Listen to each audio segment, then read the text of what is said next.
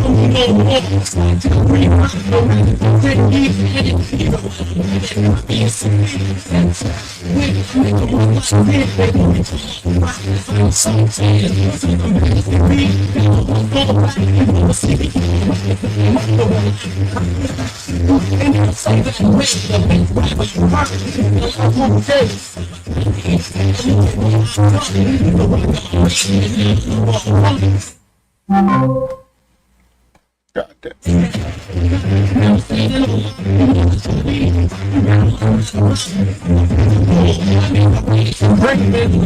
Stop pushing like the jelly bean.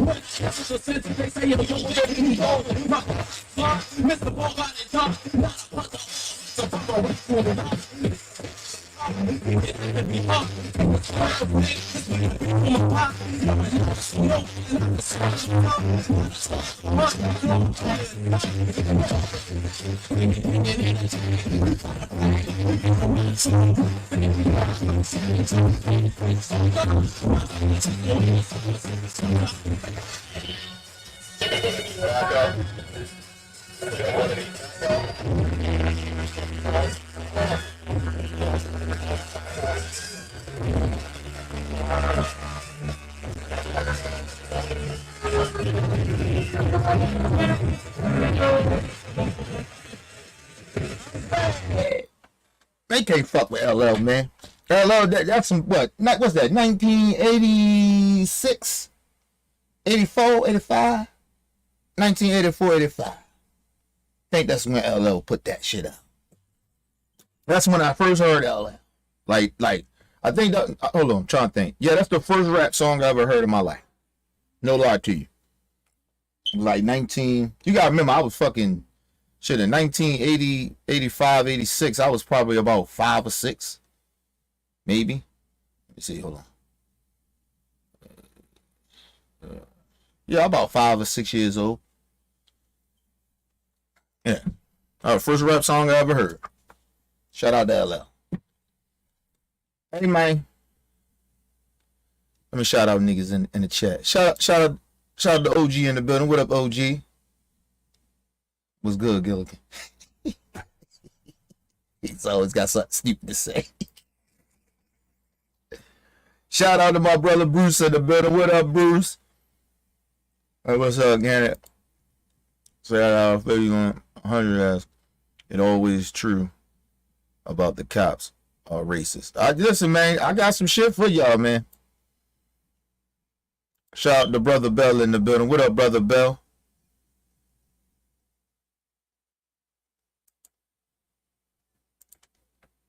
OG again and shit. This nigga crazy. OG again. Crazy as a motherfucker. Anyway, people. Let's get the show started.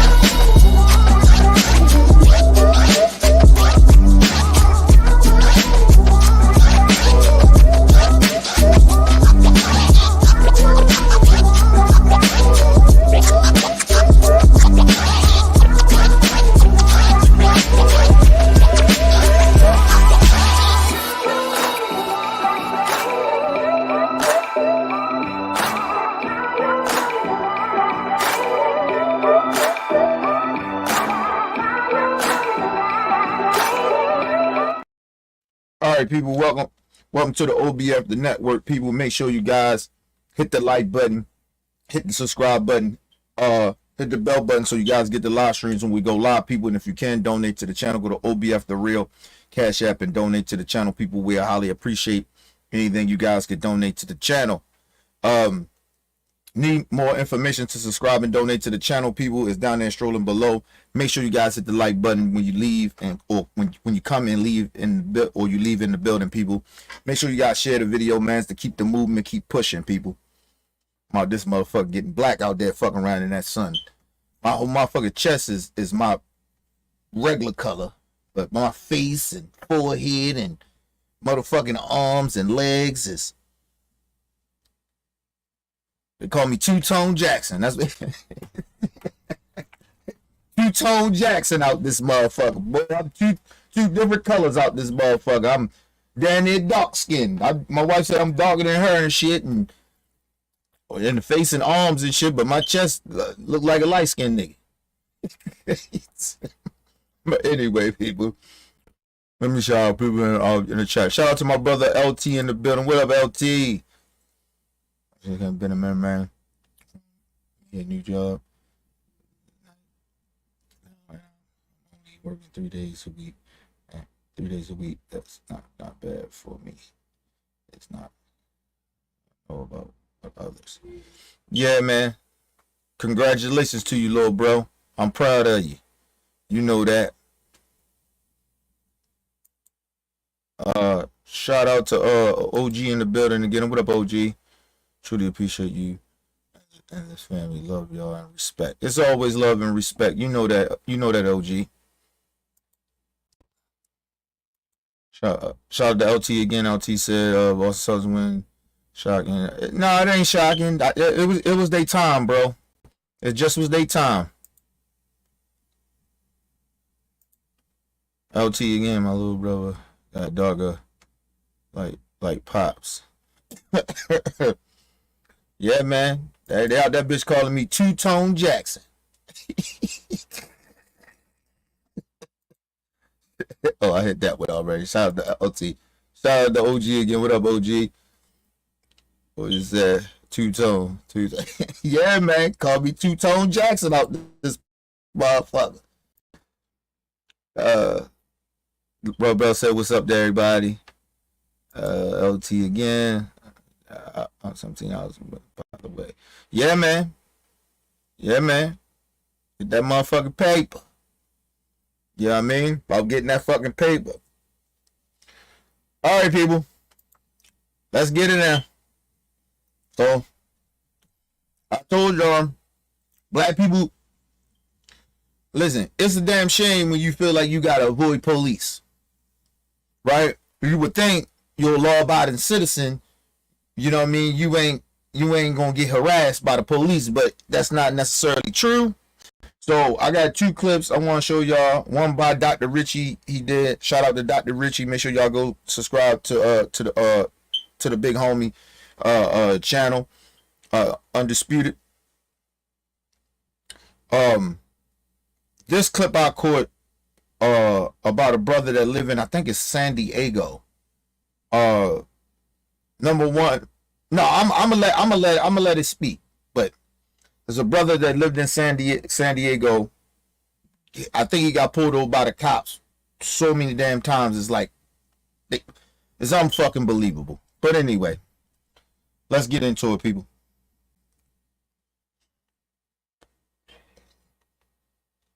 Listen, taxpaying citizen, I want to take control. I'm not doing anything wrong.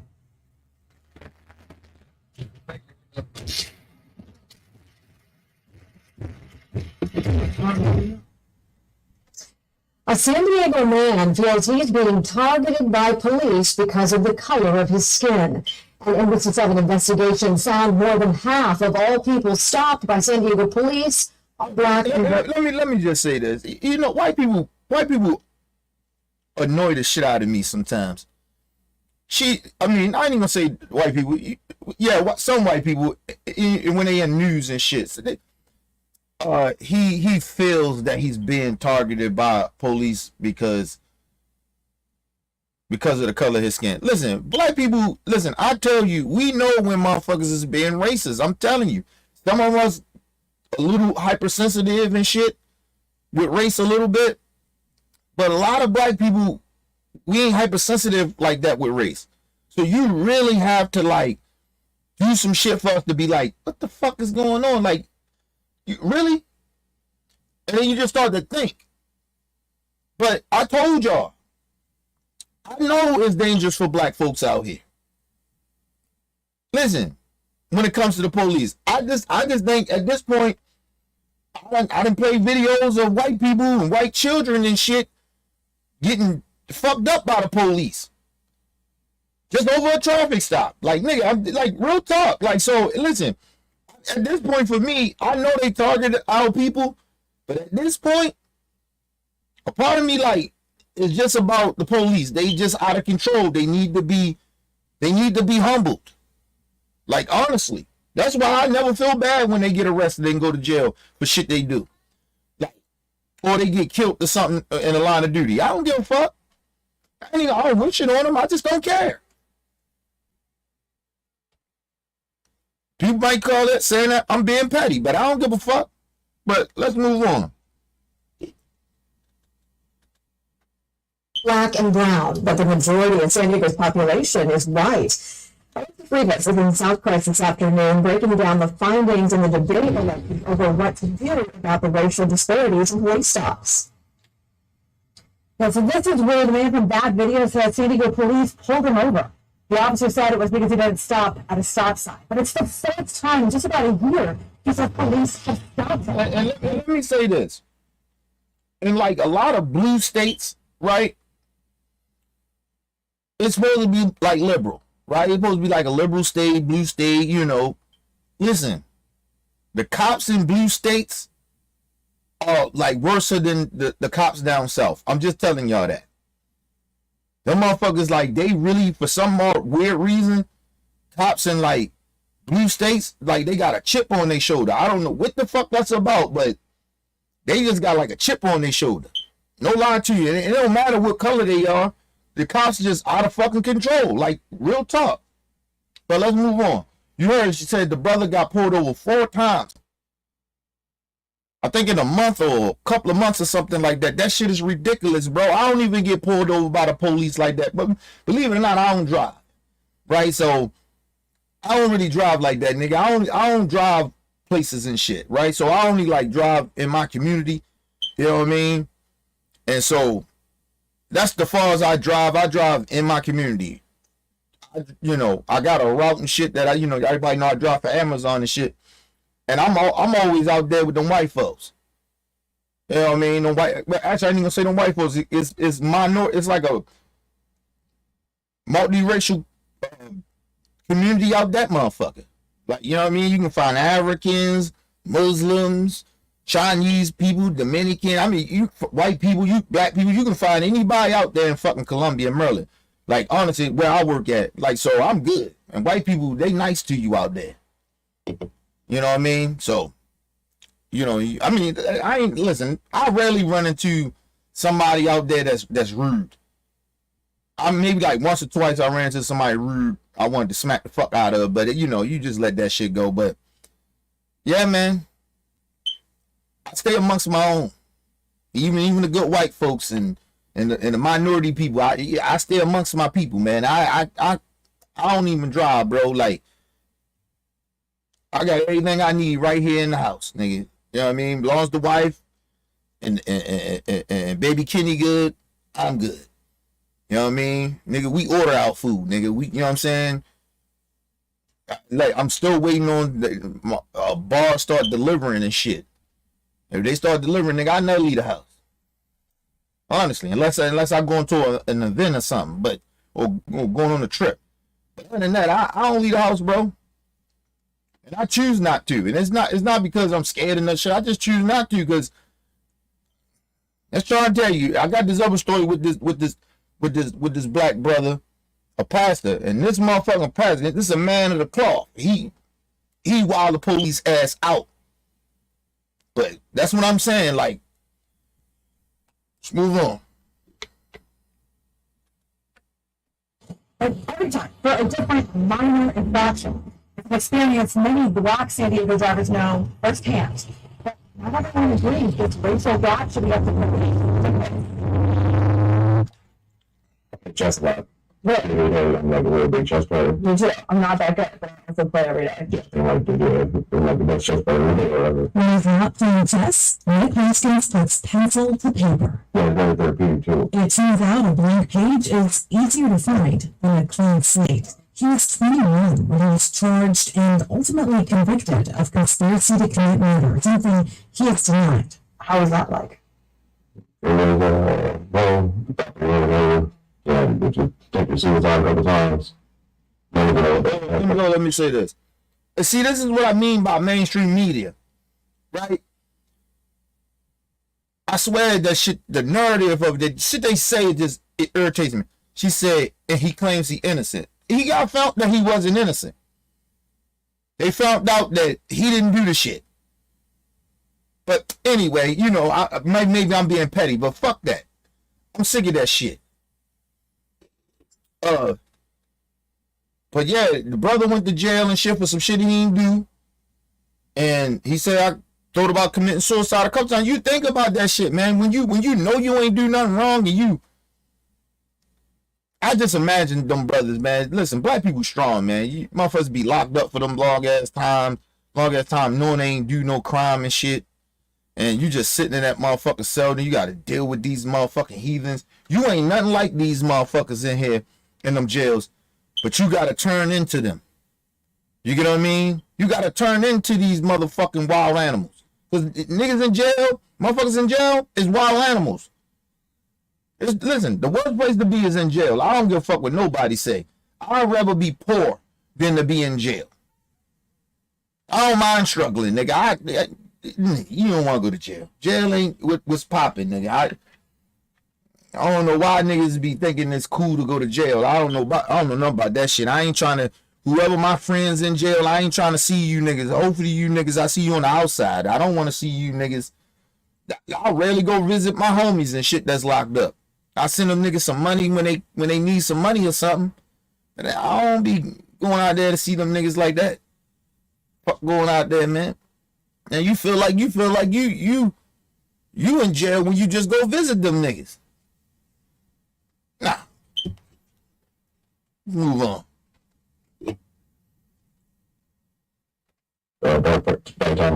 Nancy Olson, on behalf of the appellant, Mr. Nicholas Hoskins. When the unbelievable happened. After more than 8 years behind bars, the state Supreme Court threw out Hoskins' conviction, saying there was no direct evidence tying him to the crime. The DA decided not to charge him again. Man, you been fucking around with them white folks out there too. Listen, let me just say something, man. Motherfucker, yo, you think about it, yo. He went to jail when he was 21 years old. Yo probably ain't get out till he was about 29 years old, almost 30 years old. He didn't miss his whole 20s, bro. Yo, that's when you in your 20s, you just you can have fun, but you trying to figure yourself out, trying to figure who the fuck you are. Figure out who you are, right? Your 30s is more like kind of what's your purpose in life, right? Your whole 30s is trying to figure out what's your purpose, right? But your 20s and shit is just trying to figure out who you are and trying to have fun. Like your 20s is where you have fun at. You're an adult, you young, you can do adult shit. You get what I mean? So imagine, yo, they just took away that man whole motherfucking 20s, man. And I told you, some people when they get out, I told my homeboy killed the motherfucker to go back to jail because he was fucked up. I think he did like 10 years. Something like that. Yeah, yo did 10 years. Yo, the whole 20s he was gone. His whole 20s. He was locked up. He got locked up when he was 19. He didn't get out until he was like 30. Yeah. That nigga, he was only out for like a couple of days. Nigga, it wasn't even a couple of days. Nigga, it was only like maybe a weekend. And yo shot a nigga and went to jail. Went back to jail for murder. Because he couldn't handle being out in the real world. That shit crazy, man.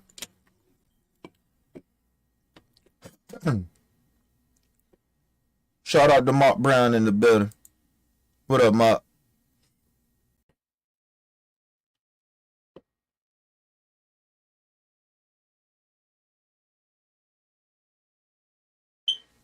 Yeah, I remember that shit too.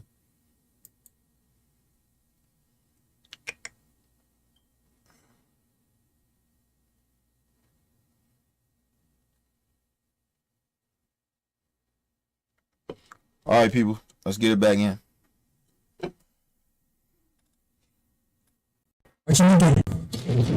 Hoskins was out of prison in February 2023. But 3 men night when he's behind the wheel, Hoskins says his skin is still the wrong color.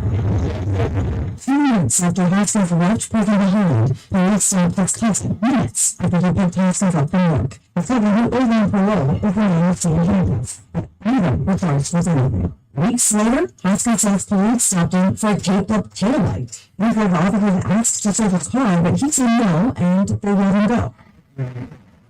This past March, San Diego police stopped Haskins a third time. The officer told him his window tint was too dark, though he didn't write him the ticket. Instead, the officer asked him about where he lived, if he had a job, his plans for the rest of the day, his phone number, social security number, and pointed out a speaker look. Listen, nigga, let me just tell y'all something, man.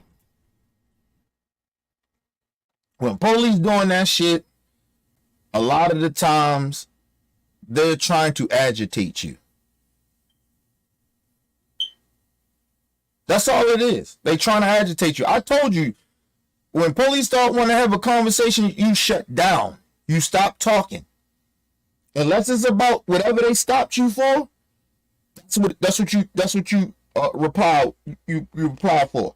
But excuse me. But don't like asking motherfuckers where you going with which job and all that, nigga. Fuck out of here. You stop talking. Black people gotta understand that. Stop talking. It's not. First of all, it ain't none of their goddamn business. Second of all, what the fuck do that got to do with why you pulled me over? Pull me over for a fucking traffic violation. Get to the do your job. Don't be over here asking questions trying to figure out who the fuck I am. And I'm telling y'all, half of the time when police keep pulling people over and over again like that, they already know who you are. So stop talking. It'll help you out. Seriously. All they trying to do is irritate you and annoy you so you can say some slick shit back so they have a right to say like, oh, you being unruly, or you being rude, or why you so upset? Why you being hostile? Why you look nervous and shit like that? They do shit like that. Just trying to tell you. Just stop talking. Honestly. My ass nigga, what's his social security number? Bitch, what? Fuck you need my social security number for? And then first, if I'm not mistaken, you got all that information already. You already have the information because you done ran my ID. Where you work? None of your motherfucking business where I work. What? If I ain't had no jobs, what if I tell you I ain't working right now? What? Then what, motherfucker? What? You gonna find me a job? Like, God damn, like, move on, man. Police be killing me, bro. Looked expensive.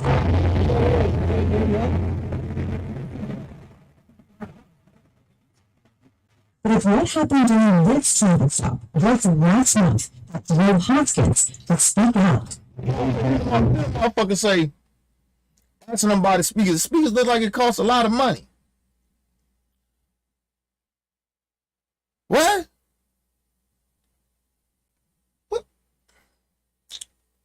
That's how. Listen, I'm gonna just tell you something. That's how you know when the cops do shit like that. That's how you know they trying to fuck with you.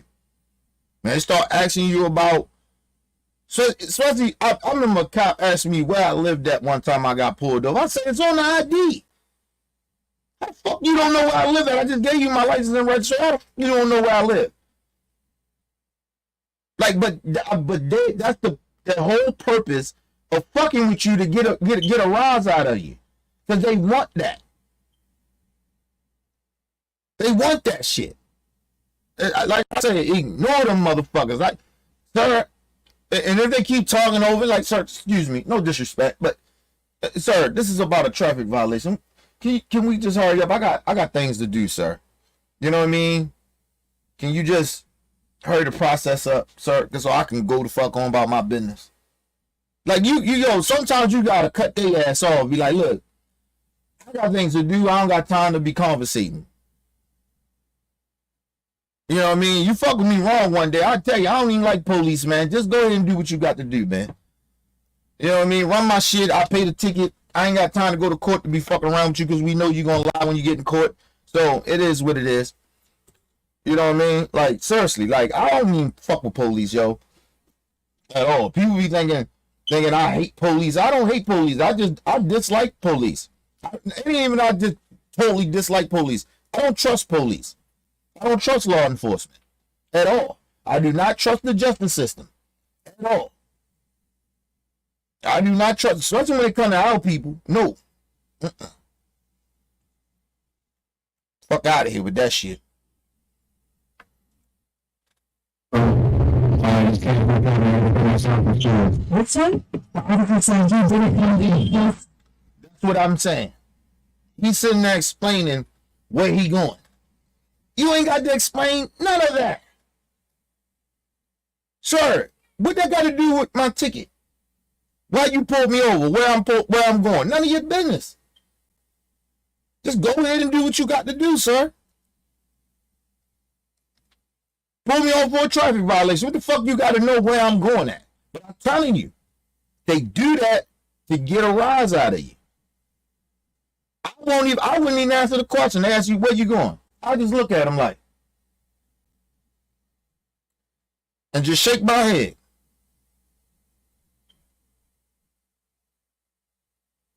Did you write the ticket up yet, sir? Or what you gonna do? You gonna give me a warning or give me a ticket? What you gonna do? Like you gotta stop interacting with police. I'm just telling y'all, man. I know they tactics. Y'all, some of y'all get frustrated sometimes when they pull you over. First of all, don't get frustrated with the police. Just understand your rights and what you going to do and what you need to do and what they're going to be trying to attempt to do. Just telling you. So he's done this something.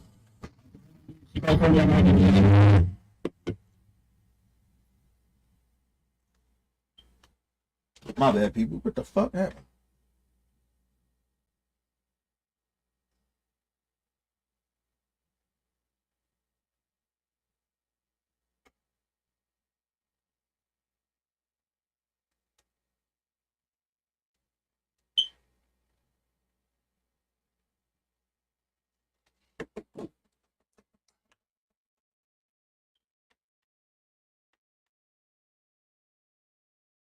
My bad, people. Gonna take your seatbelt off. I'm gonna put your wallet in the center console. You guys can come back and get ready to play your race. I'm telling you what's gonna happen, okay? I don't think some ways you can do my son. He's getting up in the door. You can somebody open the door, you're gonna have to do your seatbelt pretty, okay? You're gonna go, I want you to kind of go to the from here. I don't have to do that. You have to pay for class for a search. Nicholas, I'm not the call. You have to pay for class for a search. Before the supervisor arrives, the officer decides. Now, mind you, nobody calls you by your name. Police, listen, even if they look at your ID like that, they're not going to continue to keep saying your name. They've been putting this dude over for a while. They already know who he is. Their attempt is to try to find something on him. He asked him, he said, well, what's the reason you got to search my car? He never says. He never says. Just come on and get out the car. For what? What is the probable cause? What is the reason that you got to search my car? I'm not giving consent, so what is the reason for you to search my car? But I told you, this is the type of tax they do. And let me just tell y'all something. When they do shit like that and they don't answer questions, go ahead and do what they tell you to do. And all you do is say, okay, cool. I didn't give you permission to search my car. You didn't tell me the reason why you searching my car. I'm going to get out. But understand, when I get out this car, you got a lawsuit. So, are you sure you want me to get out the car? Okay, I get out the car. See, you can't sit there. You got to know how to play the game. See, because they playing the game. Don't sit there and keep arguing with them. Just say, okay, sir, you understand. I asked you, why are you asking me to get out the car? What's the reason that you asking me to get out the car you need to search the car for? You ain't going to tell me? Okay. So I'm just letting you know. I'm going to get out the car. I'm going to get out. And when I get out this car, you automatically get in the lawsuit. Automatically. Because number one, my shit is recorded. You got your body cam on, and I'm telling you, when my lawyers get a piece of this, it's over. And I'm going to put out harassment. What they call it? Not a harassment charge, but a complaint, a harassment complaint. See, you gotta play their game. Don't sit there argue with them and shit like that. Don't keep sitting there arguing. There's no reason to argue. Listen, they want to fuck up. Go ahead. That's money in my pocket. You just causing the state money. This type of money, this could be given to you. You could be getting overtime. This could be going to the kids in the state in the school. But you want to give me the money because you want to whatever you want. See, you gotta understand the game they play. You gotta play the game they play, my people. You can't sit there and argue with these stupid people. They are stupid. Them motherfuckers on steroids, they on drugs, they on something. They on a power trip. You know that. They got nothing else better to do with their life. They ain't fighting crime, nigga. They come after the crime happened. They trying to create a crime. So get out the car. So what? You ain't gonna find nothing. But anyway, let's move on. So decides to search by force. This doesn't need to happen, man. It doesn't need to happen. It doesn't need to search me. I'm about to go pick my son. I'm a law-abiding citizen. I'm a taxpaying citizen. I'm not taking control. I'm not doing anything wrong. But they don't care about that. They don't care about that. They already know you're a law-abiding citizen. They already know you ain't doing no shit. They already know. They already knew about this brother. You know what's so bad, yo? This brother been in jail for 8 years, through his whole 20s, been through some real fucked up shit in them jails, and I guarantee you, right? And he come out in society, and this is what the so-called people that's supposed to protect and serve us are doing, harassing this brother. Just think about mentally how that fucks black people up. You know you ain't doing shit, but these motherfuckers, well, I got suspicion. Suspicion of what? So now black people gotta be like, yeah, well, you only fucking with me because I'm black. Because it ain't no other reason of you feeling that I'm suspicious. My ID is clear. I got a clean record. I got insurance. So what the fuck do you think that I'm doing? My bad. What do you think you feel suspicious about? What? You don't smell alcohol. You don't smoke. Them motherfuckers all listen, man. Listen, man. That's why I don't even like doing these stories no more, because the police piss me off, bro. I don't even fuck with the law enforcement. I don't even fuck with law enforcement, bro. Stay the fuck away from me. You pull me over, nigga. I listen. I go nuke on the motherfuckers. So I don't even like to drive, bro.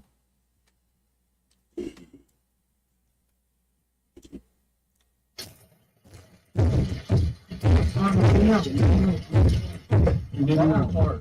You left the car. You're getting out. Run to your seat up. You had your bricks. Jackson was handcuffed and detained after taking a car, police gave him a ticket for resisting arrest. How does that affect you? Well, how you get a motherfucking ticket for resisting arrest when you didn't even explain to the dude why you wanted to search his car? You get a ticket for that. Come on, bro. Come on, man. And let me just say something. You know, and I shouldn't say this, but I'm going to say it because I got to be real, people. I got to be honest. You know when you get, because we haven't seen it before, when brothers and shit go on a warpath and they go wind up shooting police and shit. This is why. This is why. I ain't condoning it. I'm just saying I can see why. I understand why. You keep pushing people and fucking with people, and you know and they know they power tripping. That's the crazy shit about it. And you know if you ain't had a dash, you would get your ass whipped. That's the shit. Let's move on before I say some real fucked up shit. I think I might have already crossed the line, but I don't even give a fuck. Y'all, I get sick of seeing this shit. And then they get upset and they be like, oh, people don't respect the police. That's why. Like the motherfucker said, well, get out and act like a grown up. I told that motherfucker, you ain't acting like a grown up. You acting like a real child right now. You know I ain't do shit. I ain't did nothing. But you gonna tell me act like an adult. You act like one. Let's move on, man. This is the shit I be talking about, man. Masculine. Sometimes I feel like I'm not a man. Paxton said it cost him about $1,000 to get a callback from England and replace the smashed window.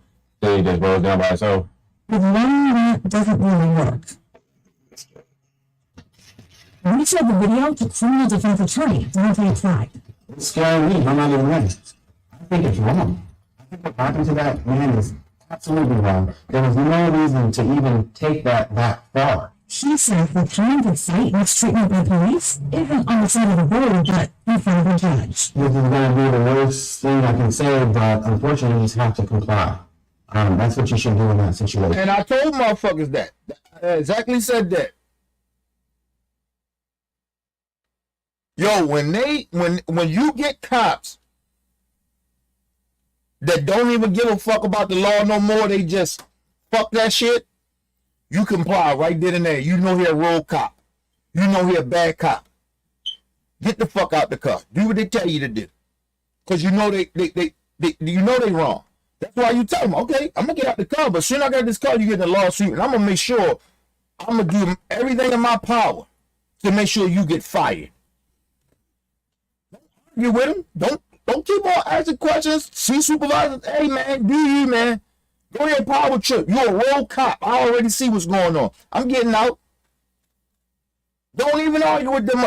When a motherfucking cop get like this cop got, well, those cops, it wasn't just him. It was a whole bunch of them. Because one of them cops should have been like, hey, man, no, we're not doing that. But no, they all go along with it. That's why I said it ain't no few bad apples, nigga. It's all of them. It's a much more high percentage than it is a low percentage that the motherfuckers that's good cops. I tell you that shit. When a cop get like that, when he get out of control, when he start like breaking protocol and policies and the law, okay, sir, I see what you want. Okay, cool. I'm getting out. Go ahead, do what you got to do. Ain't shit in here, but go ahead to make yourself feel better. And you're gonna feel stupid when you get out. When you finish searching my car. And then I'm gonna sue the shit out you, and I'm gonna make sure you get fired.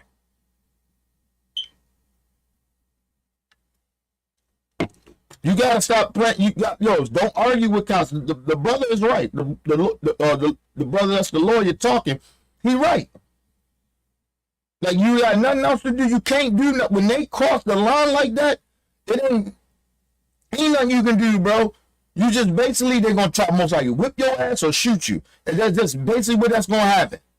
But like I said, they're gonna have to kill me. Cause you ain't gonna be hitting on me and none of that shit. I don't play that shit. I don't even like people touching me.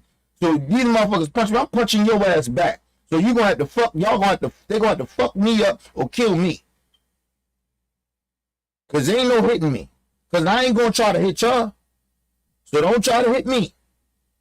And if you do, then I'm hitting your ass back. You punch me in the face, I'm punching your ass back in your face. I don't know what the fuck is wrong with these cops. Listen, they need to stay off of them steroids. It ain't our fault that you're not liked. It ain't our fault. It ain't our fault you may not be getting no pussy. I don't know what the fuck wrong with him. This bitch power tripping for real. Situation. If there's no wrongdoing, what's the harm in being stopped frequently by police? I think that's a question that's asked by people who don't stop by police. When you have someone to go and suddenly you're stopped by police and asked to get out of the car and you're treated like a criminal, you might be handcuffed, sat on the side of the road, cars are driving by and looking at you. These are all things that impact your psyche, your personality, your feelings for the day. An impact overly felt by Black San Diego. And I tell people that, listen, that shit is embarrassing, bro. Because now motherfuckers driving past like thinking you did something. But that's their whole point, to try to embarrass you. That's their whole thing. That's that power tripping shit they on. They know they ain't got no reason to do shit, but they do it anyway because some of it, maybe they ain't like your attitude. I'm gonna fuck you don't like my attitude. I don't like you. And I don't like your attitude. I like to be friendly with you. I like to kiss your ass. I could be in a bad mood today. What the fuck? What did that matter? You ain't pull me over for my bad attitude. Or my bad, me having a bad day. You pull me over for a fucking traffic ticket or traffic violation. But you, listen, when you tell police that just comply, just do what we tell you to do, man, who the fuck are you talking to? You talking to grown ass people. And then you breaking protocol and policies. But we supposed to just follow your lead. And just do what the fuck you tell us to do. Ain't nobody, we grown. But that's their way of making you feel less, like the brother said, feeling lesser than a man. Or lesser than a human being. Just telling you, these police out of control, man. That's why I said, man, this shit gotta change, bro. NBC7 investigates analyzed 5 years worth of police stuff. People perceived as Black made up more than 22%. Listen, we need to put people in Congress that is going to pass a law that says police do not get immunity no more. Honestly. You see how Trump keep trying to go to the Supreme Court to get presidential immunity or some crazy goofy shit like that? That's what the police got. They got that shit. That's why nothing really happened to them. They too damn protected, bro.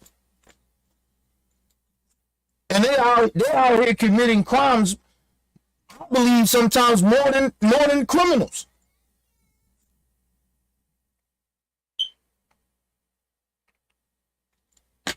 Let's move on, man.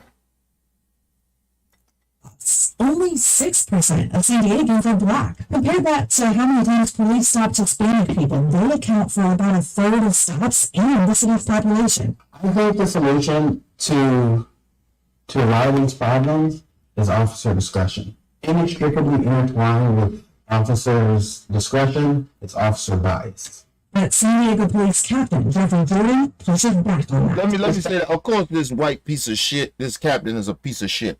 Listen, first of all, my brother, it's not that. The problem is, it's no consequences for them. When they do shit like this, when they break protocol, when they don't do, like when the brother asked him, say, can you just tell me what's the reason that you gotta search my car? What is the reason? He never answered that, so he breaks protocol. Shit like that. When cops do that, it should be some type of consequences for that. When they look back on the body cam and be like, hey, you know you're supposed to answer this question. You know that's protocol. That's law. He has the right to ask you that, and you supposed to tell him why you searching his car. But it's like I said, it's no consequences for them. And so that's why they continue to keep doing what they're doing over and over again. And then motherfuckers get mad when certain black brothers and shit go on rampages and do mass shootings on police or kill police officers. I don't care. I don't care. It sounds harsh. I don't give a fuck. I feel sorry for their families, the kids, or whatever, but hey, man, I don't give a fuck about that police. Sorry. I don't. Because I guarantee you, every police officer in the United States has crossed the line, broke protocol. I guarantee you they have. They in too much of a position of power to be breaking protocol and not getting consequences for the shit that they do. But then you keep wondering why they getting away with it. We need to put people in office in Congress to pass a fucking policy to get rid of a police immunity. Fuck that. They do not need immunity. And like I said, all that money they give to them unions, let them unions that they pay the unions, right? Because it's their money that they pay the unions, right? They got, right? Let the unions pay for when them lawsuits come. Not the people. We already paying your fucking salary. We shouldn't have to be paying your lawsuits. That shit ain't fair to us, bro. We paying them already. And then these motherfuckers, they do fuck shit and get a lawsuit, and then we gotta pay it. No, fuck that. Until Congress passes a law like that, they're going to continue to do what they do. I'm telling y'all. That's why I need y'all to pay attention to policies and shit and politics and the people you vote for. And make sure you vote for the right person. Make sure you ask the politician, hey, what about police immunity? We need to get rid of that. Maybe that'll stop them motherfuckers from continue to keep doing fuck shit when that money coming out their pocket. Let's move on. Disparities, to be really clear, is a difference in how communities experience policing. The studies that have been done are not associated necessarily with bias, racism, discrimination. They focus on disparities. In an effort to address that, First of all, sir, that's the political bullshit that you can say as a white man.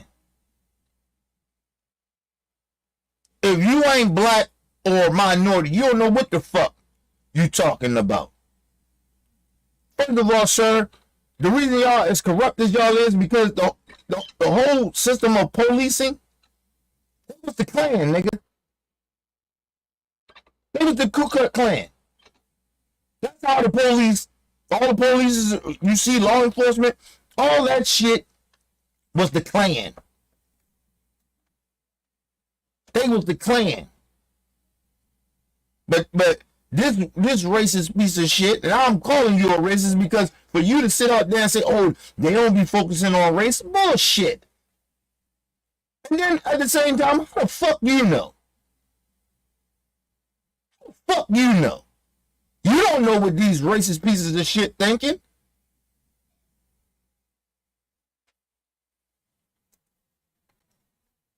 Ain't no bias. It is bias. First of all, you know the weirdest shit somebody can say. I'm not being biased. I'm never biased. It's not about bias. I'm not a biased person. Everybody's biased. It could be in a good way or a bad way, but people are biased. Every human being is biased. So for people that say, oh shit, well, we're not doing it on nothing biased, bullshit. First of all, that's the most stupidest shit ever to say because everybody's biased. You try not to be as biased, but people are biased. I don't give a fuck of what profession you in. I don't give a fuck what color skin you are. Everybody's biased. But everybody want to sit here and pretend, no, I'm not being biased. You're a fucking lie. Anybody say they're not biased, they're a liar. I don't give a fuck who they are. You try not to be biased, but people are biased.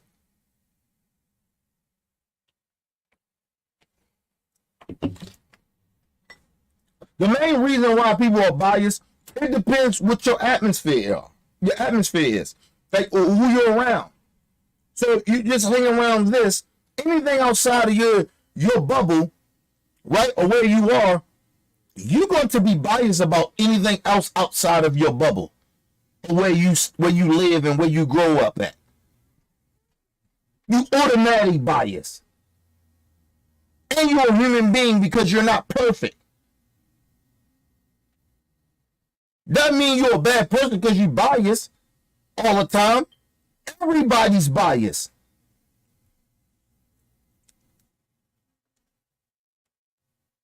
The crazy shit about it, I always try to give people the benefit of the doubt, but we live in 2024. I don't do that as much as I used to. I don't give people the benefit of the doubt like I used to. I've seen too much fucked up shit. Like I said, I live in reality. I don't live in this fake ass world where people pretend that they don't see shit. I see shit. I see what the fuck going on. So I'm not going to pretend that I don't see shit because everybody else want to pretend. Fuck out of here. But anyway, let's move on. Racial disparities, Jordan says the department intentionally stopped fewer people. We made a concerted effort. In 2019, officers stopped nearly 188,000 people. That number plummeted during the pandemic and it stayed low, with just over 102,000 police stops last year. First of all, shit plummet because of the whole George Floyd shit. That's number one. Number two is because we was in a pandemic. Nobody was really driving like that. So that's why shit kind of went down. But I give them props. Shit did go down. But it still doesn't mean that ain't no fuck shit still going on.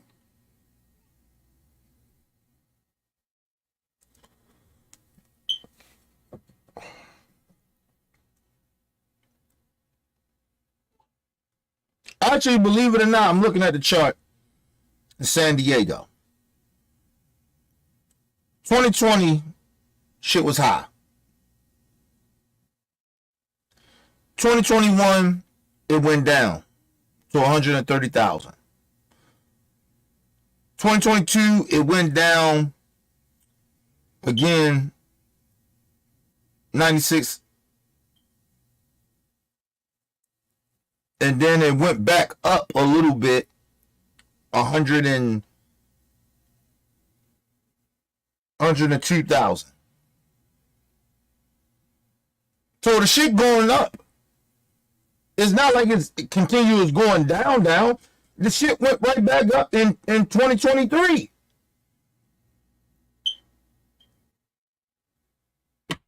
But he trying to tell us we were trying to stop it, but the shit went back up though. Let's move on, man. Last year, but even after nearly halving the total number of stops, officers still stop black people at a dramatically higher rate. Let's be really clear, and I want to be clear about this. Reducing disparities is not the sole governance of the San Diego Police Department in this city. There's a lot of other players that are involved in this.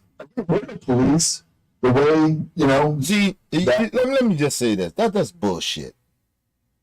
Now they want to take responsibility from themselves. First of all, you are the fucking chief of police in San Diego. In that, I guess that area or whatever, right? You supposed to set the example. Fuck with the politicians or whoever you say is other people who are involved. You the police. If you don't set the standards as the fucking head leader, but you playing politics. We all know what really goes on with police chiefs. You playing politics, bitch. Set the example. What are you waiting on everybody else for? You the police. It's about the police.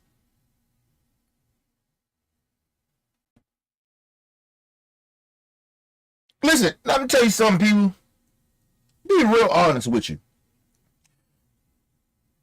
If you pull somebody over, if I'm the police, if I pull somebody over for a tail light or whatever,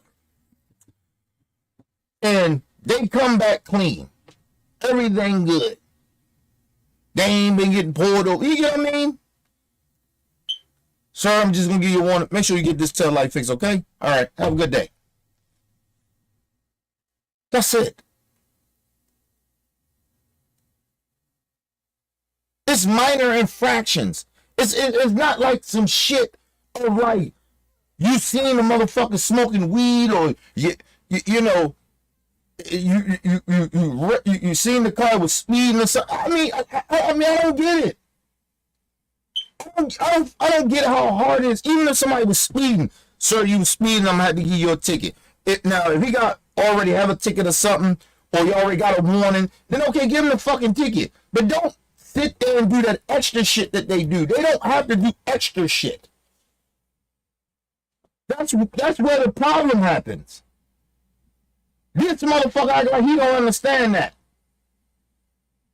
But okay, whatever. Let's move on.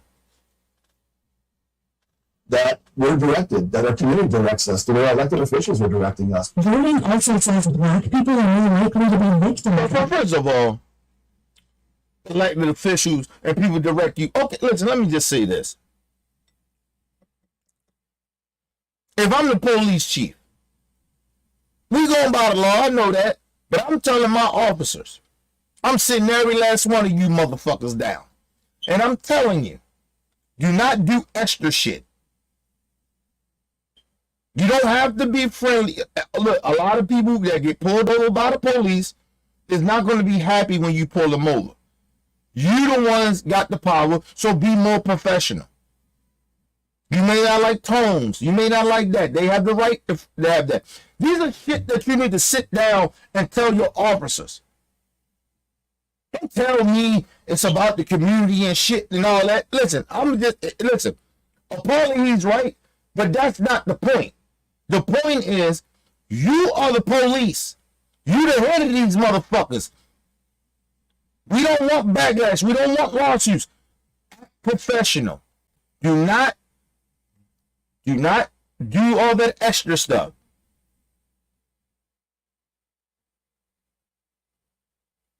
But anyway, let's move on. Police chief are full of shit. And suspects of crimes, including 911 calls tied to stops. But the data didn't just reveal disparities in stops. 27% of black people stopped by police were also searched. That's compared to 23% of Hispanic people and 19% of white people. While officers were almost equally likely to find anything illegal, regardless of race. For instance, most searches are out of an officer's control.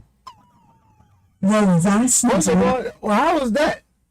It's out of the officer's control. That don't even make any sense. You don't have to search somebody's car.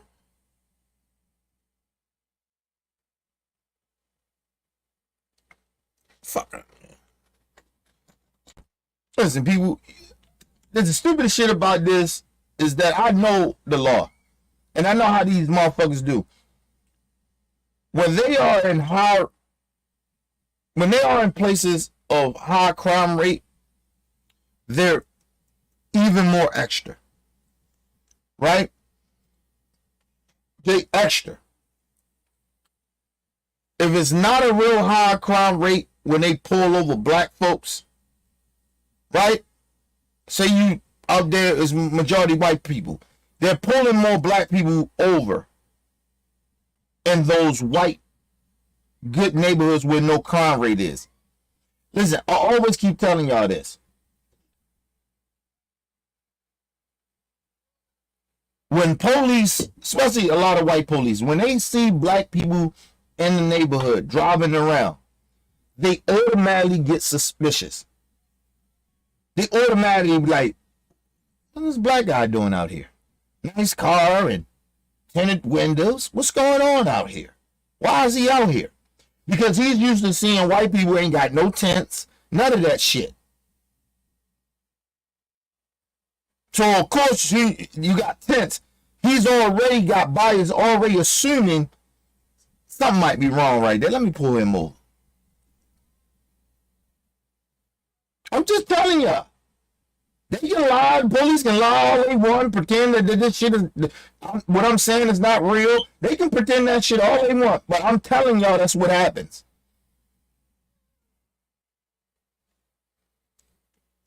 People, I told you, I don't get pulled over by the police is because I don't drive like that. I don't drive. I'm in my neighborhood. I'm in my fucking neighborhood. I'm in my community. Man. Listen, I drive more when I'm working than I drive when I'm home. And I'm home more than I'm at work. Just telling y'all. They ain't gonna pull over no Amazon truck. Because number one, first of all, we only can do the speed limit. So there ain't no reason for them to pull us over. Even if we got a tail light out, nigga, they are not pulling over an Amazon truck. Just telling y'all.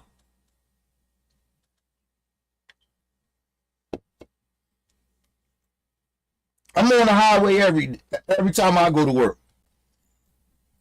I gotta get on the highway just to go to my area where I work. That shit is almost like what 40 minutes away from my Amazon station where my station is, where I'm stationed at.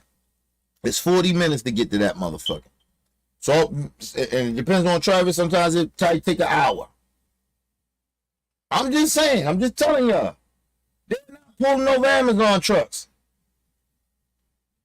So I can have a tail light out or a broken window. They're not fucking with Amazon trucks. They're not doing. If it's a FedEx truck or a UPS truck, they're not fucking with that. I haven't seen. Usually, I see the 18-wheeler motherfuckers. They get pulled over because it might be something on their shit. You know what I mean? They got shut right on there. I ain't for sure about that a lot of the times, but they usually pull them over more than it. I ain't never seen no Amazon truck or no FedEx truck get pulled over or no UPS truck. I ain't never seen no shit like that for the police do that. So it looks like I said, on real talk, I don't even need to have I don't even need to have my driver's license when I'm driving the Amazon truck. I really don't.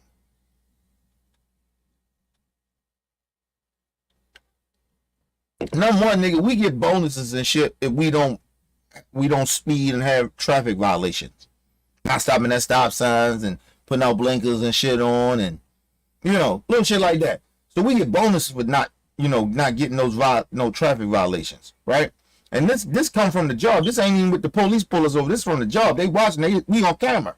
So we can't even when we niggas be getting traffic violations for speeding and not stopping at stop signs, but they just stupid. They be fucking up our money. But yeah, man, no police be pulling motherfuckers over in no trucks like I said, and I don't even drive like that in my car. I can put a whole full tank of gas in my car. It's about $60-something to put in my car, right? My wife is a little about 80 to 100, right, in her truck, right? I put $100 in my truck. I put $60, $60-something, $65 in my truck. In my car. Yeah. I probably don't have to put no more gas in my car for because I only go to work 3 days a week. This week is different. I'm going to work 4 days a week because I work today. I work Sunday, Monday, Tuesday, right? Listen, I can go I need gas now. I can put $20 in that bitch and that shit'll last me for the next 3 days because I'm only driving to work and driving back from fucking work. I don't go nowhere. Like today, I got off today. I ain't had no bed and shit like that. So I got to work, so, came through my neighborhood, went straight to the bar, went to the bar, came the fuck back home. The bar's right up the street from me. Nigga, I don't drive. Food and all that shit get delivered here. All the time my wife actually go to stores and shit, it's like she go to Rose's or some other weird shit she go to, I don't know. Or she go to Sam's Club or something like that. But drive to go where? Fuck I'm going. I got everything I need here, nigga. I'm getting ready to buy me a new pool table, nigga. Fuck out of here. Fuck I need to go. I got everything here, nigga. Listen, I'm getting ready to fix my deck up and shit. Man, get the fuck out of here, man. Ain't no place where I gotta go. Unless I'm going to an event or a family event or something like that, that's different. But I still don't drive. My wife drives. I don't drive, nigga. My wife would tell you, I don't even like, people be thinking, you know, now that I do this job and shit, motherfuckers be thinking I drive. I don't drive like that, nigga. Not in my rig vehicle. I don't go nowhere. I go to the store, up the street, and back. Or I go to work and back. Where the fuck I go? I don't go nowhere. So, like I said, I'm too old to be out and about, nigga. Listen, nigga, I ain't got that many friends like that no more. And I choose not to have a lot of friends no more. And I choose not to be around motherfuckers like that. People bring trouble. You hanging out and shit, you know, niggas bring drama with them and shit. Like, nah, man. I can get in trouble by myself, bro. All by myself. I can get in trouble by my fucking self. I don't need a whole bunch of fucking people around me, go hang around people, get in trouble. Nigga, nah. Fuck that. I'm cool. I've been getting in trouble since I was little. Like, back in my teen eras and shit. I been in trouble all that time. Nigga, that shit is exhausting. To be getting in trouble and, you know, drama happening and shit. That shit is exhausting to me. I'm exhausted by drama. That's why I don't even like that shit around me no more. Niggas gonna be acting crazy and stupid. Niggas. Nah, we can't. Fuck. Can't do that. Let's move on. Majority of the time, Jordan says officers are obligated to perform a search because someone has a warrant for arrest, is on probation or parole, or because officers see drugs, alcohol. Well, that's fine. Nobody's saying that you can't do that. But you don't see a person don't got. We talking about people that don't got parole. That's not on parole. You don't see no drugs. You don't smell no drugs. They ain't got no warrants. Why are you pulling people? Why you pulled this brother out the car? We still don't know why. He don't want to ask. Never mind. Let's move on. Alcohol and weapons. Another main reason is probable cause, a reasonable belief that the person either committed a crime or has evidence. People don't necessarily realize, but about 90% of all our searches within the city of San Diego are dictated by policies and procedures. Jordan says the answer to closing the racial gap will ultimately come from the community and how the public wants to be policed. Ultimately, we're going to have a conversation, and this is one that's not going to go away. In the meantime, First of all, sir. First of all, talking about how the public want to be policed. They already told you already. The people that's really complaining about that shit is black folks and minority people. The white people don't have that problem like that. I'm not saying that doesn't happen because I showed y'all stories. But it happens to black and minority people. That shit don't happen to white people like that. So white people don't give a fuck about the police. Actually, nigga, they disrespect the police. Nigga, they fight the police. You know who I am? They do shit like that. He know better. Come out the community we had the community to know how they want to be police. What? So you blaming the community when your people breaking policies, assuming shit because they bias. Anyway, none of that shit make any sense. But anyway, let's move on. Filed a complaint with XDPD and hired an attorney with plans to sue the department. It's like the whole thing, we don't be accountable. I don't think we are accountable. Let's speak examples. Hoskins starts trade school this month, hoping he'll be able to find work as a carpenter or a welder. Let me say this. My brother OG said some shit. He said, you got that good life, Kenny. No, listen, it ain't about I got that good life. I learned a while ago, probably about, I told you in my 30s, you got to figure out what your purpose is, right? And not just your purpose, you got to figure out what, like I figured out what made, like the stress, right? Like shit that bring me stress, that make me do stupid shit, right? Because stress and drama can make you do stupid shit, right?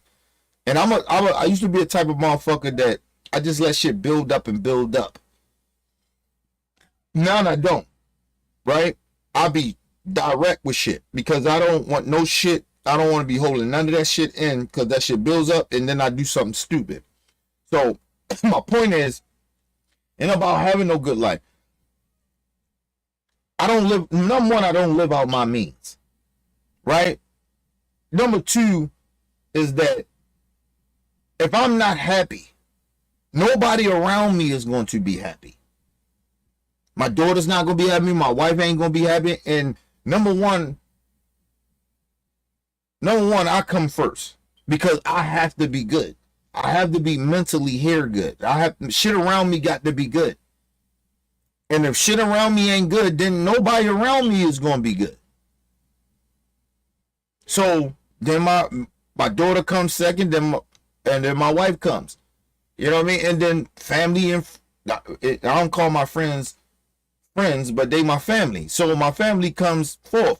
Like, but I set it up in a way of that I got to be good.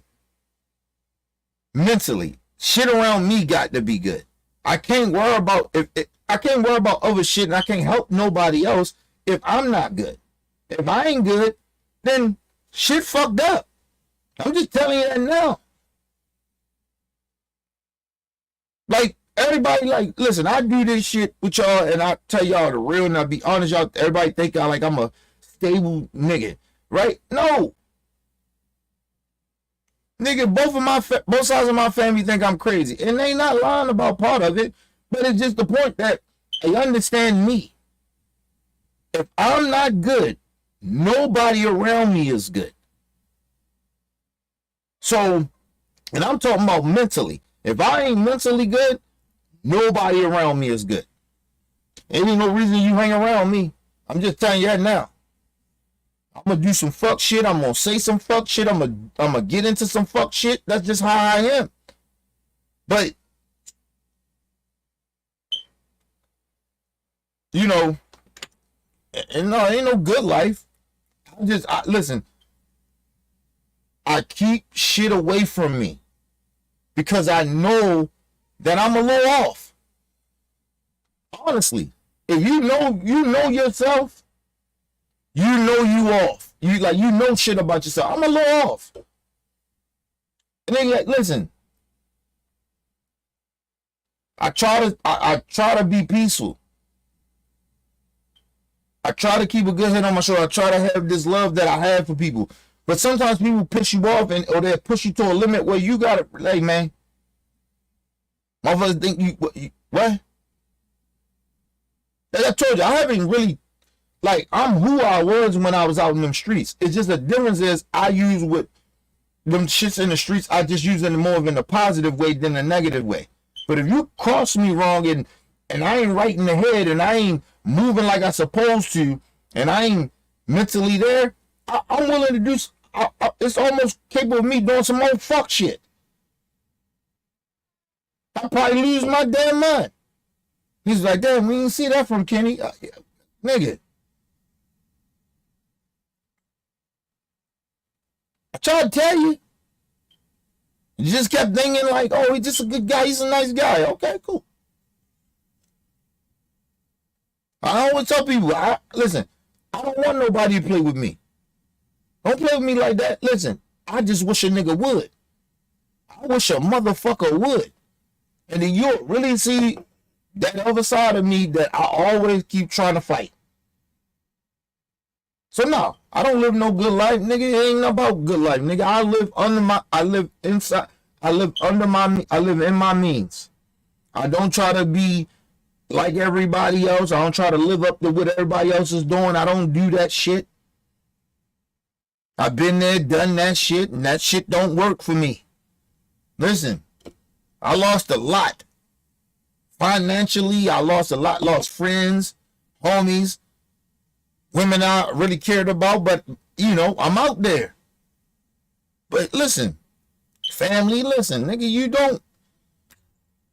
I'm too old to be playing with people, man. I already know my purpose. Like I said, when you in your 30s is to try to figure out what your purpose is. I'm 40. I'll be 43 in a couple of, like, 2.5 weeks. Listen, I know I know what my purpose is. I know what I'm supposed to do. So I live a way of knowing my purpose. And when people don't know their purpose, they go out here, they do stupid shit, they pretend that they gotta live up to other people's expectations and shit like that, or you trying to see other people with shit and you be like, damn, I wish I had that, man. I'm gonna try to get that. Like, nah, nigga, maybe you don't need to get that. Maybe you don't need to try to get that. Maybe you just be grateful what the fuck you have. See, my thing is, I'm grateful. I understand my truth. I understand the lane that I'm in. I understand my purpose. I don't try to be something outside of who the fuck I am. I don't want what everybody else want. It ain't because I ain't trying to try hard to get something. No. I got what I got. I'm okay with what I got. I love what I got. Of course, you want a little more, so you work a little harder for it. But it ain't too much shit that I want that other people got. I just don't. I don't give a fuck about it. I don't care what other people got. Honestly, I genuinely don't. I don't really care what other people got. Just love what appreciate what you got. Now, if you want to work hard to get some shit, I get it. I always tell people, you work to get some shit to make you happy, not to keep up with what everybody else is doing. Get some shit. If you want some shit, get some shit to get to the point where you get to where it makes you happy. Don't get shit because everybody else is getting it. You're going to fuck up. You're going to be out there fucking up because you're going to start doing some stupid shit to try to get that. I'm telling you. You'll be sacrificing shit. I'm telling you. And you shouldn't be sacrificing certain shit. But let's move on. But shout out to my brother OG. They won't get to work without police pulling him over. If he never had. So FDPD would not comment directly on Hoskins' traffic stop, but they did confirm that an internal investigation is now underway into the. That don't mean nothing. Of course they ain't gonna speak on it because they know that shit is bullshit.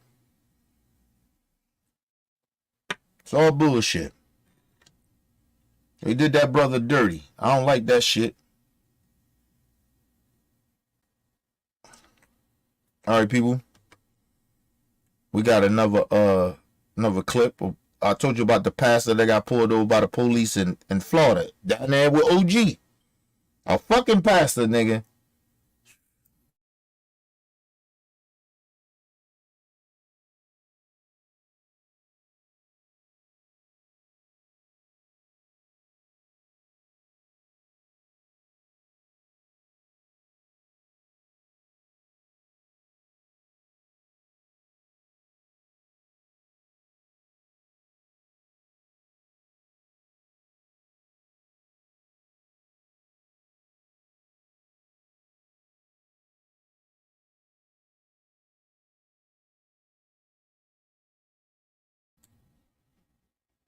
Okay, people. I just wanted to get the clip right. But let's get in. A black pastor down there in Florida. Nigga, listen. If I'm not mistaken, I think he said he was coming from church, nigga. Yo, you can't make this shit up, bro. But okay, cool. Let's go, bro. We have an indisputable exclusive. A pastor in Florida, which is the police, according to him, racial profile. Yes. Everybody, they just stopped me trying to put my dog around my car, searching for drugs. Ocala Police Department. Thank everybody.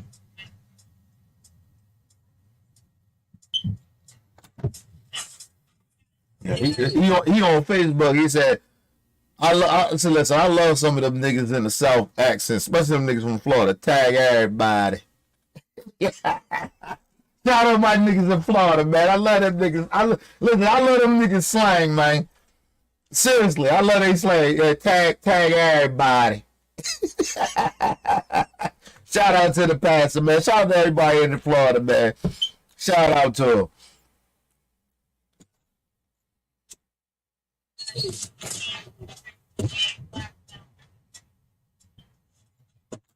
never had this kind of treatment before in all my life.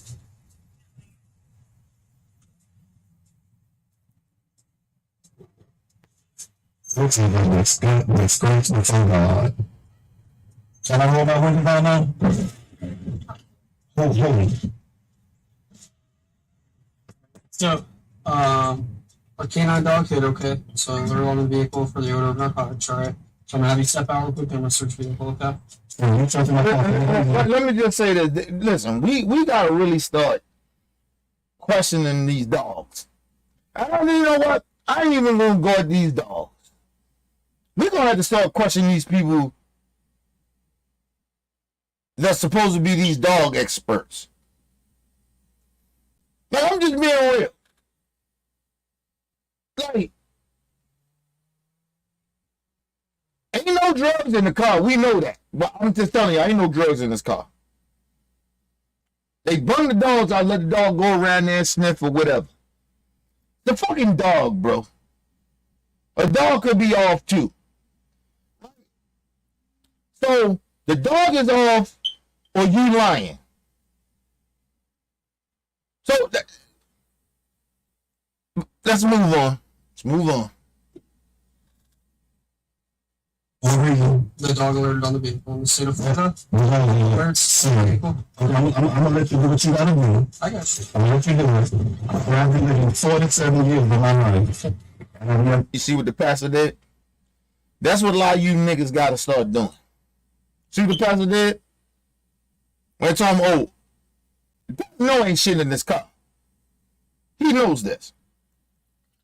The police officer tell him the canine smelled something or it triggered or whatever. He said, okay, now I'm going to get out the car. Do that. Do not argue. Because you're not going to win that conversation. Listen, the dog is off or the police line. Because you know nothing, it doesn't matter. Nothing is in your car. So you know that dog is off, right? Or the police off. Or the police lying.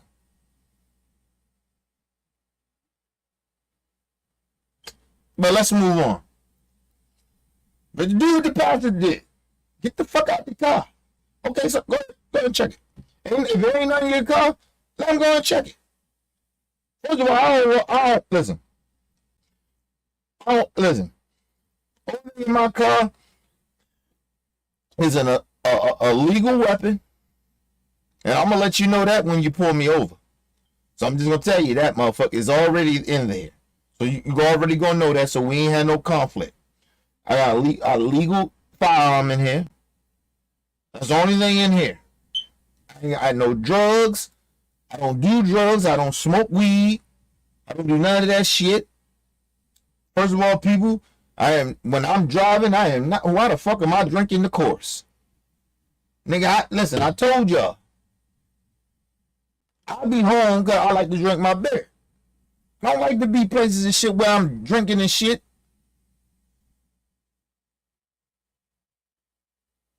But anyway, unless I'm not driving, that's the only way I'm going to be sipping.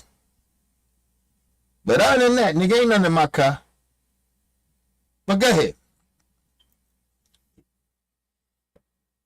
And I've never done drugs before. I'm gonna say you do. You that's what you got to talk about. Is this legal to do? Yeah. 15 minutes. Okay, I'll contact the attorney. Yeah, I'll contact the attorney. That's the only reason you stopped me, because you gotta have drugs. There's no video, man. And that's why you gotta speak to him. The only reason you pulled me over because you thought I had drugs. He's a fucking pastor, bro. People usually know to stop at stop signs. This man is a law-abiding citizen. He a fucking pastor, bro. The man telling you I'm a pastor. Mind you, they probably ran the shit already. They probably already know he a pastor. Well, maybe not. I ain't gonna say that. I'll take that back. Maybe not. But they know this man is a law-abiding citizen. Because they ran the shit already. But they bring the dogs out for what? Wow. Let's move on. You heard the pastor say his name is Terry Williams. I actually had a brief conversation with the pastor Williams yesterday, and he said the dogs are not alert. He said it included with millions watching. And like I said, most likely the dog was off, or like I told y'all, the cop was lying. I'm telling y'all. I don't trust no motherfucking dog coming around the motherfucking truck or no shit like that, or coming around my car.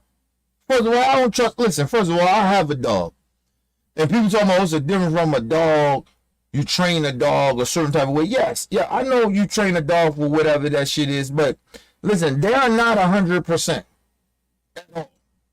A dog can have an off day. Fuck it, my dog have off day. This nigga know better to be running around my goddamn house when I let him back in the house, but he'll do it anyway. Dogs can have off days, nigga. Just telling you. Let's try and tell y'all, man. Move on. People benefiting from this program called Indisputable. We just need 1% of the viewers to become a paid member so we can continue to bring this content to you. Now back to the show. What's on next? No, if I'm not in the words, I'm going to speak. Hold on. Make sure you guys go and support Undisputable Big Bro Dr. Richie, man. That's my guy right there, man. That he my favorite on YouTube. Honestly, I fucks with him on YouTube. I genuinely do. I watch his shit consistently more than anybody shit. Believe it or not. And I fuck with a lot of people on YouTube, but I fuck with his shit. So make sure you guys cause I think I'm a member too. I'm a member of his shit. So make sure you guys go subscribe and be a member, people. You know, I don't do none of that shit. That member shit. Listen, I'll tell y'all, donate to here. Come straight here. YouTube don't pay me shit. I don't give a fuck. Somebody probably, and what happens is I put all these videos out a lot of time. They come with some bullshit or talking about copyright and shit and all that shit. No, that's why I tell y'all, donate here. I ain't gonna make no money off of YouTube. I'm just telling y'all that now. I'm too raw to make money off of YouTube. So that's why I always tell y'all to donate to the Cash App. Because I ain't gonna make no money off of fucking YouTube. I'm too raw for that. Anyway. It's hard to change, but you have I'm just telling you. You've been the same this whole time. Why am I telling you? Because it's the practice stuff. No, okay. All right. Okay. What's your name? I'm Pastor Williams. Officer Brandon. Your name is? Brittle. Officer Brandon. A local pastor in this city. You gotta think about it. They searching this car. You gotta think about you. I think you will be a little embarrassed when you search somebody's car. Your dog said it was something in there, right? I don't know why they wanted to search his car, bring the dogs out or whatever. I still don't know that part, but you got the dogs out there. For whatever reason, you wanted to search his car, so you bring the dogs out, and then the dog come, and then the dog I guess alert you and say, yeah, there's some drugs in there, and then you find out there ain't shit in there. Yo, you got to be a little embarrassed, bro. You have to. And then I would think that like you will have some humility, be like, we made a mistake, Pastor. We truly apologize. People, ain't none of that gonna happen. Because I told you, listen, the police are biased when it comes to black folks. I'm just telling y'all. Even to our minority brothers and sisters. They're just biased when it comes to us. They don't even apologize, yo. Like, yo, you pulled me out my car, man. You damn near humiliated me. I'm damn near treated me like a criminal, and you can't apologize? They're not even gonna apologize to this brother. Fuck the brother. He's a pastor. I'm not disrespecting he a brother, but he's a pastor. Man, boy, hey, these cops ain't shit. And he's stopping my car for drugs. This is leaving my membership for now to go right here on 3rd Street. Family stay right here. You found him yet? Well, you ain't gonna find nothing, so you're wasting your time. I don't put white man poison in my body. I never had another one. I work with y'all. Yo, you gotta fuck with this pastor, bro. I fuck with him. He said, I don't put white man's poison in my blood.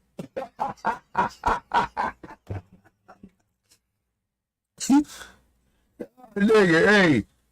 Nigga. Shout out to this pastor, man. I don't put white man's poison in my blood. You found anything yet? Salute to the pastor, man. Woo! OG, you know damn well I don't subscribe to no motherfucking Tucker Carlson.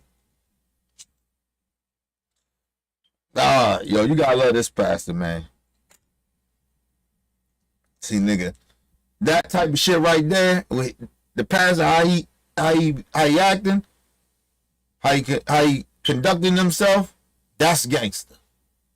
That's gangster shit to me. Pastor, you find anything yet? I don't put white man poison in my blood. I love Florida nigga slang too, man. That shit is crazy. Shout out to this pastor, man. And pray for y'all. Yes, you are. Because, you know, I have never had a police search my car for drugs. There's no problem call search my, and I didn't get consent. Let that be known. I didn't get consent for my car to be shot. For research. I know you do. I know you do.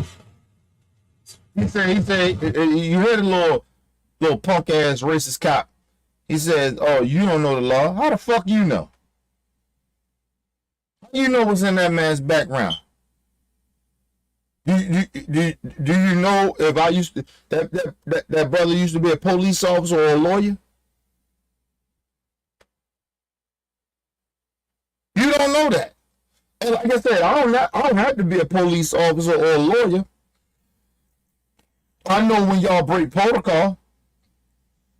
I educate myself. I ain't got to be a police officer, and I educate myself. I know fucking law just as much as or better than some police officers. What the fuck do that mean? Yo, you don't know the law. Okay, yeah, all right, man. But that was his way of saying some shit to antagonize him. And you heard what he said, the comeback. That's why I said this pastor, he gangster. He said, well, my lawyer do. So you ain't got to worry about it. My lawyer do. And that's all you say to him. You ain't got to keep arguing with them punk motherfuckers. Hey, you say some shit, smart shit, and you know the law? Oh, well, my lawyer do. Shout out to this pastor, man. I love this pastor. I know you wasn't. I know you wasn't. I'm saying.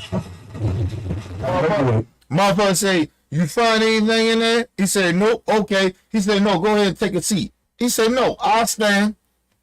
That's another way they like to humiliate you, to send you down. All right, I'm detained. You ain't got me in handcuffs or nothing. I'm standing here. You check me. I ain't got no weapons. I ain't running nowhere. You know I ain't got no warrants or nothing like that. And you know that you just searched my car. Ain't no drugs there. So where the fuck am I gonna go? And I just told you I'm a pastor. He said, no, I'ma stand. I'm okay. I ain't got to sit down. Fuck, I got to sit down on the curb for like I'm some fucking criminal. You see how they do? You see how they do? Y'all, listen. Y'all be wondering why I don't like law enforcement, bro. This is the reason why. Yo, like, why you gonna tell the man sit down? He was standing the whole time. Why you gotta sit down now? No, he mad. No, the police is mad because he didn't find nothing. Because He knew because the dog went off. But I told you, I don't even fully blame that dog. I believe he lied. Because of their attitudes, I believe he lied. He didn't say, you know what? He said, did you find anything? He said, no. You know what the cop should have said? I apologize. Maybe the dog was off. I apologize, sir. You know he didn't even do that. You know what he did? Because he mad, he upset, and I believe he lied. I don't think it was the dog. I think he lied. So his next thing to try to humiliate this pastor, one of our elders, right? And tell him, no, go ahead and sit down on the curb. What? I've been standing. What the fuck I got to sit down on the curb for? He said, no, I'm good. I stand. Fuck wrong with you? Y'all the ones with the guns. Y'all search me. I ain't got no gun. You search my car. You know ain't no weapons in there. I ain't running no motherfucker. Why I got? What's the reason I'm gonna run for? I ain't got no drugs, no weapons in the car. You search me, got no weapons, got no warrant, nothing. Fuck, I gotta sit down for. What it was, he was trying to humiliate one of our elders. That's what he was trying to do. That's why he said, no, go ahead and take a seat. What? No, I'm all right, I stand. This pastor gangster. I love this pastor. I know you ain't gonna find more because I'm not a good boy. Now, it is clear he's not trafficking anything. It is clear he has no narcotics in his vehicle.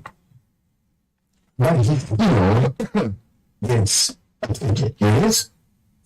Listen. I don't want to give people around this my way. I know we don't. I know we don't. Nobody gonna be in my car but my wife and my children. If I want to, I will. That's how it gets along. You are one too. No, I don't need your explanation. I know the law. Right. He wanted to explain some shit. Well, maybe you had somebody in the car that had some marijuana. No, you lied. I don't even blame the dog. You lied.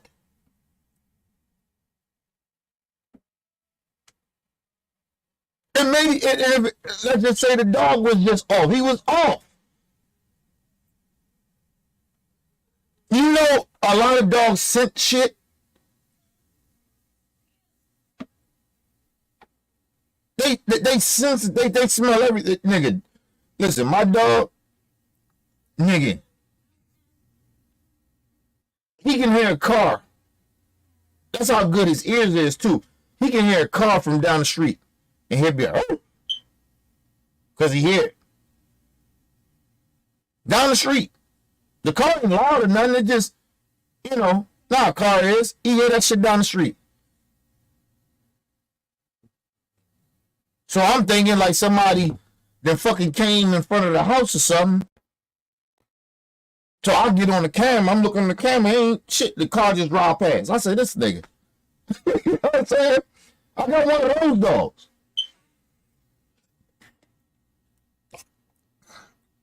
Come on, man. They don't apologize or nothing because they mad because they didn't find nothing. And then they mad because the pastor is now he embarrassing them. Because, listen, the shit would have got de-escalated. You know all the cop had to do, or the cops, all of them. You know what they all had to do? You know what they all should have did? They should have said, sir, we apologize. Maybe the dog is off. We apologize.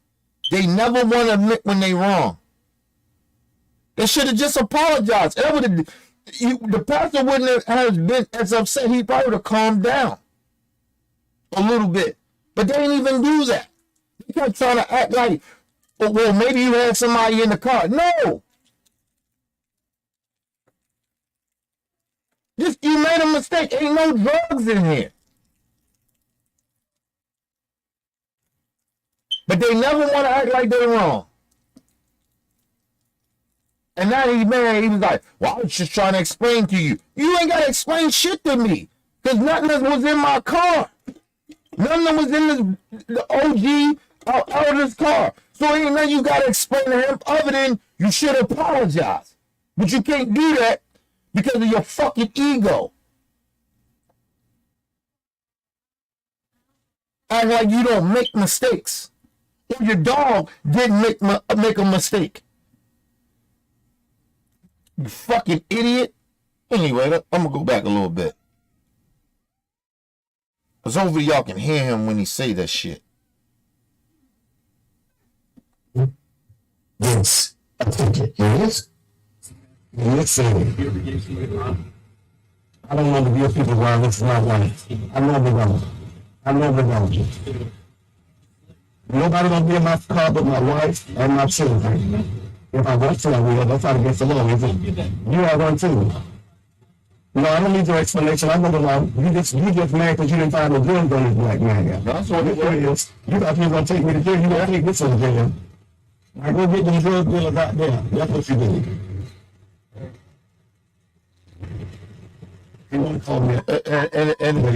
And his bitch ass got in the car and rolled straight off, nigga. You know how like cops a lot of times they get in the car and they sit there for a little minute to get themselves together a little something. He got straight in the car and rode the fuck off because he was wrong. He was fucking wrong. You know what the pastor said? They bleeped it out. He said, "You ain't gonna get this nigga." This pastor gangster, nigga. I love this pastor, nigga. I don't give a fuck what y'all talking about. I love this pastor. This pastor gangster. This gangster shit right here. This gangster shit. I ain't talking about niggas shooting and killing, gang banging. No, this pastor is gangster. Righteousness. See, these the pastors I fuck with. These the religious people I fuck with. You ain't gonna get this nigga. You thought you can get me. Talking about, oh, you had somebody in your car. And he told him, he say, oh, if I wanted somebody to come in, I wanted to have people, I pick people up or whatever in my car, it ain't illegal. Fuck you talking about? I'm gonna tell you what triggers off them dogs. The police don't ever recognize it. And they won't tell the truth. Listen, what triggers off them dogs a lot of times is like you know how y'all have like people have the smell good shit in their car? That's what triggers them. They're smelling, if your car smells good and you got them little tree things or you got little air freshener things in your car, that's what triggers them. But the police act like they don't want to tell you that. But that's what triggers them.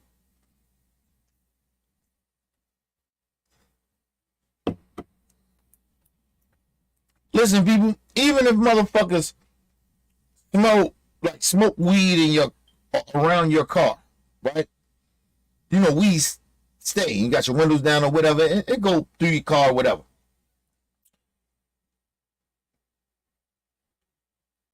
That's why I don't like people smoking. I don't play people smoking in my car. Honestly, I don't like people. Listen, smoke that shit in my crib or something. But don't be smoking that shit in my car. I don't mind you smoking that shit. But first of all, you ain't gonna smoke that shit in my crib because there's baby Kenny here. So you're gonna have to smoke that shit outside. I got a front deck and I got a back deck. So you're gonna smoke that shit there. But that's what a lot of that scent be. It be that smell good shit. That's what triggered them dogs. Or if somebody smokes some weed around your car, it can, and if you got your windows down, it can come into your seats and shit like that. So that could trigger the dog. So like I said, the dog could have been on, but you get what I'm saying? But this is a fucking pastor, bro. Where is he around weed? Like, I just need to know that. But, you know, because they don't do that. But anyway, let's move on. Let's go back a little bit. Listen, I never know. You just mad because you didn't find no drugs on this black man. This is, you thought you was going to take me to jail. You going to take me to jail. I go get them drug dealers out there. That's what you did. You want to call it, but you can't do it. And you lied about that too. I'll contact my lawyer. You can fight it, you can. I'm gonna fight it because you lied. Because I stopped it. That's right. You have to unify the bill. No, I have my lawyer to do it. You need to leave. You should have never stopped me. I did stop. You thought I had drugs and you thought I ain't got none. You had all that drugs. You're a demon. Don't call him a demon.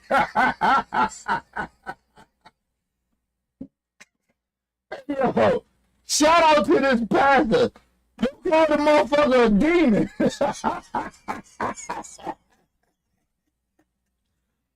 Shout out to the pastor, man. Hey, man.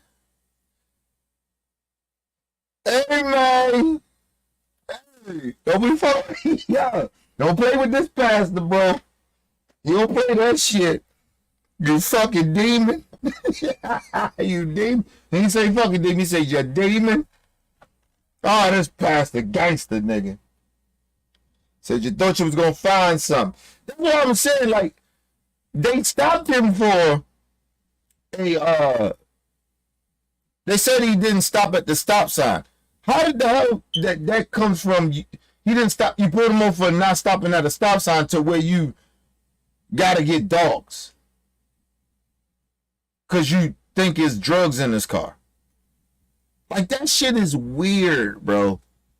Like, it ain't weird, but it's weird, but I know why they do it. There was no reason for them to be like, yo, we need to get some dogs.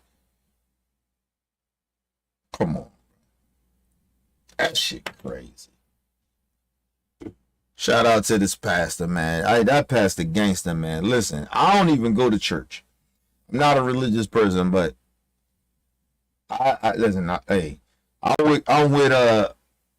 with my brother OG on this nigga. Hey, I go to his church. He gangster.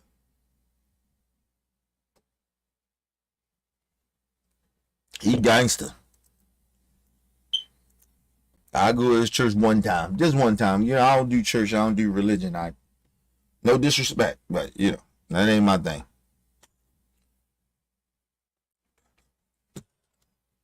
Gangster. Wow. I mean, I will apologize. Nothing. That's what I have. You're one of the good guys. You're not a drug dealer. Right. Real for an ass. It was Sunday, March 17th, at around 7:45. Think about that, yo. You know he come from church. Yeah, pastor. You know he doing something churchy. Come on, man. That shit's sad, bro. It's sad because, yo, this is a pastor, bro. This is a God fearing man. Listen, y'all know I ain't a religious person like that, yo. But come on, man. You don't do that shit like that. You don't do that shit to those type of people, man. Come on, man. Man complied to you and everything. He got out the car. He was a righteous man. Told you, I'm a pastor. Go ahead and do what you got to do. Call my lawyers. They ain't like his phone. That's what it was. That's all it was. They knew they wasn't gonna find nothing, bro. And then you know, think after you didn't find nothing, you would think you would apologize to the pastor. No, you tried to explain to him like he's a fucking child of like asking him when you let other people in your car. Like, he just said he was a pastor. I don't. And even if I did let people in my car, but I'm a pastor, I don't do drugs.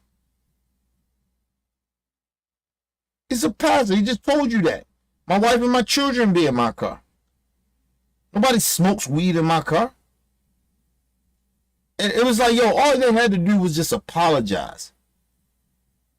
That's all they had to do. It might not even went this viral like that. Right? It wouldn't probably even been an issue if they would just apologize. to the pastor, man, for disrespecting one of our elders. Like, get the fuck out of here with that shit. You trying to explain to him, well, maybe you had somebody. No, he just told you. Me and my wife is in the car. If I did, is it against the law?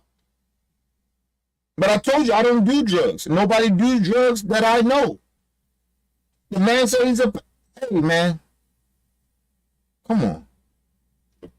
I would told the motherfucker, if you don't think I'm a pastor, come down to the church right here. My family live right there.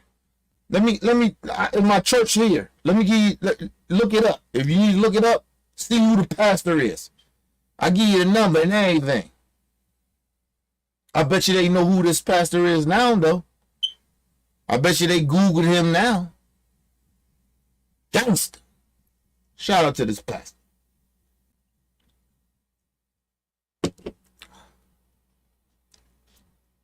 It's at 8 that evening when Pastor Terry A. Reeves Sr. began to go on Facebook Live. And if you heard him, he said, tag everybody. He had his whole damn congregation on Facebook Live. Okay? This was a traffic stop by the Ocala Police Department in Florida. We did reach out to the pastor for a statement. We should have him on the program very soon. And I did have an off-record conversation with him as well to get more context and background. We have not secured that interview as of yet, but wait for it. It should come soon. We also contacted the chief of police. And you gotta think about this. Regardless if you're not religious or not, we gotta protect our black people, our black pastors, our black leaders. We have to do that. We have to do that, regardless if you're religious or not. This shit is ridiculous, bro. This shit should not happen. This should not happen. But that's how out of control the police are around America. Not just in Florida, not in just San Diego, Baltimore, whatever. They out of control. You pull a yo, come on, bro. You pulled the pastor over for say he ain't stop at the south side. Okay. How the fuck you go from that to, excuse me, thinking he got drugs in the car? What the fuck? But I'm going to tell you why. Because he was driving in a nice car. And he was black.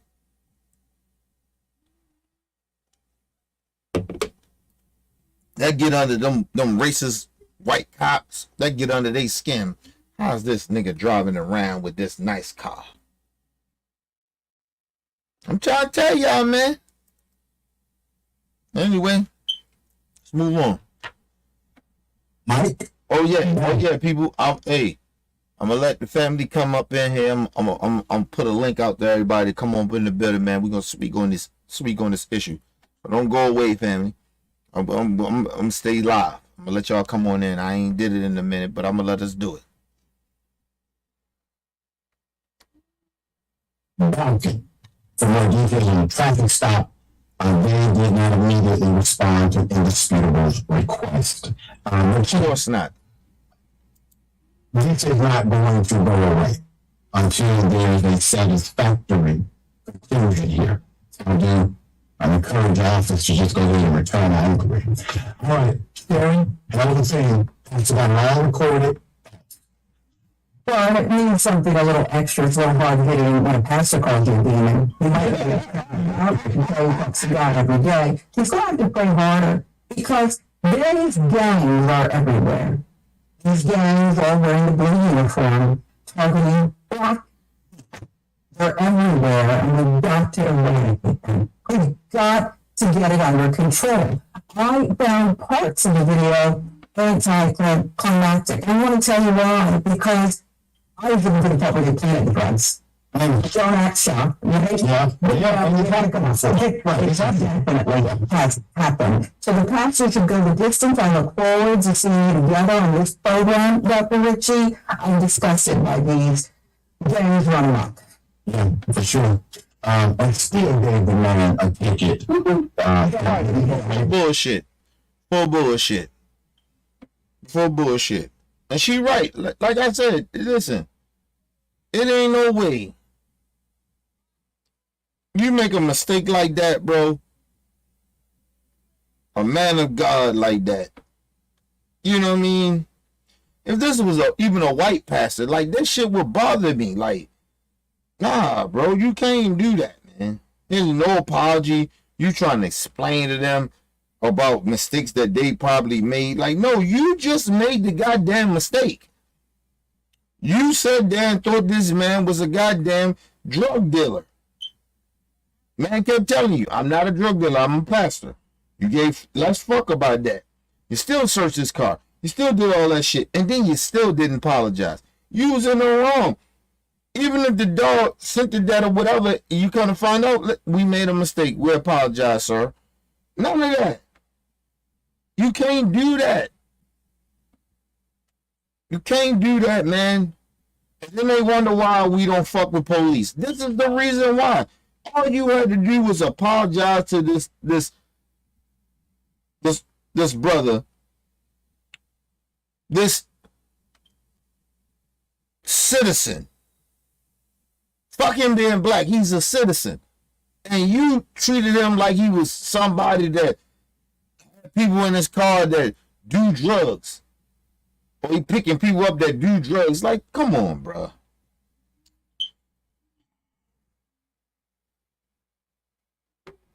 All right, I just sent it out to everybody in OBF the family.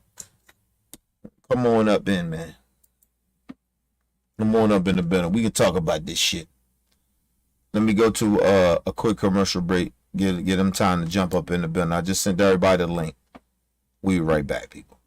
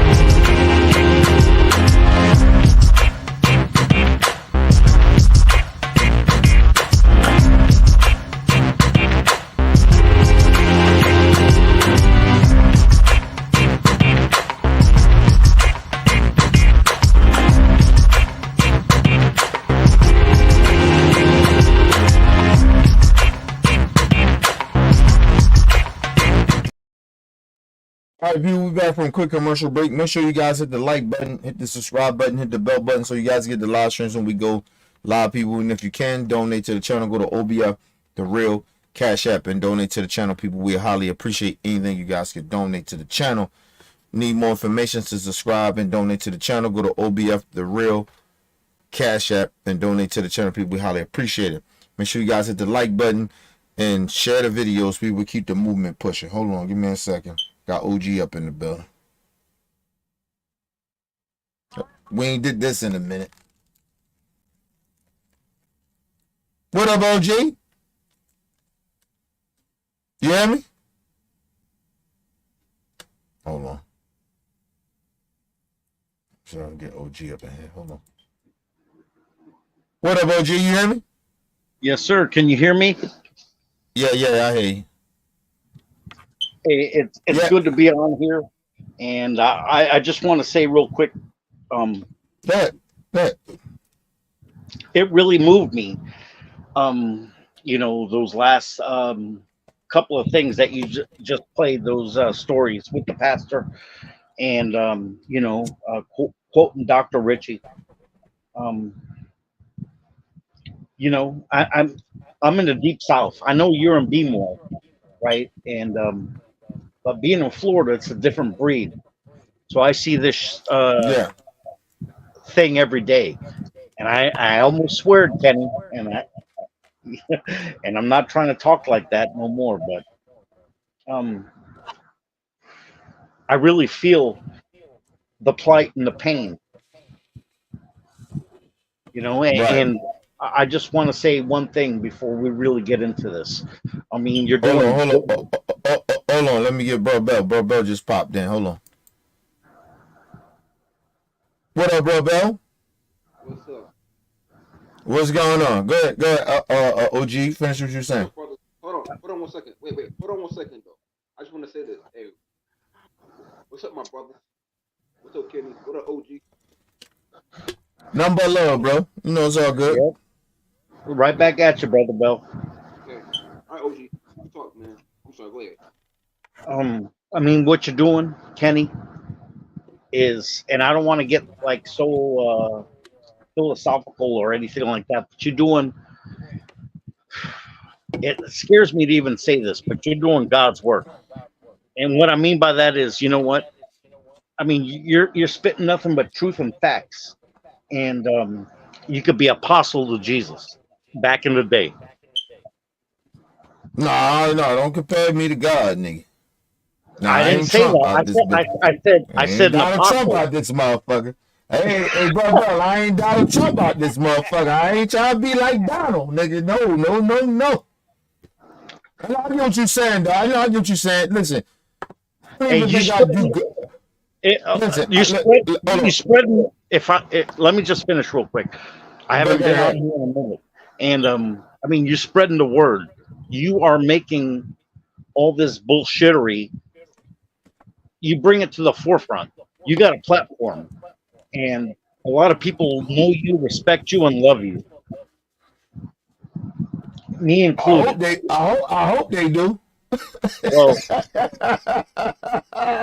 we do because I mean, you and I, we've been in battles, not physically, but I know what you're saying. Yeah. you know, and we could sit down and chop it up. But at the end of the day, what I know about you, Kenny, is that you are a good soul, and you look out for humanity, and that means a lot to me. I mean, you tough, and I ain't trying to pussify you, Nah, that's good. but you know what though? I know that we need, when I say we, I mean society. We need a tough, strong MFer who is going to be there and ain't going to let no one walk on top of them. Don't tread on me. Right. And you that guy. Listen, I say this, right? I say this. I appreciate everything you say. You know, of course, I love you. You know that. Listen, I tell people this all the time. When it ain't about doing God's work or no shit like that, because I don't even never want to be on that type of level. That's different level. Well, Right? unless Like, God does doggy style, then I might do right, God's work. right, yeah, like that's some different shit. You don't play with God like that, or play with that Well, man upstairs, right?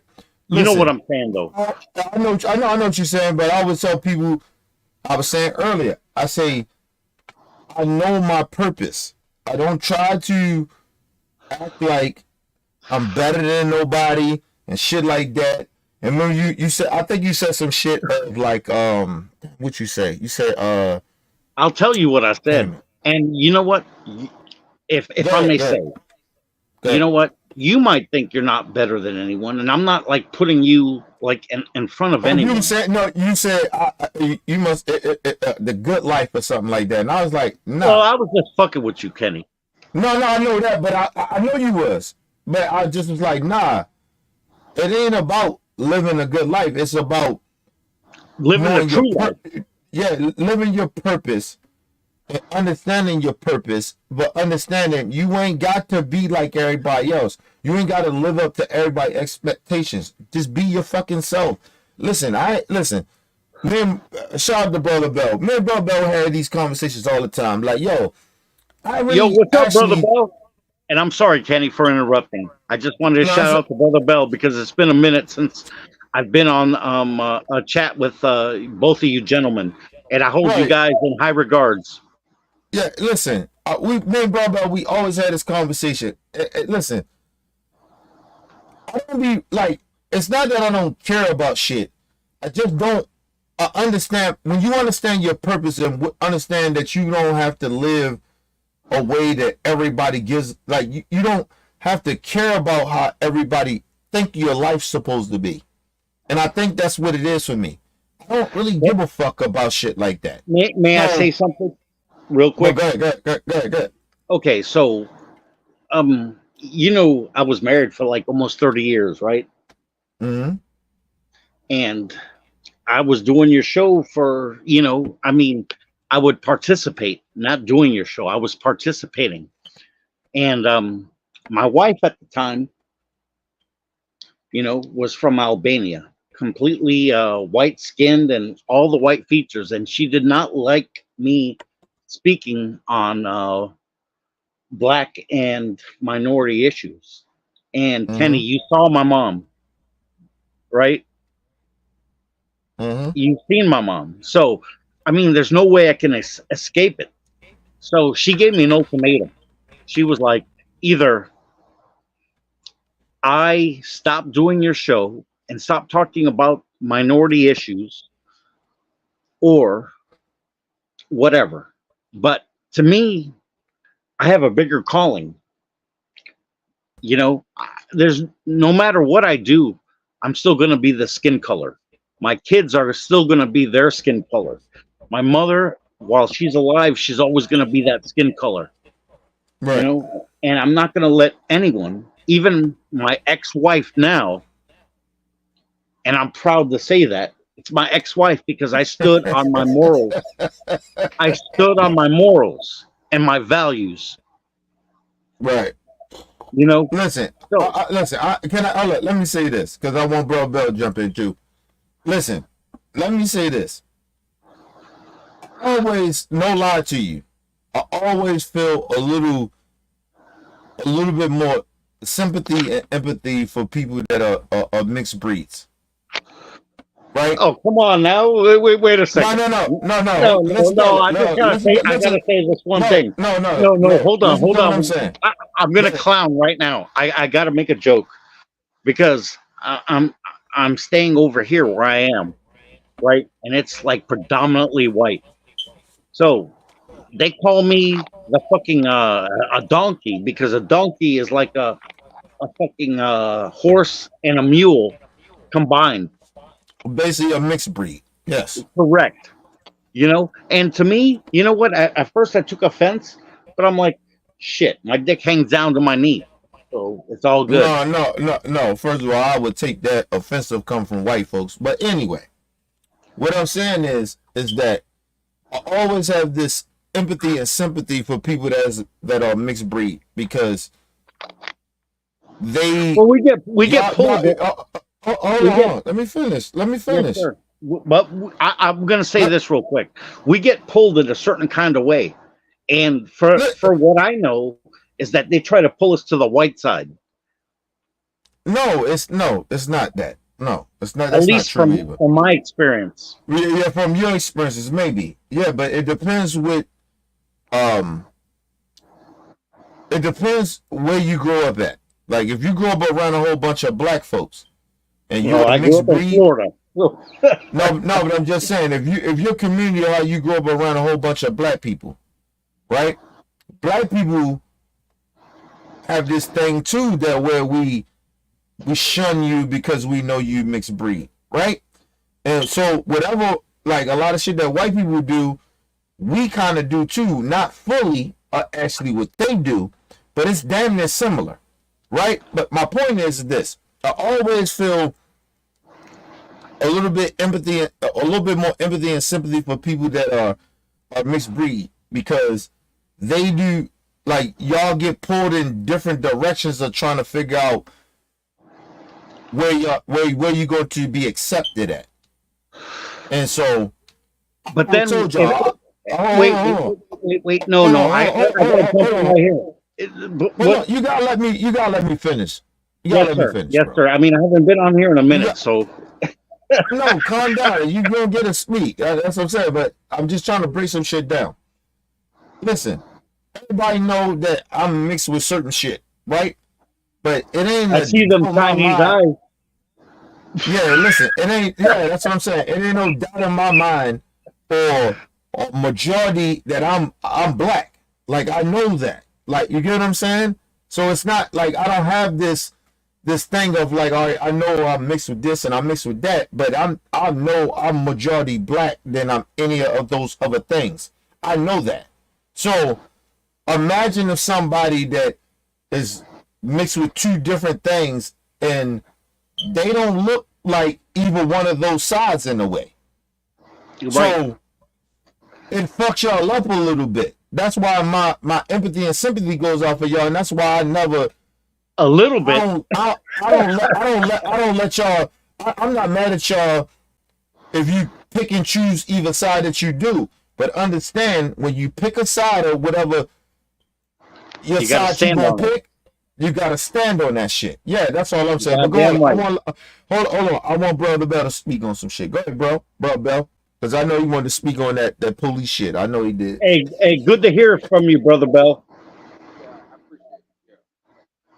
I mean, we hopefully this, the police, do it. Bro Bell, you low, bro. We can't hear you. You low. Hold on, give me a second. Hold on. Hey, Kenny, but blessings. I mean, the show that you did right now is fire. Listen, I always try to No, do you some always shit. bring it. But I'm just No, saying, I mean, how you broke down everything from facts to opinions to, you just broke that shit down. Like you just opened it up. And if anyone who's listening out there don't understand what you're talking about, they have no clue about life and society, or they don't want to see it. well, listen, a lot of people, when it comes to black issues, a lot of people can't understand that. Even some black folks that sell out. You know what I mean? Them niggas have forgot and they just sellouts and they just run around this bitch trying to be accepted from every races of people. I don't need to do that. I know So who I am. my I'm mom gonna has accept it where I'm at. my But mom has this my mom has this like 4x4, right? And it's like a Land Rover or some shit like that, or a Range Rover or whatever. It's one of those big body cars. So in this whole area that we live, right behind us is a black guy. So he comes over, and he's a mechanic. So he starts like working on the car for mom. So I'm helping him, and doing all this stuff. And so I'm listening to one of your shows that you did prior while we're working on the car. While he's working on the car, but I'm helping him. right. And he's like, "Who the fuck is this guy?" And I was like, "Oh, that's Mr. OBF." And he's like, "So you got a new subscriber, but at the same time," he's like, Appreciate it. "At the same time, because we live where we live," he's like, "We're working on mom's car." And he's like, "You got to lower that shit because they're going to come after us. Don't be surprised if you have that shit blaring." And that's why I'm inside. And Yeah. Kenny, I've been following you for a long time. So a lot of times I sit outside. Now listening to you, I sit inside because I'm conscious of it, and it's a shame. And it's No, not it's that not. No, it ain't a shame. It's it's not that I'm reality. ashamed of. It's not that I'm No, ashamed of. no. Hold on. Hear me out. It's not about being ashamed. It's reality, Right. right? And Like. Hold on. My yes, sir. thing is about that is that like, um, But it makes me feel bad if you because if you in a neighborhood, right? And this is why I tell people, I stay amongst my own. I stay amongst the people. Listen, I live in a community where it ain't nothing but black and white, Mexicans, all Chinese, whoever it is. But nigga, we good here. You get what I mean? Ain't no motherfucking racial tension here. You get what I yeah, mean? well, it's not Like, here. no, but hold up, but listen what I'm saying. The problem with a lot of people, they keep being places, right? Like it's just like me, right? I grew up in the hood. Nigga ain't no way I'm living in the hood. You get what I mean? I can't live next to no gangster niggas. Like, you But know the what I'm thing saying? is, but next door to people that's on my level or where I'm at. You understand what I'm saying? People think that, oh, living amongst only your people, just only yours, that's what I'm saying. That's not what I'm saying. I'm saying you live amongst your people or people that understand, they got range. Nobody is getting offended. Nobody's this. You can move around your streets. Shit can get played in your neighborhood. When the Mexicans play their motherfucker, when they throw a party, when the Mexicans throw their party, nigga, we good. When the white people want to play their music and they throw their parties, we good. When the Asians or whoever in the community want to throw their shit, it's good. So when the black niggas come out, fuck them hoes, fuck them niggas, and they hear Tupac or whatever, they good. Because they understand. When you live in a community where people don't understand you or feel you, then you in the wrong community. You goddamn right, because I'm in the wrong community. I play rock music. Well, soft rock music. I say that. Soft rock music. Nigga, I listen to Creed. Trying to get in them drugs. Shit like that. I mean, I listen to that shit. No, I listen to that shit. Always been I'm an R&B dude. I grew up on R&B, so I like soul music. I like soft rock. And I mean, there's soft rock that's R&B. Huh? There's soft rock that's R&B. You know, I mean, it might not be like, you know, but I mean, there's soul in that soft rock too. Right. That's what I'm saying. That's why I listen to it. That's why I connect with that shit. I fuck with it. And hold on. Let's get Bro Bell in here. Bro Bell ain't talk. Let's get him my bad. Let's see if it's, hey, Brother Bell. Mic good. Bro Bell, your mic good now? I think it is. I think it is. You got to speak up. Yeah, you're a little low. That's what I'm saying. I fixed my mic. I don't know what's going on, but hold on. Talk with me.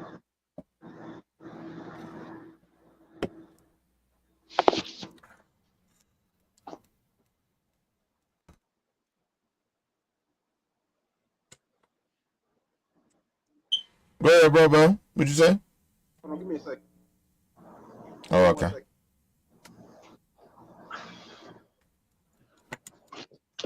Hey, all I got to say is I really miss this family. And jump in, Brother Bell. I think I fixed my mic. Yeah, you gotta fix the shit. Nah, everybody ain't. All the family ain't in here. Everybody on their own shit. We got, we be real. Listen, I'm be real about it. Fuck it. I'll be real. Weezy mad at me. Man, got into it. Man, Weezy got into it real bad. Like, bad. Oh, shit. So, Weezy mad. I call the nigga personally. He don't pick the phone up. Usually, if we got some personal shit going on in front of people, I can still hit him up. Weezy he don't fuck with me no more. It's all good, though.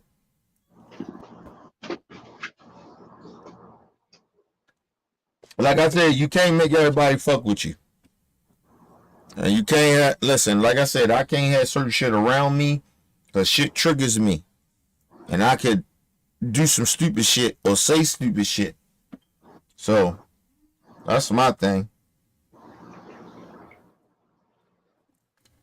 My thing is, I always tell people, my New Year's resolution is next year. Hopefully we can get everybody that's former OBF members. And we get everybody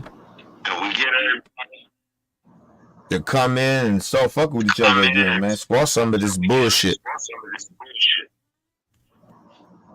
That's my New Year's resolution next year. If I may interject real quick, Kenny. Mm-hmm. I agree with exactly what you said. I mean, I speak with Weezy too, and we really don't get into. I mean, we just speak with one another. We don't get into like really anything else. He tells me about his life. I tell him what I'm going through, and we just keep it like that. But at the same time, I tell him I fuck with you, and you know, there seems to be tension when I tell him that. So Yeah. so I let it go. I don't, I mean, now when I speak with Wheezy, we don't mention you or we don't mention Mm-hmm. OPF, and I speak with him maybe a couple of times a month just to check on my brother, you know, because I mean I love him, I do. Listen. Oh, you gotta mute this shit real quick. I'm getting the echo. Yes, sir. Let me see this. So you still got mute it. Listen, let me say this. On real talk. Listen, Weezy's still my brother, but I don't have to. I told you I don't like drama. And if we had a real conversation, just being real, listen, we could work that shit out. It ain't nothing. But the last conversation we had,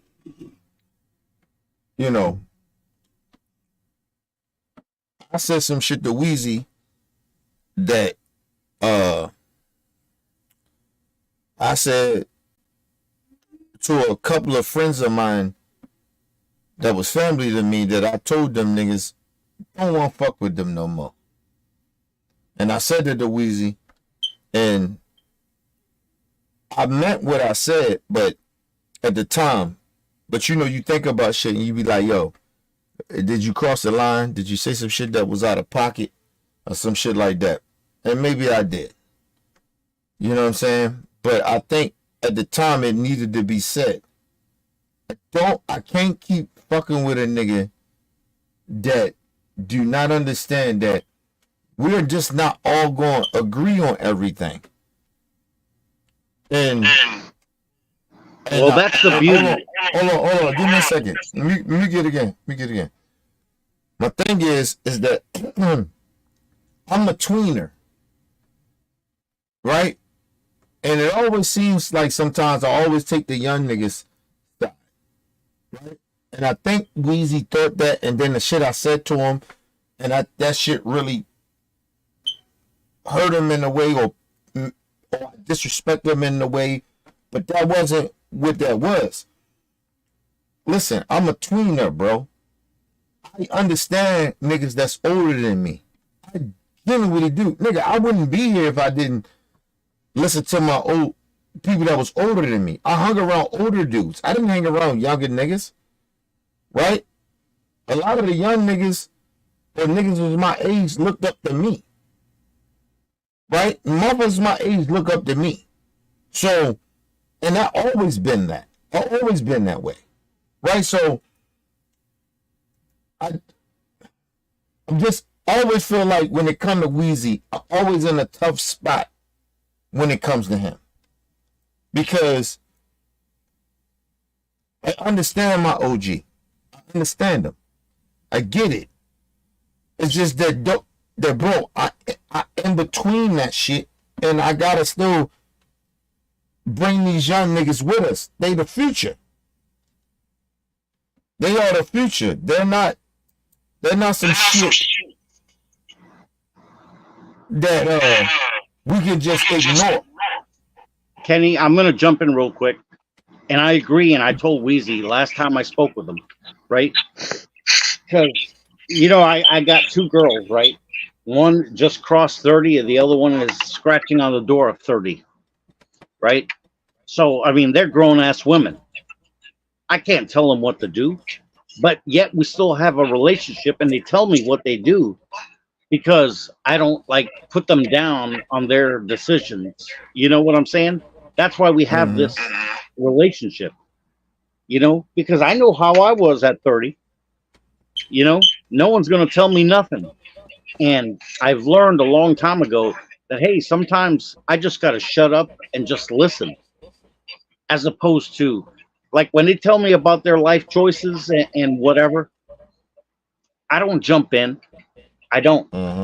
I mean, I don't agree with them all the time, but what I do know is that mom and me, we raised them in a certain way, so they're going to make certain decisions, but we gave them the free reins to make their own decisions. And I feel Right. blessed that they still call me up and tell me about their decisions. You know, as Hold up. opposed to Hold up. as opposed. Let me Hold just up. finish this real No, quick. hold on for a second. I need you to go out and come back in. Yes, You're sir. giving that go. All right. I need people to understand this. Is that when I tell everybody that I'm a tweener, it's what I'm telling you is that what these young niggas is doing, I did it already. I'm not condoning everything they do. I'm just saying they need what my OGs gave me at my age. They need me to tell them that this shit is not, it's not okay. Or the certain shit they are doing, it's okay. They need they need me to uplift them. They don't need me to talk down to them. That's the thing my OG never did to me. He never talked down. My OGs never talked down to me. They knew I was young. They knew I was wild. They knew I ain't get it. But my OGs stayed my OGs. I understand that. So you gotta understand, niggas that's older than me ain't getting that. Because they don't understand that lifestyle, what these young niggas are doing. So that's why I'm always neutral. Well, I at least try to be neutral to the young niggas and neutral to my elders, my OGs. I always try to be neutral, but I'm not gonna allow the young niggas to disrespect the old niggas, our elders, and I'm not gonna let the elders disrespect the young niggas. I'm just not gonna allow that. I'm just sorry. I'm not gonna do that. But go ahead, bro, Bell. You want to say something? Go ahead. Yeah, I do. Yeah, hear you clearly now, bro. Okay, yeah, man. This is what I wanted to say, man. The reason, and I applaud everything that you're saying, Kenny, when it comes to the old niggas and the young niggas and the shit like that. I get that, but in the same point though, man, it's like, man, I don't respect old ass niggas that constantly shit on the fucking young niggas like that. Yeah, but they shit on y'all because they're used to doing certain things to people my age. You get what I mean? And I y'all got don't you. tolerate the shit that we allowed them to do to us. They don't get that. Like, you get what I mean? Y'all a Right. lot more advanced and shit than we were. Like, you get what I mean? But they don't understand that a lot of the times. They think that y'all supposed to get that shit. Or that y'all should be okay with them talking to you a certain type of way. No, nigga. Like, and I'm trying to explain that to them. Like, you can't talk to them young niggas like that. Like, you get what I'm saying? When you get old though, I didn't mean to cut you off, though, Kenny, but I'm just saying though, bro. When you get old though, too, this is what I'm realizing, and this is what I respect about you, though, Kenny, is that you old, but you Hold on. Turn your volume down just a little bit. okay. Just a little bit. Okay, what about now? You good? Go ahead. This is what I respect about you, though, Kenny, is that you're old, man, and I'm not saying that to be disrespectful, but you're old, but you reach out to the young niggas. You know what I'm saying? You don't be talking down on the young niggas. Like I know, I grew up, man, and all these old niggas that I knew was always shitting on me. These were the same niggas that didn't do shit but got high and got drunk and all that. Right. I mean, but was they my age or was they older? Older than No, me? no, they was older, Right, but like that's what I'm 50s and saying. 60s. Yeah, like 50s and 60s. But that's what I'm saying. Those niggas, they was my OGs back in the late 80s and 90s. You understand what I'm saying? It's not it's not the same. You get what I mean? It's a nigga. It's a different when you talk to a nigga like me, right? I'm in my 40s, right? To you, I'm old, right? But Right. it ain't them. Like, you get what I'm saying? Like, the shit that y'all doing or how y'all think, I been did that. My generation was or the reason why y'all niggas do and think the way y'all think. Like, you understand what I'm saying? So I understand it better than a nigga that's older than me. So them niggas is always gonna feel the way they feel, bro. Like I ain't gonna say they shouldn't feel that way, but they going to come off that way because they just don't get it. Because they only taught me, my generation. That's why my generation, I keep telling niggas about morals, right? Do y'all niggas even think about morals? I'm being honest. That's the question I'm asking. Do a lot What's of the you young question? niggas even do a lot of y'all niggas even think about morals? I think of morals. I got morals. So can't no No, no, motherfucker no, question me on my motherfucking no, morals. I ain't speaking on no. no young nigga. I'm speaking on myself. Right. But I'm just I got saying, morals. you I possibly got morals, listen. Go ahead. I'm a bad. Go ahead. bro. I got morals, bro, and I stand on morals. I've been standing on my shit, bro, for 28 fucking years. I've been 29 in October. I've stood on my shit for 20 some years, bro. So can't no motherfucker question me on my fucking morals and what I stand for or don't stand for. I know what I stand for. Right. Listen, and there's no disrespect of what I'm saying. Just asking a question, right? Listen, when I speak on my generation, right? I speak on my generation. I know niggas that's in my generation that ain't shit either. You get what I mean? But I know some real motherfuckers in my generation that's really like that. You get what I mean? And on that same type of shit I'm on. But this niggas in my generation ain't shit. You get what I mean? Prime example, when I was telling you about my homeboy, right? Yeah. I said this nigga keep living in the past. That nigga ain't shit. Ain't no motherfucking way, nigga. We listen, we 20 some years out of that shit, nigga. You still mad about some shit we did when we was teenagers. Nigga, you ain't shit. You know what I mean? And listen, I Yeah. love him, but we can't be cool like that, yo. Nigga, we can't hang no more, bro. Man, we was talking about this shit. Remember I said this to you? Yeah, I remember. Yeah. Man, fuck that nigga, man. Like, they're not fucking, but it's like I told you, I don't like people to like bring drama to me and then try to act like nigga, we got to let's say, I'm in a place right now. If I got an issue with a nigga, right? I'm too old to be playing with people. We got an issue and we never squash it. You think we just can get over it. Nigga, I don't give a fuck who you is. We gotta talk about that shit. You know what I mean? Regardless if you mad about whatever you mad about. But nigga, I can be mad too. But we gotta talk about that shit. You just can't act like we supposed to just forget about it. Like, you get what I mean? Yeah. Like, you don't get to do that. And that's what he tried to do. It was like, we came around. I was like, nah, nigga, we gotta talk about that shit. And we were face to face. It's one thing we was beefing on that shit on the phone. And maybe, you know what? And I'll put it this way, too. Maybe that wasn't the place for it. Place and time. Right? I'll take that. That's on me. Right?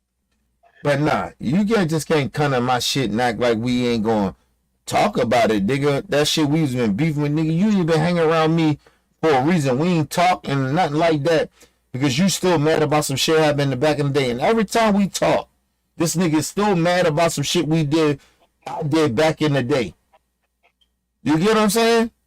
I So got you. nigga, you want to come around and act like, oh, everything all good. We ain't good. I ain't fake like that. I'm not gonna let a nigga play me like that. Well, I ain't trying to play you like that. So, nigga, let's be real. Let's talk it out. We ain't gotta get physical. We ain't gotta do none of that shit. About a nigga try to like my man and shit, love the nigga to death, but nigga try to act like I'm a punk. He was talking to me like I was some type of sucker nigga.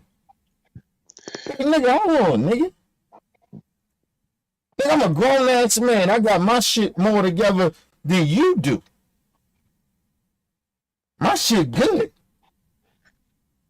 Listen, you ain't called. Listen, I always say this, and I ain't trying to think I'm better than nobody, but I ain't like how this nigga came at me. I called you to ask you, yo, you want to come to the fight? I'll pay for everything. I got you. You ain't gotta buy nothing. Just come on. This nigga never invited me out to his house with his girl. He ain't even married, but I'm just saying he got kids or whatever with chick. No, dude, I ain't trying to knock it, but you never invite me and my family out to come over there with you. You ain't never do that, and told me, hey nigga, you ain't gotta pay for nothing. I got you. Come on over my shit.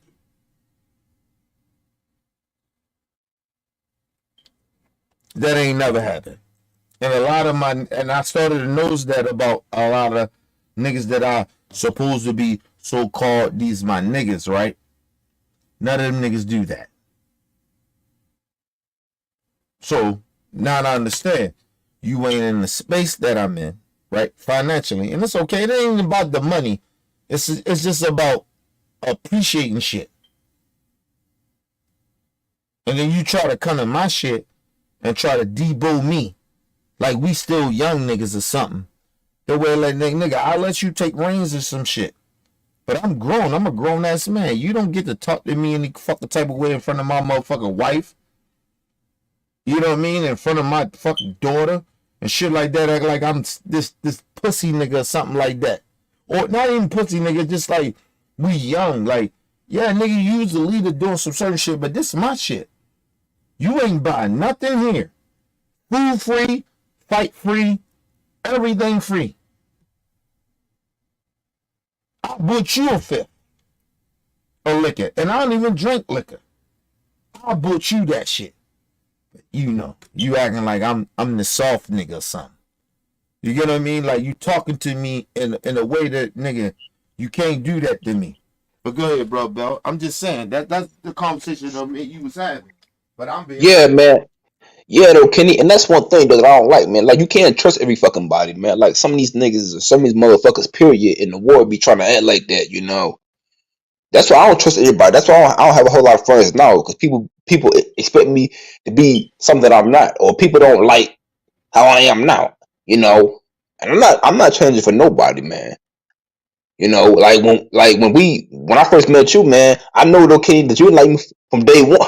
From day one, back in the day, you didn't like me, man. Me and you used to bump heads a lot, man. Because that is the type of nigga that I was back then. I wasn't the friendliest nigga to everybody.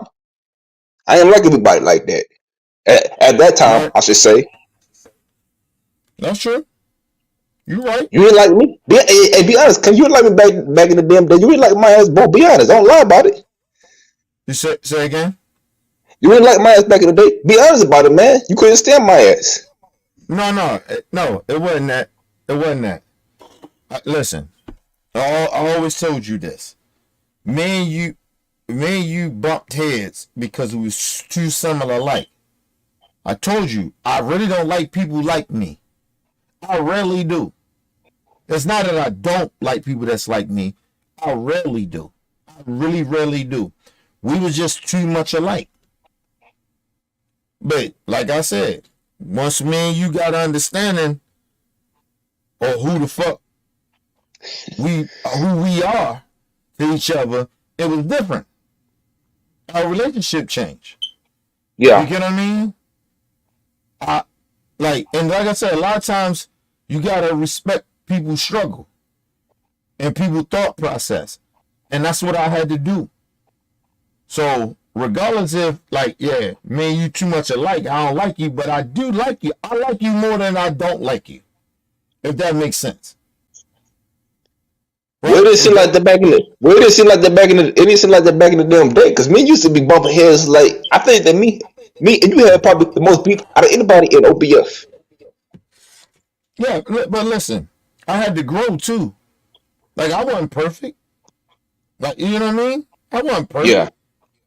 You know what I mean? So I maybe had to calm the fuck down and nigga, you may be tripping, nigga. Calm your goofy ass down a little bit. Like you get what I'm saying? So you grow. Like you don't necessarily get it right away. You know what I mean? You didn't get it right away even with me. You can stand my ass too. So no, I gotta give it to me. Nigga, Kenny ain't like me. Nigga, you ain't, hey, don't act like you like me like that. No, hell no. I ain't gonna sit there and pretend. No, hell no. And that's why me and you were bumping heads a lot, man. Mm-hmm. I was saying fucked up shit. You was saying fucked up shit. But at the time, though, that's the nigga that I was back then. Right, hold on, got OG in here. OG, you gotta let us finish. Don't come in and start talking, nigga. Just be quiet. But nah, no disrespect, but let us finish what we saying. But nah, no, bro, Bill, listen. Of course we didn't like, listen, we was too much alike, and I told you that we was too, especially for me, I knew we was too much similar alike. We had too much of our life the same, right? Like your life is similar like mine in a way. And and I was just like, yo, this nigga is too much. I don't like people like me. I told you that. But, you know, I had to start respecting where you coming from. I kept trying to put how I was, and so because we were so much similar, I kept trying to put my shit on you. Like, if that make any sense. Like, I kept trying to be like, oh, this nigga like me, eh? I couldn't put that on you because you ain't fully like me. You get what I mean? You're a little different from who I am, but we probably about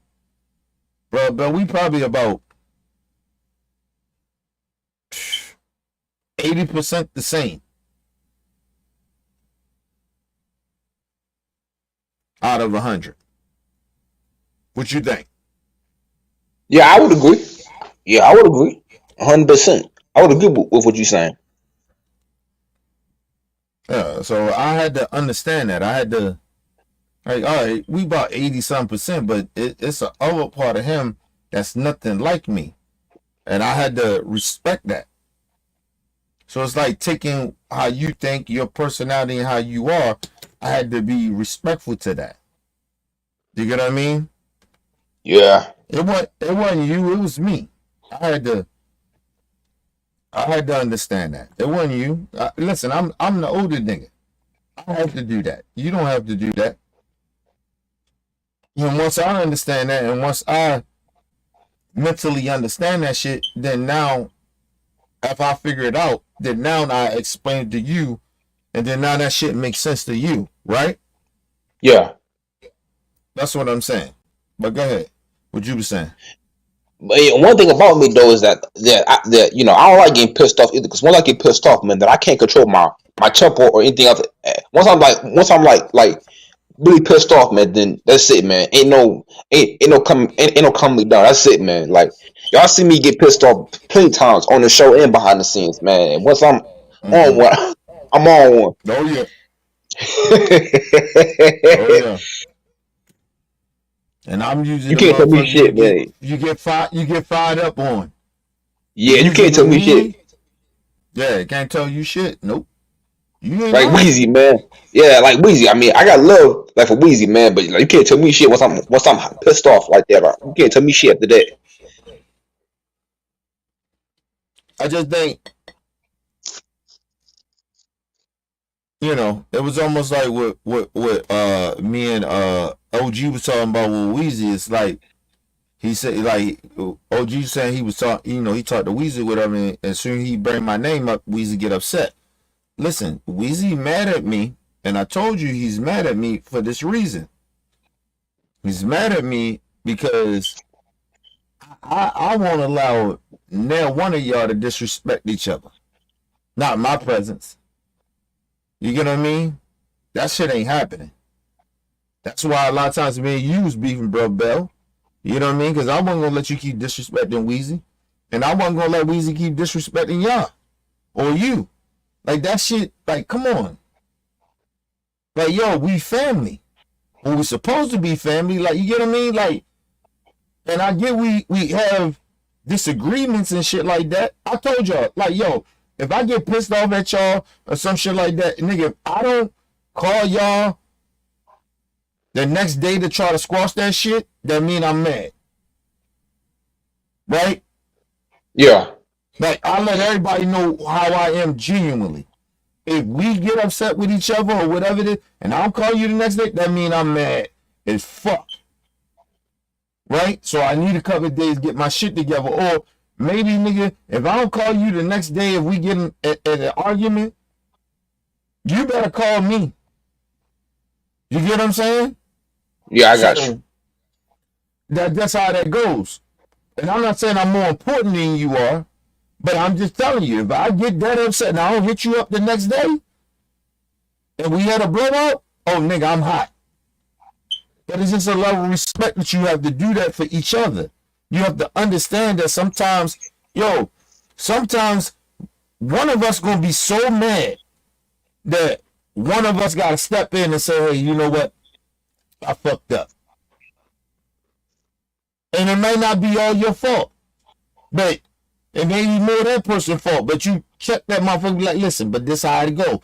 But every time I used to do that with Weezy, and we get in the beast or whatever, and we used to get just squash some shit and we get back when we good. At this particular time, nah. I think Weezy is genuinely mad at me because I just won't. And I told him that time when we got into it. I think he was there, bro. But I told that nigga, I said, yo, I am never going to take your side of disrespecting them young niggas like that. I'm just not going to do that. I love you, bro, but fuck that. You so disrespectful. That shit is not cool. That shit don't sit right with me. And it's never going to sit right with me. If we family, bro, we got to find a way to get along. You get what I'm saying? Yeah. It's almost like, think about it. And he used to get mad about the shit, but I say it anyway. It's almost like the Shay effect. It ain't no way impossible. No way that Shay is mad at me this long. And she don't talk to me. The fuck out of here. You get what I mean? So I say, okay, we can't talk this out. We can't. Come on now. Like, we can't talk it out. If we can't talk it out, that ain't me. That's you. At that point, and it's almost like with Weezy. And me and Weezy can't talk it about, nigga, that's you. It ain't me. Because I'm willing to have a conversation. And if I did some fucked up shit, you tell me I did some fucked up shit, I'm going to talk about it. And you know what? I most likely will apologize. Because I probably was out of pocket. You understand what I'm saying? Yeah, I do. I got you. That lets you know, do we really rock with each other really, truly, genuinely like that? You get what I mean? You know how many fucking conversations that I had with OG that I was hard on OG?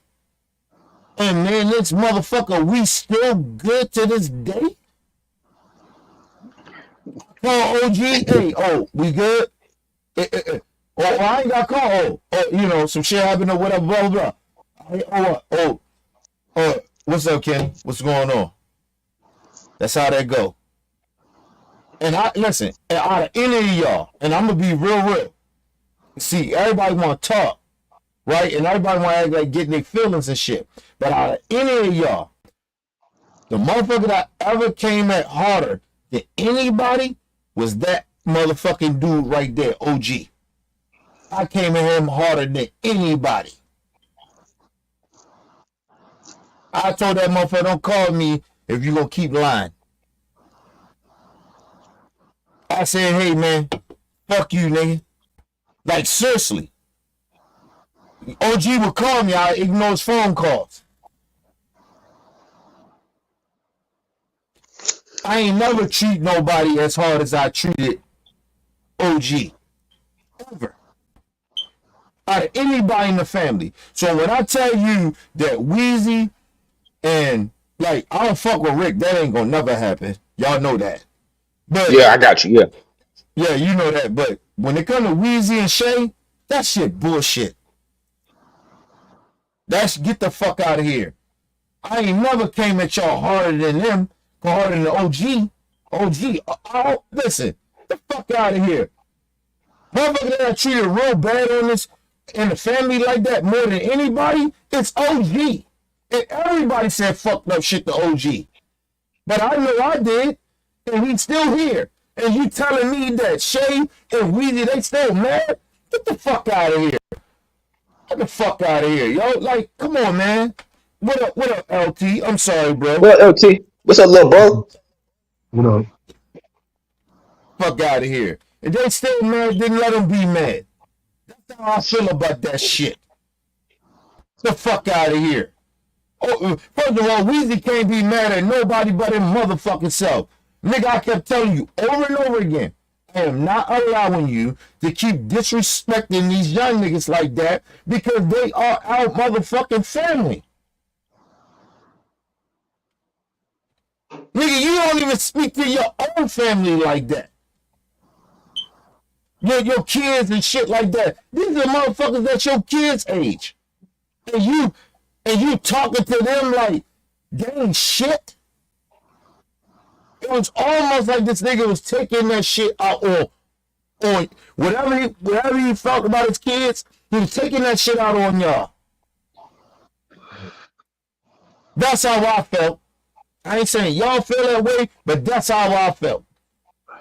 And like I said, he's still my brother. Nigga want to talk, we good. But ain't no motherfucking way Shay or him can ever say, I hurt them so bad. I said some fucked up shit to them so bad that we can't talk no more. That's bullshit. The fuck out of here. I ain't Shay in my crib. We treat her with respect and love. All I said was, we had rules that she ain't from LA. What motherfuckers gotta check in? What the fuck is she talking about? You don't know nothing about Baltimore. I don't give a fuck your people's from wherever the fuck they from. They ain't from my city. And even if they are, they don't know my niggas. But that made you switch on me? That made you stop fucking with me? Yeah. All right. Cool. And that goes for Weezy too. All of a sudden, now, I could be telling you for almost years now, stop disrespecting them young niggas like that. Now, I tell you, I ain't fucking with you like that if you gonna keep doing that. That made you all of a sudden, you mad at me, nigga? We can't talk personally behind the scenes? Try to fix this shit? Oh, I know what it is. I told this goofy nigga, you're drunk. Cause you fine with the young niggas when you ain't drinking, but you start getting drunk. You start disrespecting the young niggas. Oh, that hurt his feelings. Okay, cool. All right. I'm sorry, OG. I know that's your man, 100 grand. But fuck that nigga. If him and Shay, I love them both. But if they gonna feel that way and they gonna not fuck with the family like that over some small shit like that or some shit that they did and they ain't want to cooperate with, nigga, we ain't perfect. We're a fucking family. But you was LP all the time. What the fuck is everybody talking about? But everybody mad at me. Okay, cool.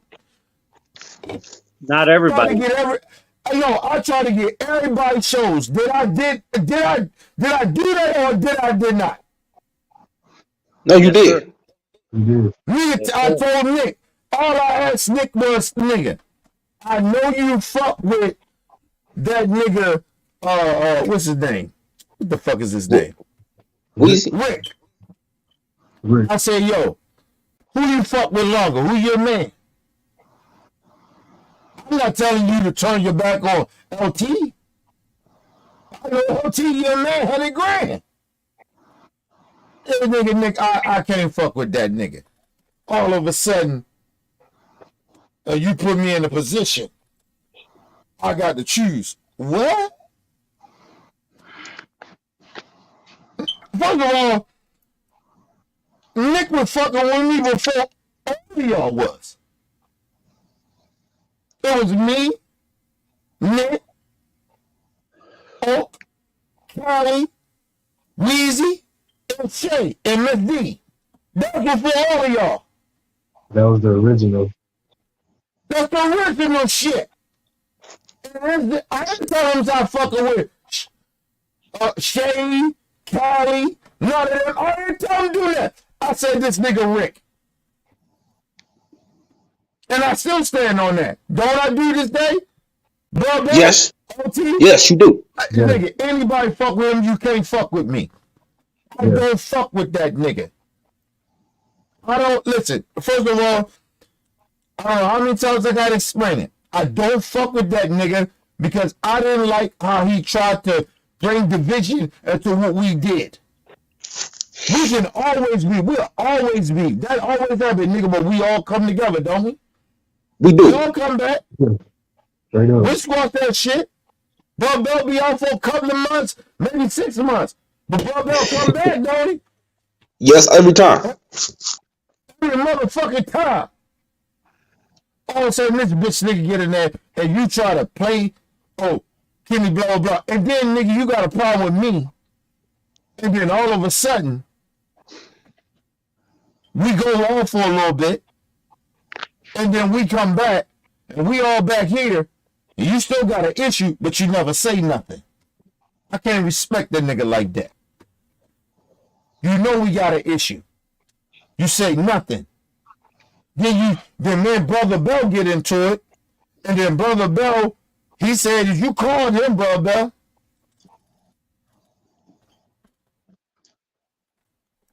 Did you call him, Brother Bell? I think I called him text. I don't even remember. No, you told me you never talked to that nigga. No, you did. You said, I called him. Said you said that Kenny was tripping or whatever. And I told you I got in your ass for that. But you thought that he was still family. So that was the thing you said to me. He's like, yo, Kenny, I thought he was still family though. So that's why I called that nigga. You know what I mean? So that's why I called him. It's like, yo, this nigga Kenny tripping or whatever. And I was like, all right. So when you explained to me, I was like, all right, cool. But that nigga the whole time, he used your shit. I'm not lying. LT was there. Yeah. Listen, the nigga he come over here talking about, oh, what's his thing with Brother Bell? He ain't know nothing. Nigga, you just talked to Brother Bell. And then nigga, hold up, nigga, you know I don't even fuck with you like that. We got a beef. You worried about me and Brother Bell? What the fuck you? Why you ain't call me and talk to me? That's how I knew the nigga was a whack ass dude. Fuck out of here. And you talking that tough Tony shit, talking that gangster shit. Nigga, listen. Nigga, you can't come, listen. You can't come in my city and talk that. Nope. No, I can't go in your city and talk that. So we ain't gonna do shit to each other. So what you talking tough for? You ain't gonna do shit. Nigga, you can move around your little job or whatever, nigga, but if you come in my city in Baltimore, nigga, and if I know you come here, I'll get you touched. That's how that goes. And if I know if I come to your city or something like that, I can get touched. Kenny, don't get me touched if I go to do more. No, no, you know, I ain't do that. No, I'm just I, saying. I, But I'm just, I'm too old. I'm I'm saying. too old. I'm, If someone takes my cane, I might fall down on the concrete. no, I'm just saying. Like the nigga talking the stuff shit. Nigga, you ain't gonna do shit in my city. If you come to my city, I'll get you touched. I'll go to your city, you'll get me touched. Hey, listen, No, Kenny, we live in. trust me. Hold on, I time get out. touched. No, I time get out. touched in my own city. No, you know what I'm saying? Nothing that nigga can do to me. Nigga, I ain't going to your city. And if I go to your city, I guarantee you, nigga, I'm good. I guarantee you that. I got people down that bitch, and you probably got some people that might be a shootout. But I guarantee you, any city I go around the fucking United States, nigga, I got family and niggas there. See, that's the thing this nigga, he don't understand. I'm a former real street gangster nigga. I ain't got to put out here, I got how tough I am. I know niggas. That's why that shit bothered me about Shay. I go to LA, I'm good too. I got that bitch, I got niggas, and I can roll. I can move all around that bitch. But I gotta check in. I gotta holler at niggas. That's all I was saying to Shay. So all these motherfuckers wanna act like, I told you, I ain't no fake nigga. I'm a former gangster nigga. Ain't nothing changed about me. I still got my connects. I just don't fuck with that shit like that. Like I'm not a street nigga. I don't fuck around with that shit like that unless I gotta move a certain type of way. Other than that, I don't fuck with it. And nigga, usually I'm a citizen. I can move however I want to move, but I still keep my thing. Listen, if I gotta move outside of Baltimore, nigga, I'll holler at some niggas. In my city, I ain't gotta move. Hold on, come on for a second. Sir. In my city, Yes, I ain't gotta move around my gun like that. I don't. I'm gonna say. But if I'm gonna say one thing. if I'm outside of my city, yeah, I may have to check in with some niggas. Cause my guns ain't legal in every state, so I gotta holler at niggas. But go ahead. I'm sorry. No, I'm the accountant.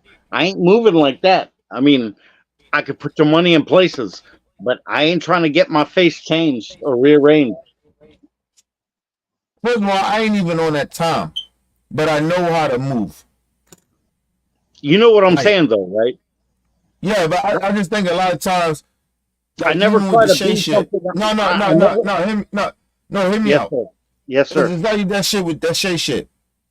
I wasn't on no gangster shit. It was like, yo, I know how to move though. It's not about being gangster, being tough. I know how to fucking move. Listen, nigga, I can move around my city the way I want to move around my city, right? But I still gotta holler at some motherfuckers if I want to move somewhere where some shit is not that safe. You get what I mean? Or like it could be safe for B, but I gotta let motherfuckers know I'm bringing some others. That's how it goes. Even like for example, Shay from California, she should know better than that. But anyway, but go ahead. you know, my father. I want LT to talk. But go ahead. Just say your No, shit. no. Yes, sir. I'll let. Go, OG. So, I mean, I grew up in the hospitality business. At one point, my father had like 6 restaurants. Now, when I say we, me and my father, we only had 2 restaurants, but the 4 other restaurants were from the big hitters. If you know what I'm talking about, Kenny. Yeah. Right? They funnel in money. The 4 other restaurants weren't even open, but it was under. What was that? That was in New York, right? Yes, sir. Back in the what? The 90s? Yep. So we just not Okay. we. So not when I we. tell hold on. Was it back in the 90s? Yes, sir. Late 90s. Okay. early No, 2000s. okay. No, hold on. Give me a second. So when I tell motherfuckers, nigga, them Hell's Kitchen in New York back in the days. That shit got on fire. That's why it got the name Hell's Kitchen. That was my connect for my guns. Got to lie about that shit. Did they do them shits back in the day? You OG? already know it. You already know. See, I mean, and they did more. I mean, they did more than the guns, but I'm just saying. I'm gonna say one thing without incriminating myself. Yeah, I know too man, I'm much, good. but I'm like good. Hell's They can't do Kitchen nothing to me. is like a real fucking thing. Right.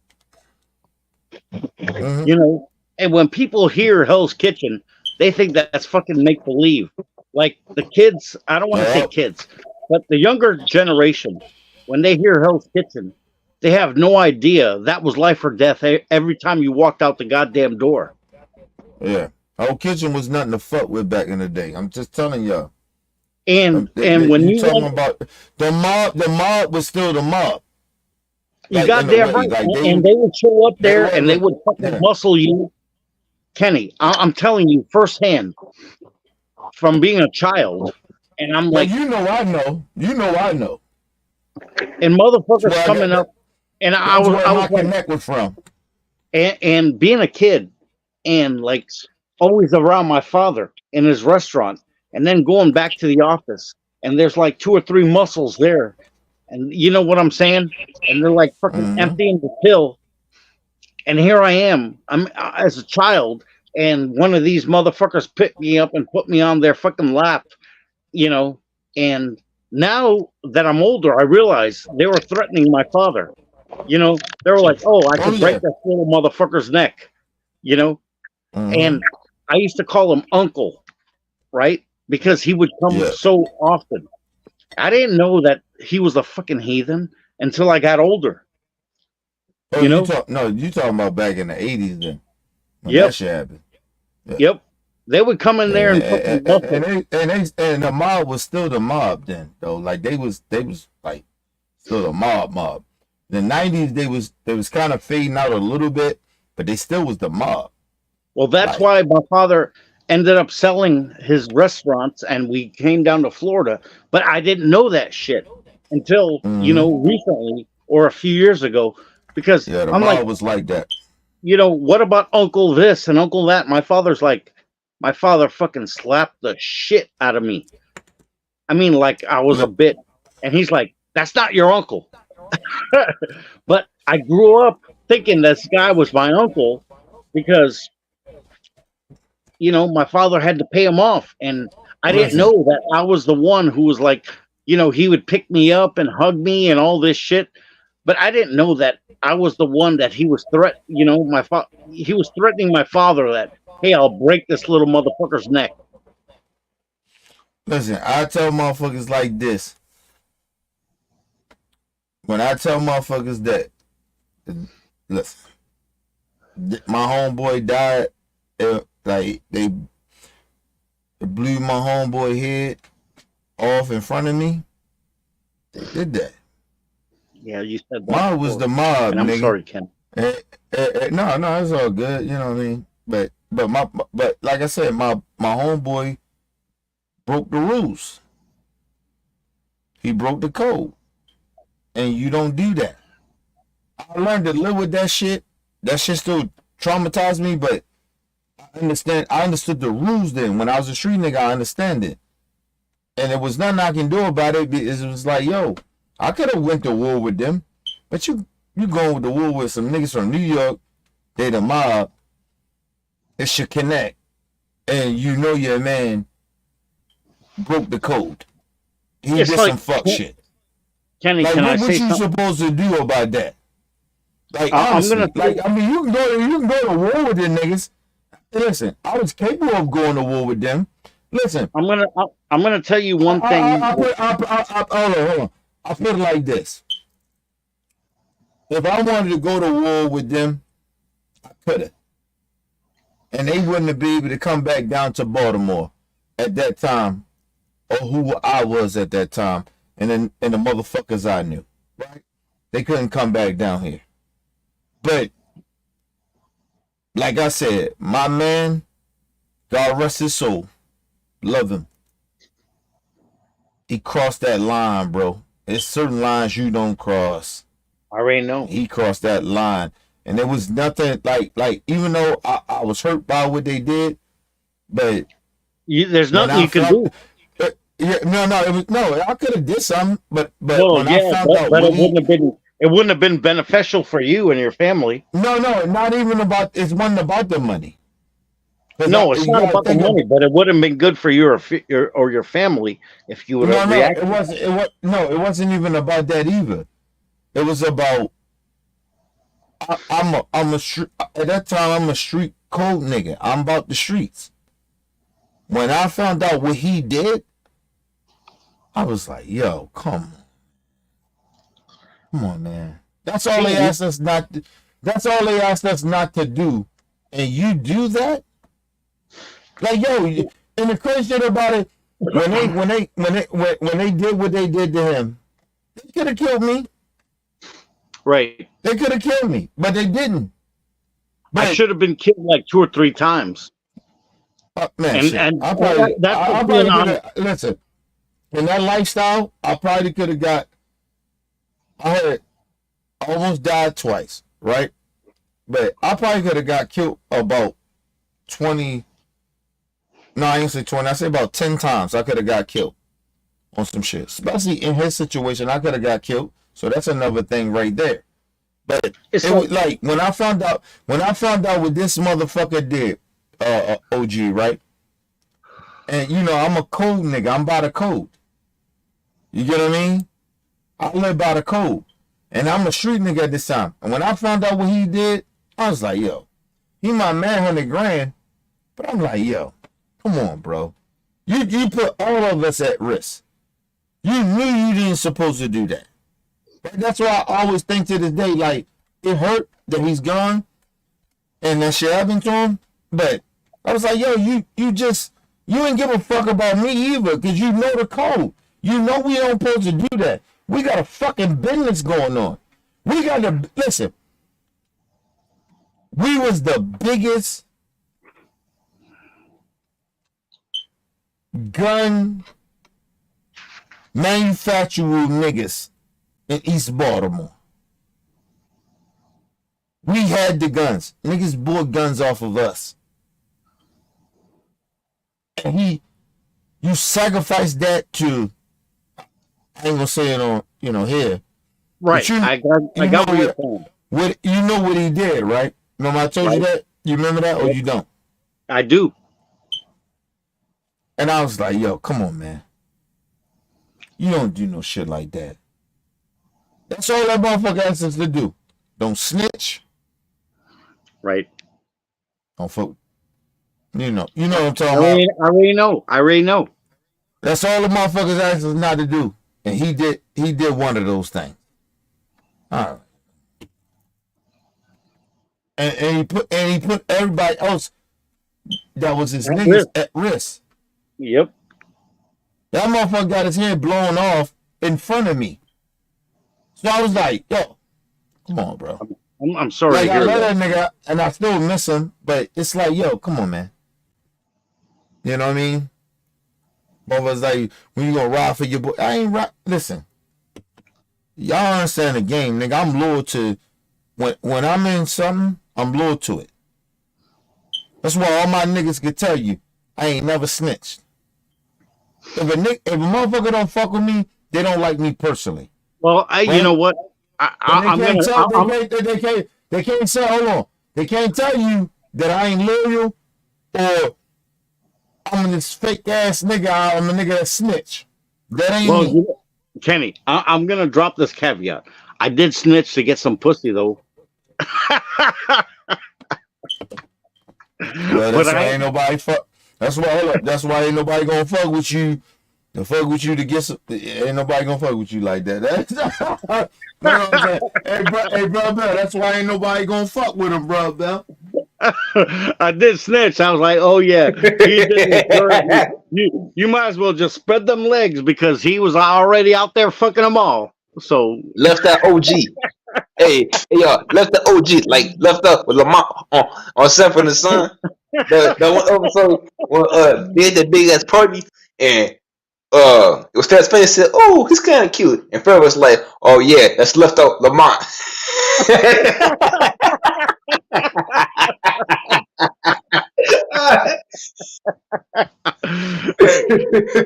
Oh shit, that's funny as fuck, but that's the truth though. Yeah. Ain't nobody fucking with, ain't nobody fucking with OG. OG snitching on niggas for pussy. Hey, I ain't stitching to law enforcement. Nah. I'm just trying to get between them No, thighs. hey, but that shit is even more dangerous though. Like you talking about you snitching for pussy? Oh no. No. I ain't OG, I can't fuck with you outside of this shit. Yeah, I shouldn't be alive. But hey bro, can't fuck with him. I can't fuck with him outside of this shit. You Nah. can't hang with me. This nigga be snitching on motherfuckers for pussy. Nah. Yeah. I ain't dropping the dime Hey, on law enforcement though. Hey, you know what? Nah, hey, you get people killed. You get people killed or beat up or something. That shit's still worse. No. I mean, the only thing I'm doing is trying to get between them creamy thighs. That's it. Mm-mm. Mhm. Yeah, Never see what I'm mind. saying, bro, Bell? You can't fuck with that shit. You ain't fuck with that. Ain't fuck with that. He trying to get niggas killed and shit. I He ain't trying want to to get snitch on no. motherfucker. He might say, oh, you know, Kitty. Hey, bro, Bell, he might say, oh, bro, Bell up there fucking, what's the name too?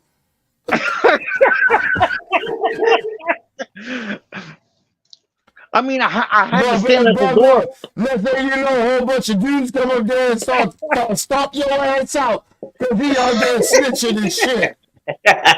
Oh man, all you doing is get some pussy. This nigga, man. You ain't fuck with OG, man. OG be snitching on niggas and get pussy. Oh nah. We can't fuck with that. Hey, all right, fuck you guys. I'm just trying to get pussy too. That's it. Oh, I thought you was better than that, OG. Really. When it comes to pussy, Then I ain't better than nothing. First of all, hey, Bell, didn't I tell you niggas my age and older ain't shit. Some of them ain't shit. OG ain't shit. Hey, he snitch on you for some pussy. Get the fuck out of here. Don't do no dirt in front of me. And don't have your old See? lady around me. If you have your old lady around me, trust me. Oh, let me tell you You what know, Brother Bell just did. no, first of all, look, time out for a second. Don't say that. Because listen, I'm no, just playing. seriously, I'm playing. no, I know you playing, but don't say that real shit. Because No, I'm playing. Motherfuckers don't play about they old ladies. Nigga, you get killed. Man, I'm playing, guys. You see people killing. You see people killing their baby mamas or they woman and their kids and then kill themselves. Don't play like that. I'm telling you, don't play like that. All right, gentlemen. Okay, let me I'm put it. telling you, don't play like that. I'm You just gonna go joking. fuck with somebody old ladies and shit. Don't go do that. You can get yourself killed. Yes, sir. Understood. I'm just But I telling was you. just joking. I was just joking. Hold up. It is psychopath niggas out here. Listen. But you know what though? Like this. Hold up. Let me tell you something. Let me tell you some real shit, right? If my Them wife ever psychopath cheated on me, pussies are the best pussies. hold on. I don't give a fuck about that. Listen, on real talk, right? If my wife ever cheated on me, right? And just say I caught her. Just say that, right? Well, I know she There's did gonna be a fucking double homicide. No. That's what I said. Hit me out. Yes, I sir. wouldn't do nothing to the dude. I'll probably kill her. You see what I'm saying? Like, what I gotta kill this nigga for? She the one knew better not to get that pussy up, and if she know me, so All you right, give a you fuck know about what? me. This is a very uncomfortable conversation. We probably shouldn't have had this because the FBI might be listening. Whoa. Hey, bro, all of a sudden talking about it's uncomfortable. You know what I'm talking about? You gonna started it, these nigga. chicks and shit. You started the conversation, nigga. Yeah, that's what I'm saying. It's always uncomfortable. Get the fuck out of here. Listen, like I said, listen, I'm going to say it again. Bro, I am not going to do nothing to the dude. Unless a nigga keep running his mouth, and I'll probably shoot him in his face. But just go about your business. Shoot him in his face. I shoot him in the face. Go about your business, though. Like, I ain't got any beef with you. I'm mad at her. I'll probably kill her ass. I'll probably kill my wife. I'll probably, you know what I mean? But I ain't gonna kill my daughter. I tell my, you know. Wait, so don't even go next door. Come on now. No, listen to what I'm saying. This is what them niggas be doing, though. They kill a whole goddamn family. Nigga, I'm not killing my kid. And that shit don't make sense to me. I mean, not makes sense. Okay, I'm gonna say one thing, right? But don't hold it against me. I could understand why someone might kill their wife if she was cheating. Okay, but that's not me. But I ain't killing my kid. I can understand but I ain't that killing too. my kid. No, I ain't killing my kid. No. Right? I'm gonna say, mom had to go to heaven. She had her legs spread. Listen, first of all, I always don't you ever spread your legs, girl. Listen, I never trip off of, right? Because we be tripping off of this shit. When the only thing I trip off is that when whoever the father is or the mother, whoever it is, right? And they kill the spouse, right? Right. That shit don't make sense to me. No, hold on. The only thing that tripped me out is that they kill a kid. That fucked me up, right? But I ain't tripping off of the spout killing of a spout. I ain't tripping off of that. I don't trip off of that. Now, I think this shit is crazy and it's a little deranged, but you never know when you in that situation and how you feel. You know what I mean? But I get why motherfuckers be like, you know, they're in a situation, motherfucker cheat on you, whatever, such, right? Because nobody really truly know, right?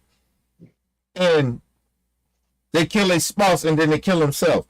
Because I guess you got to kill yourself because you're going to be and if you ain't built for jail, you can see how niggas can kill themselves right after that. But killing the kids, nah, I don't understand that. I ain't gonna never understand that, bro, Bill. You get what I mean? Yeah, I hear you. I can see how motherfuckers kill a spouse. I can see that. But killing the kid, nah, I ain't with that shit. Listen, I love my daughter too much to take her off this earth. You get what I mean? Yeah. And my wife can hurt me as much as she can hurt me, bro, but there ain't no way I'm taking my kid out. You know what I mean? That's something I created. Or I helped create. I put it like that. That's something I helped create. Nigga, I'm not taking my daughter out, nigga. Get the fuck out of here, nigga. I'm not taking my kid out. Nah. Them niggas is gone. They done lost everything, nigga. And you gotta think about it. You have to have plot that shit to take your kid out. Like, why would you take your kid out? Like, yo, you don't. That's that white people shit. Right. Like, but I see black people doing that. Yeah, Some but black how people many? doing that. Okay, so you see black people doing that, but it's done Well, more some. on the regular. I say some. It's I done say more some. on the regular from white people. Right. Because I mean, You know the crazy about it? A lot of times black people, and I ain't trying to be disrespectful, but a lot of times black people, we round white people too much. that's what I was gonna say. When black people Yeah. start doing that, Well, some it's of about, us. If you look at the black people who done that shit, they're the ones who fucking hang around too many white people, and they start thinking. That's you know, true. that's my opinion, Kenny. No. I agree. Motherfucking black people hang around white people too much. Like, seriously. You living in the community and shit like that, and it's like you having these conversations with these white folks. Because white people, some white people will tell you, nigga, I kill a whole family. They say, God damn it, I will kill those motherfuckers. Okay, I didn't heard enough. You just say, bro, you heard enough. But you know what I'm saying. Bro, come on, bro. Come on, Brother, now. You gonna hang up on us, bro? Yeah, come on, bro. You gonna hang up on us, bro? Come on, now. We just we fucking around. We been, because Brother Bella's got a white girlfriend. No, we being real, but we just fucking around a little bit too. I know. We you just joking. We just joking. Yeah, we joking, but we fucking around a little bit. But we being real shit. You mean black people hang around white folks to be killing their whole motherfucking family? That shit is crazy. That's white people shit. Yep. But see, I mean, never mind. I ain't gonna say it. No, I'm just saying. It's not no shit that black people do. We don't do that because we taught about family. Right. You know, so I mean, you know what? Our kids are like, that's our legacy. I don't think I can kill a kid, man. But to white people, you know, they don't want to leave no witnesses. Listen, I've been in the streets. No, I'm just saying, I've been in the streets for a minute, right? Like when I was in the streets, right? I never thought about killing no kid. Right, because you're a decent person. Because you're a decent person. And I was like a borderline psychopath. But I didn't think about killing no kid, man. Because you black. That's white people shit. That's white people shit. I just never thought about that. I never thought about that shit. No, for real. Yeah, I'm sorry.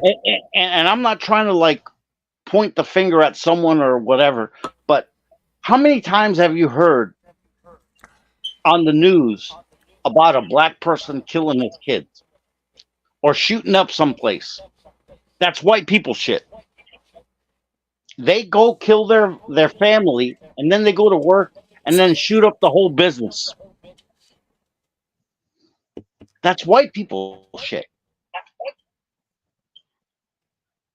No, I ain't gonna lie to you. Recently, I've been starting to see it.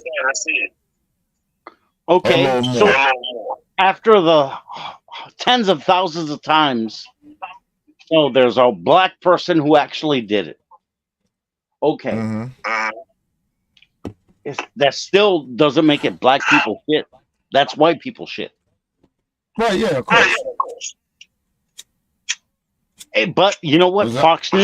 Fox News will run with that shit. A black man or a black woman or a black person done or a minority went and shot up all these good white people. But they don't report on that white person who goes shoots up all the fucking minorities, black and brown people. You know, he had a mental lapse, is what the fuck you'll hear from Fox News. He needs therapy. But when it's a black or brown person, we're animals. There was gangster. You're right. We're in gangs or we're animals. Or in a gang of animals.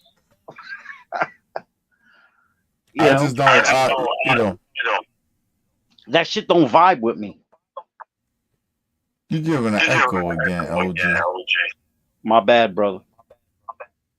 Go ahead and come back up. All right.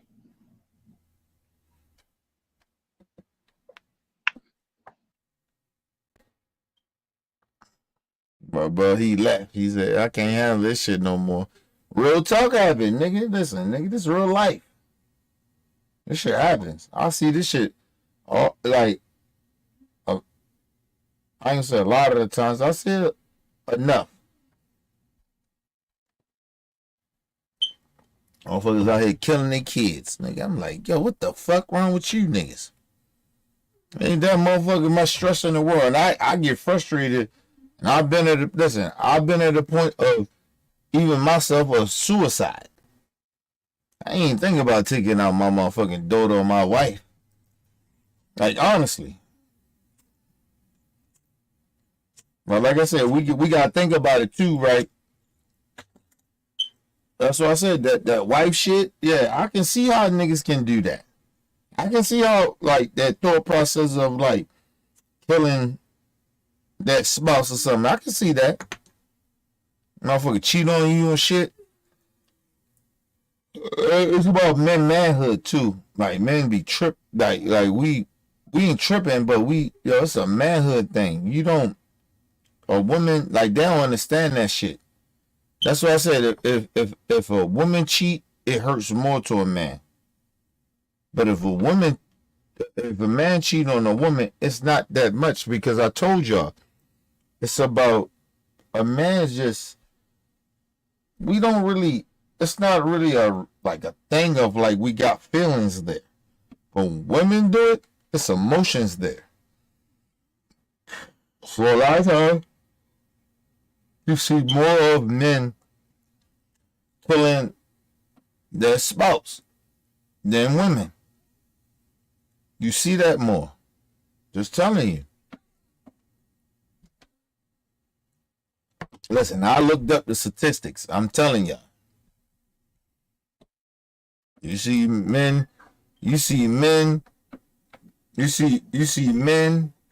killing women more, killing their families more than women.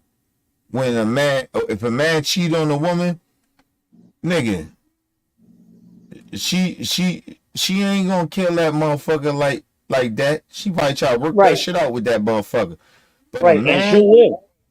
hold on, but if a woman cheat on a man, oh, that nigga, he lost his damn mind. Because like I told you, a man loves a woman more than a woman loves a man. I'm telling y'all that.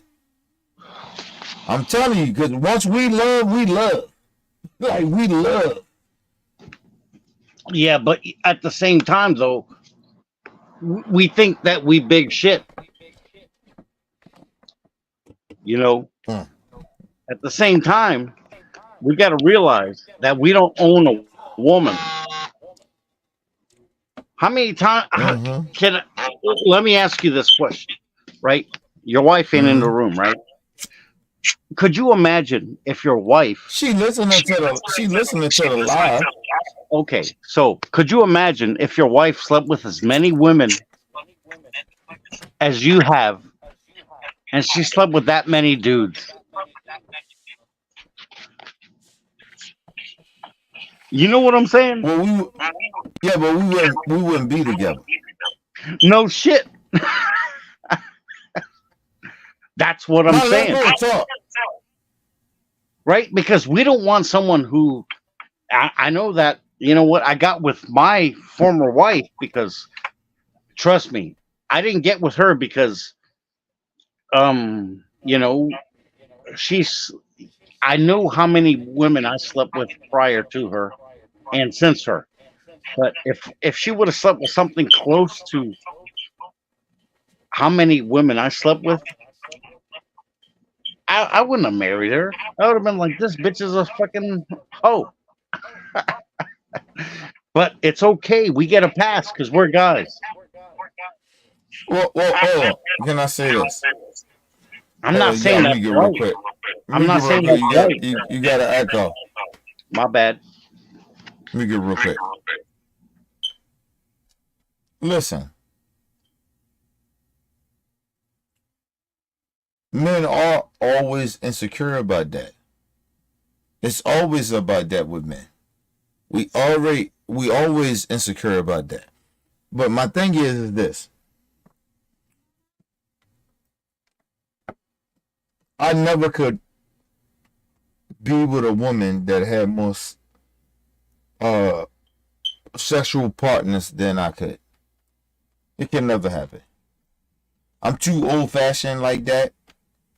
Like I told you, I didn't hang around young dudes that was my age or motherfuckers like that. I hung around older dudes. So I'm old school in a way. So No, I couldn't fuck with no woman that had like the date. That's why I say I couldn't date now. Like, or I couldn't be out there with these, get out there this dating life and shit like that. Because ain't no woman can have more women than more men. Or they had more sex with men than I had with women. That shit couldn't have that. Listen, I can't fuck with no chick like that. You get what I'm saying? So No, I get exactly what you're saying. no. Hold on for a second. They are hoes to me. Listen, and I'm being dead honest about this. Women think that shit is okay now, or this sex. Listen, you are a hoe to me. I'm not saying in this time you may not be a hoe, but to me, you are a hoe to me. You can't have more. You can't be fucking more dudes than I fuck chicks. You get what I mean? No, and then you want to talk about you. You want to talk about you, my woman. No, that's not happening. All right, Kenny, I'm going to tell you this. No, let me finish. OG, let me finish. It is no way impossible that I can get over that.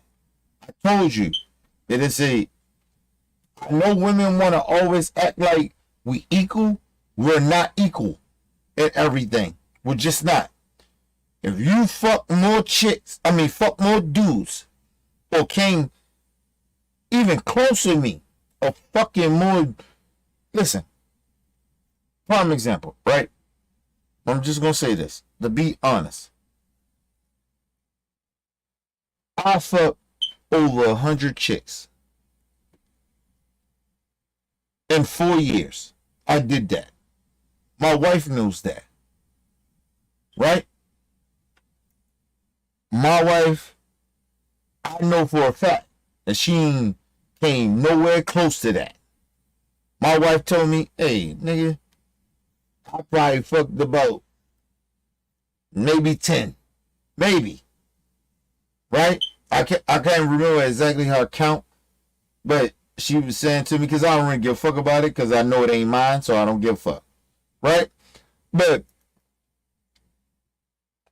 it ain't my shit. Right? And so, we good. But you know one thing about my count is, me and my wife together, when we go out, or we go somewhere, my wife ain't saying, hey, or some chick rolled up on me and saying, hell, yeah, what's up, Kenny? I don't know. Ain't no bitch rolling up on me like that. Because I did a lot of one-night stands where I don't remember. No disrespect to them. Hold on, OG. Mute it. I did a lot of one-night stands. So a lot of them chicks don't remember me, and I damn sure don't remember them. A lot of them chicks I had sex with, I don't remember. And all the chicks that I know that I was truly in relationships with, my wife knows. I told her already. All the motherfuckers she fuck with, she told me about them. Now, do I care about to remember them? No. But I'm just saying. I always told my wife this, right? On Real Talk. We good. Her count is what it is. And listen, I ain't gonna lie to you. You know the stupid shit that a dude ever say to a woman? As a, who was better in bed, or who dick was bigger? Dudes do that. I did it. Listen, I ain't gonna lie to you. I'll be very honest. My wife told me I was better, and my dick was bigger. I don't believe that shit. You get what I'm saying? I don't believe that. You get what I mean? I don't believe it. Can I say something, Kevin? No, G, let me finish, and I'm gonna let you jump in. I don't believe her, right? But you know what?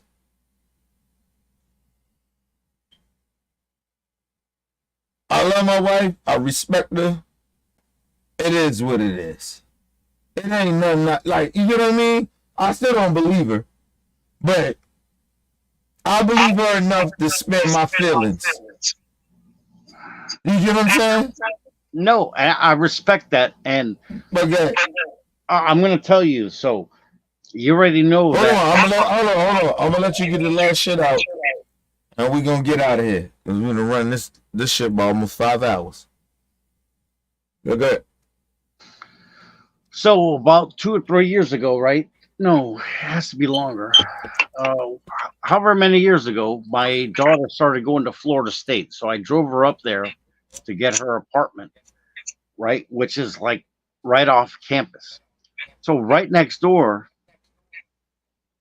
you know, I mean, everyone's drinking and whatnot. The doors are open, and they invite me in, like her neighbors. So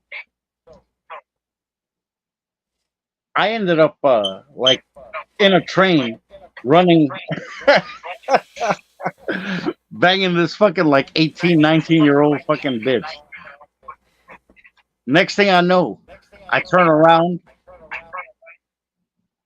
and my daughter's like in the room watching. I'm like, holy shit. So at the end of the day, what I'm saying is you got to watch what you do, because come to find out, you know, my daughter, she was used and abused too.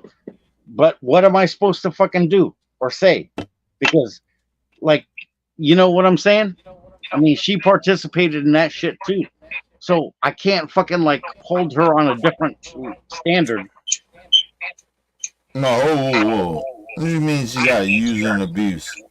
Well, she told me when she came back down like her junior year, and I heard her and mom talking, right? And I hear her like I'm like in my room, but the kitchen is like not that far. So I hear her talking about, well, I had sex with this guy and this guy and this guy and this guy. And I'm like, my blood is boiling. But what am I supposed to do? Am I supposed to run out there and say something while she caught me participating in this train? And she can say something to her mom. Oh, by the way, I don't know why dad is such a hypocrite, because he participated in a gangbang right in front of me, which I didn't know that she was like right there. I mean, you know what I'm saying? I wouldn't have did it if I knew my daughter was like, so you're blurring the line. She's like, oh, yeah, that shit weird. no shit.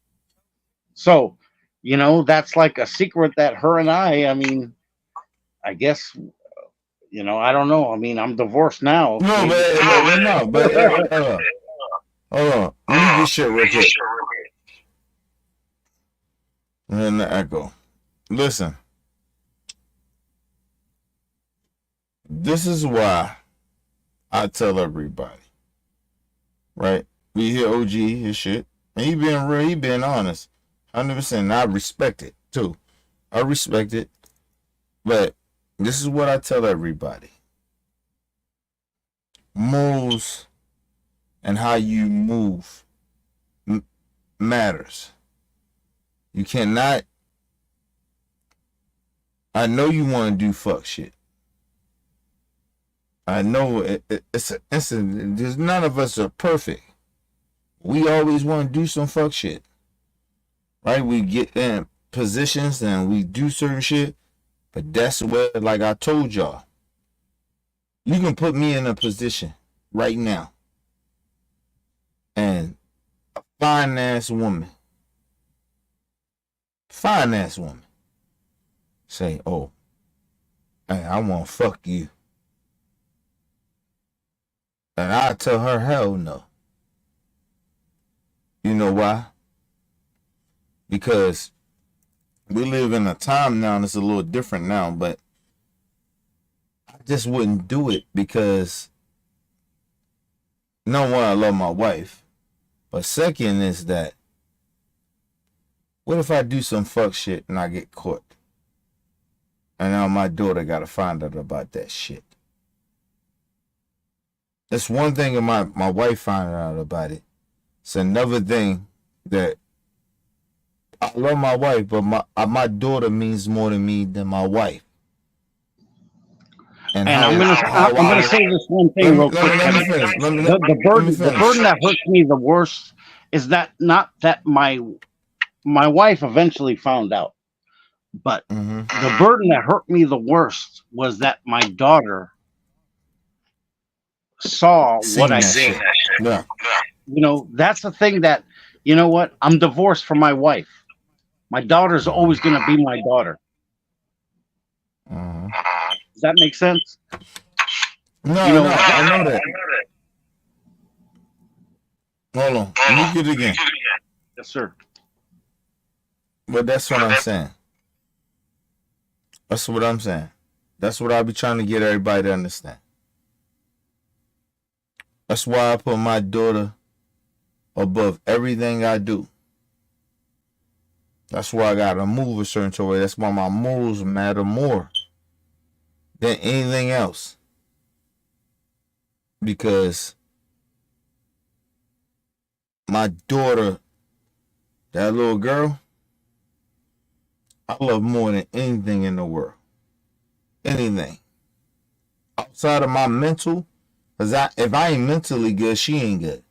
So my mental gotta come first. But second to that, or A, B, or 1A, or whatever it be, she's right there. That means more to me than anything else. That little girl look at me as I'm her hero. I told you, when you raise your kid a certain type of way,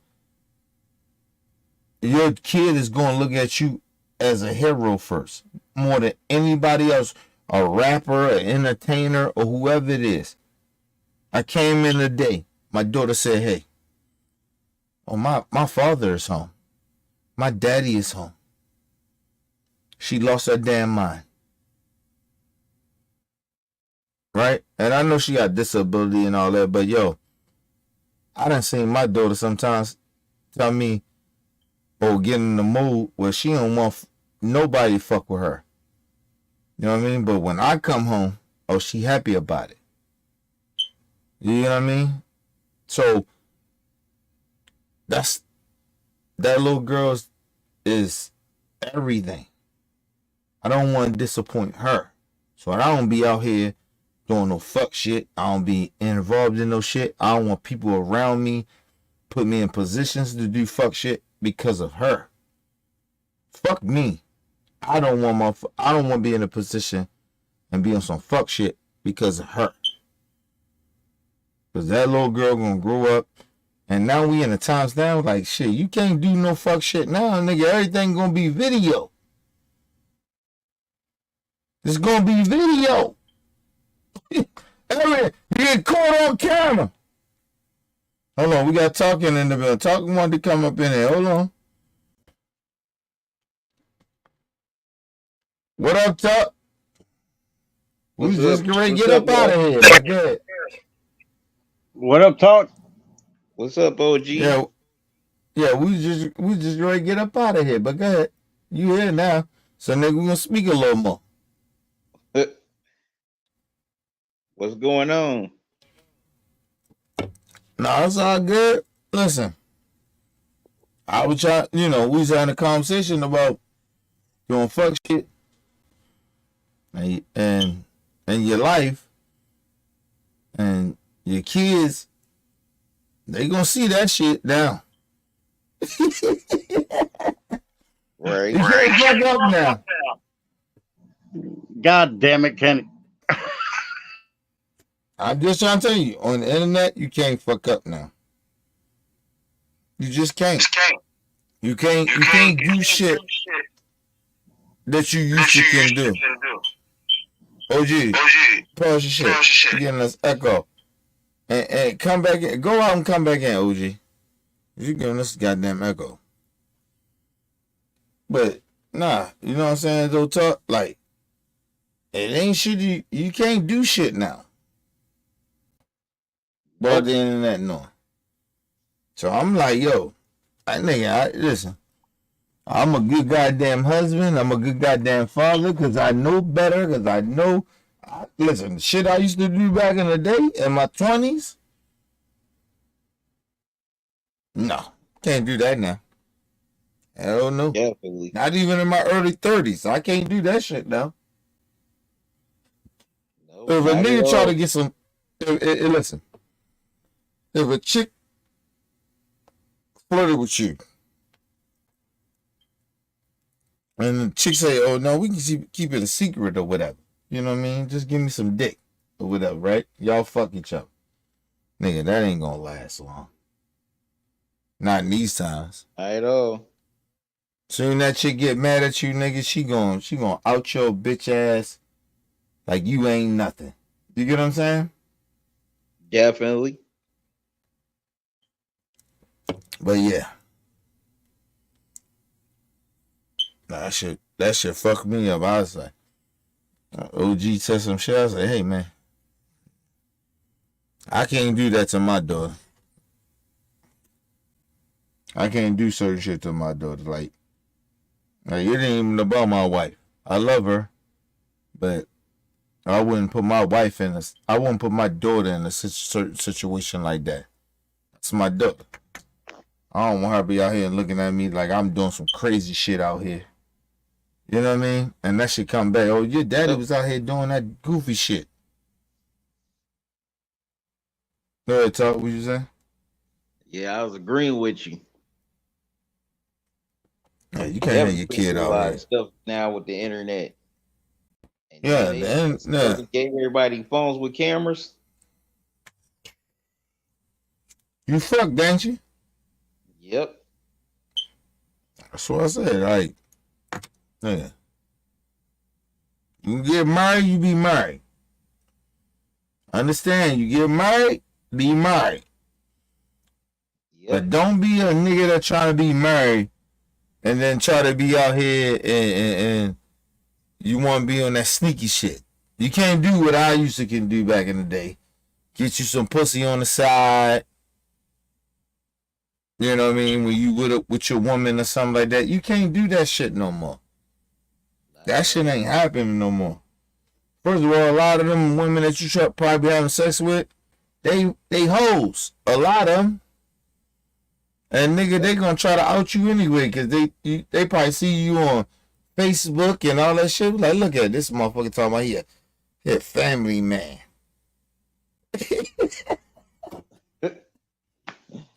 Let me get this nigga out. He ain't like that. You know what I mean? It's different. Am I lying? Am I lying? Or am I telling the truth? Telling the truth. Yo, them women will put your ass out on blast. You out here talking about you're a family man. Whole time you fucking her on the side. Nigga, nah.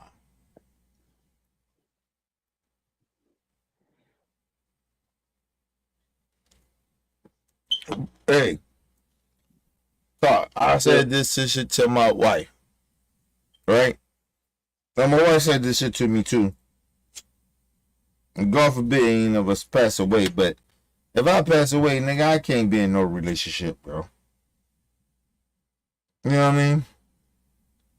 No more than I love that woman more than I loved anybody in the world.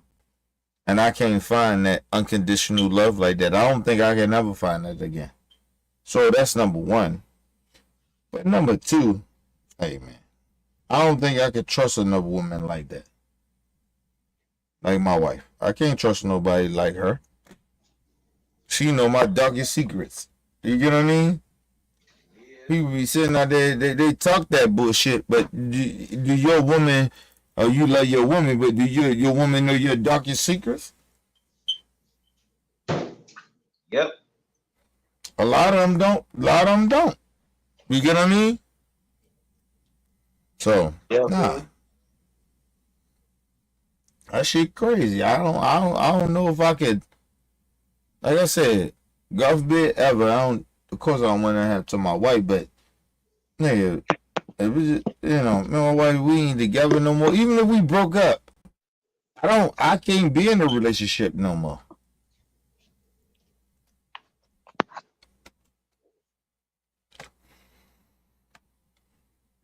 Me and her have to break up because of the simple fact of me. Because I'm gonna fight to keep us together. You feel me?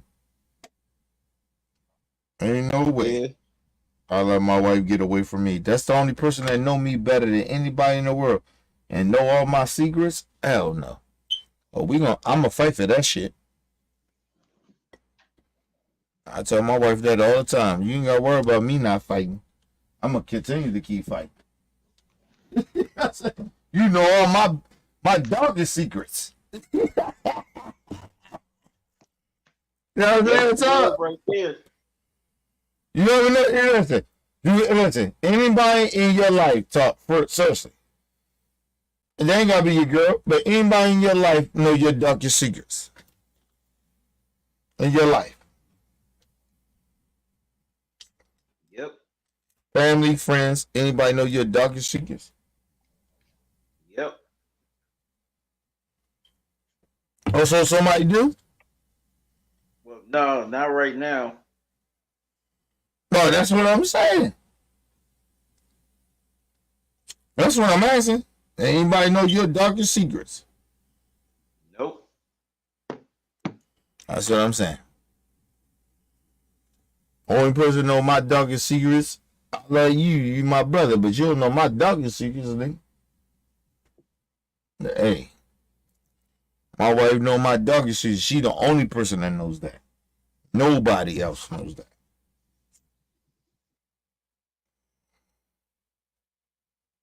That's what I'm saying.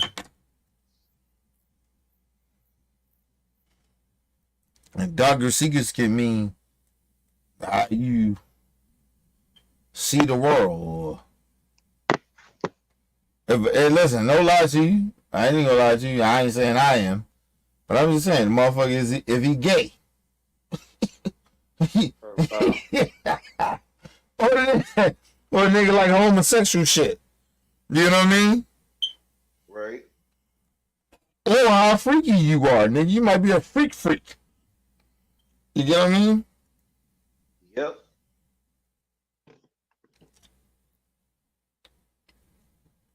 You might be on that Will Smith and Jada Pinkett shit. You get what I mean?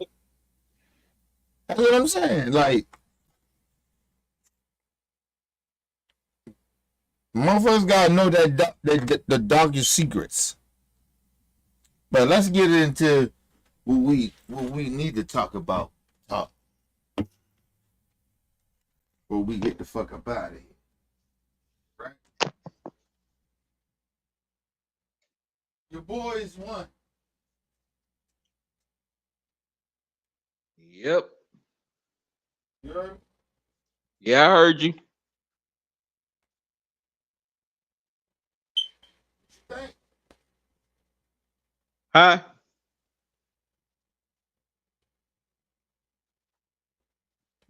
I ain't hear you. What you think? Talk. Oh, I mean, You hear me? yeah, I hear you. What you think? I Boys mean, won the it was finally Boston's time to break through. You thought did you think that Kyrie played so horrible like everybody say? Or what you think? Yeah, yeah. Huh? Kyrie definitely stunk up the joint. I don't think so. What? What? I just think it was just Boston time, bro. It was just their time. I think if Kyrie and them would have won, right? It'd have been worse on Boston. than it is with Kyrie. Kyrie got a chip, right? So we can't take away his accomplishments. You get what I'm saying? We gonna say, oh well, he played fucking horrible.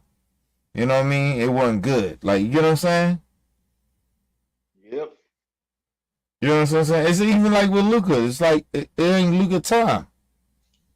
You know what I mean? Like, we can just say that it ain't Luka time. And Luka played, pretty good. Like, he didn't play horrible. You know what I mean? He didn't play as bad as Kyrie, right? Right. So we ain't really mad at Luka that much, right? Even with Kyrie, we mad at him, but you supposed to play better than that. But we ain't that mad. Because he is a champion. He do got chips. But if Boston would have lost this shit. Oh, man. You understand what I'm saying now? Oh, heads would have been rolling. Niggas would have went off on Boston. We would have went off on Tatum and Brown. You get what I mean? Yeah. Oh, them niggas ain't really like that. You know what I mean? Yep. You get what I'm saying? It would have been a little different. That's what I'm saying. The criticism would have been a little different. You get what I mean? Yep. It was just that time. You don't think so? Yeah, it was that time. What you think? What Kyrie and Lucas did a little better? That's what you're saying? I still think Kyrie didn't play that good.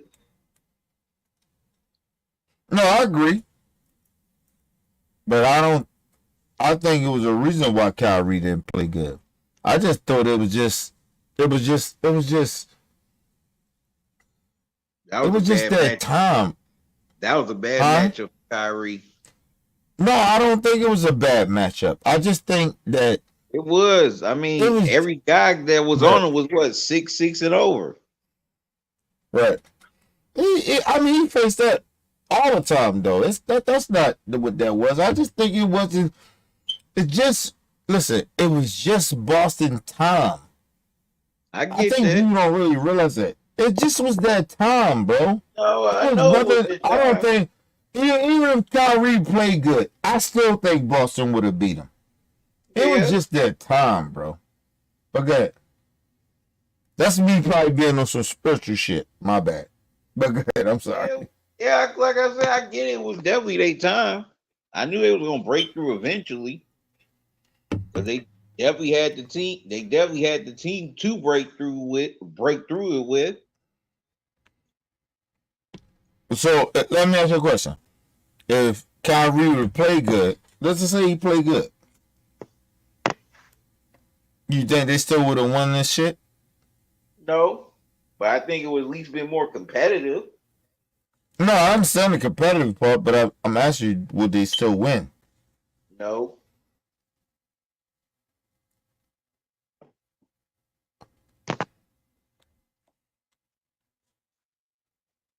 You hear me? No, they won the one because Boston had more depth to beat them. Yeah, that's what I'm saying though. It was just their time. They had everything. They had the depth. They had everything. It doesn't matter. I don't think it would have mattered if Kyrie would have played good or not. I just think that they wouldn't have won. I just think it was just their time, bro. You know what I mean? Yep. I genuinely, truly think that. I just think it didn't matter if Kyrie played good or not. Kyrie could have averaged 35 a game, and Luka could have averaged 35 a game. They still wouldn't have beat Boston. They just wouldn't have. It was just their time, bro. It's just sometimes when you see shit, and it's just for me. Sometimes when I see shit, I just see it's their time. It's nothing nobody can do about it.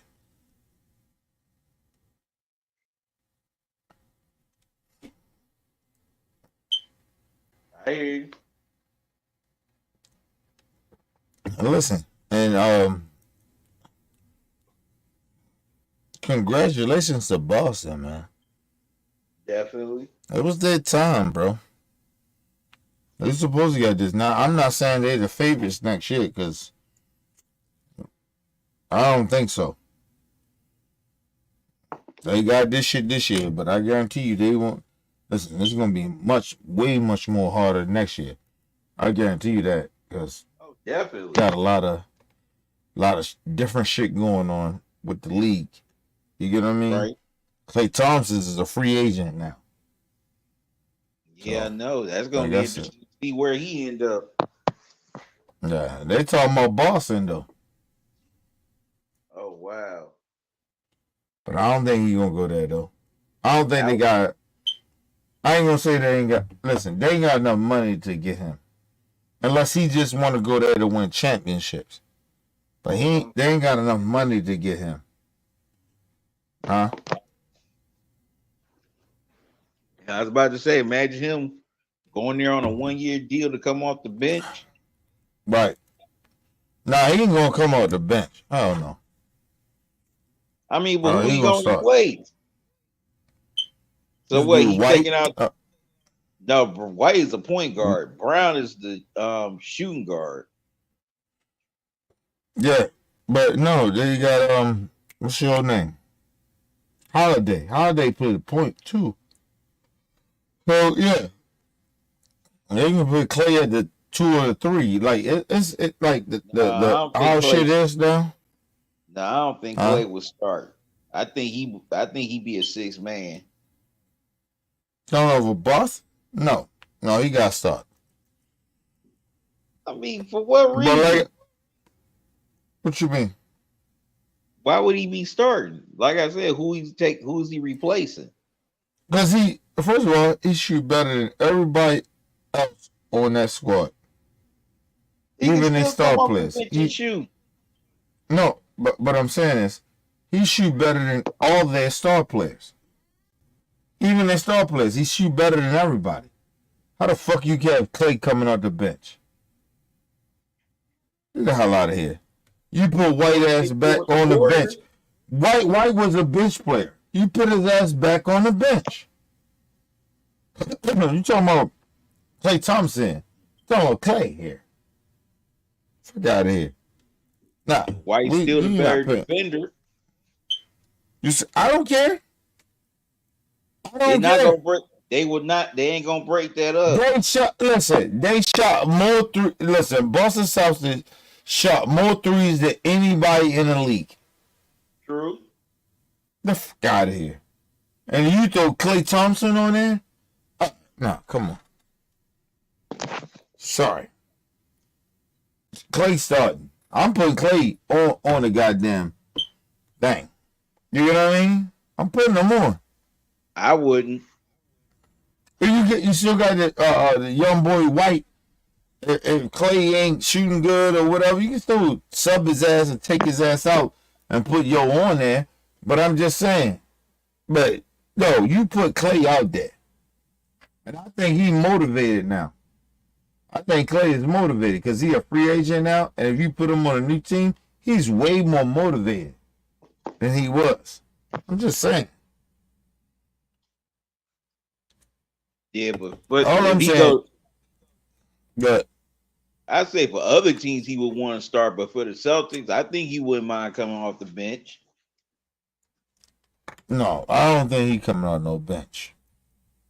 It ain't a team that Clay can come off the bench for.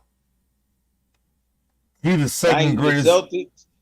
3-point shooter ever. How are you gonna put him on the bench? I'm just asking a question. He's still gonna come off. He's still gonna get quality minutes. It'll be like what Ray Allen did in Miami. He came off the bench. But he's not there yet. He's starting to be special injury. Listen. You have to be like, let's be realistic about this shit. You're telling me what motherfuckers Clay go to a team, you gonna put him on the bench? Name a team. No, I'm just being real. Name a team. If that team is a true contender, he would No, come off. no. That's your question. Name a team that you are going to allow the second greatest shooter of all time to come off the bench. Like I said, Boston. No. I don't believe that. No. I do. He's not coming on no bench, bro. This is Klay Thompson, man. Come on, man. Are you Of serious? course we know that's Klay. Are you telling me he gonna come off the bench? Like I said, he'll still get quality minutes. Klay coming off the bench? Yes, he'll still get quality minutes. Like I said, just because the Warriors did that bullshit, don't mean it is no. Oh wow! I can't believe you think that. and plus, he got an injury history. He only got an injury history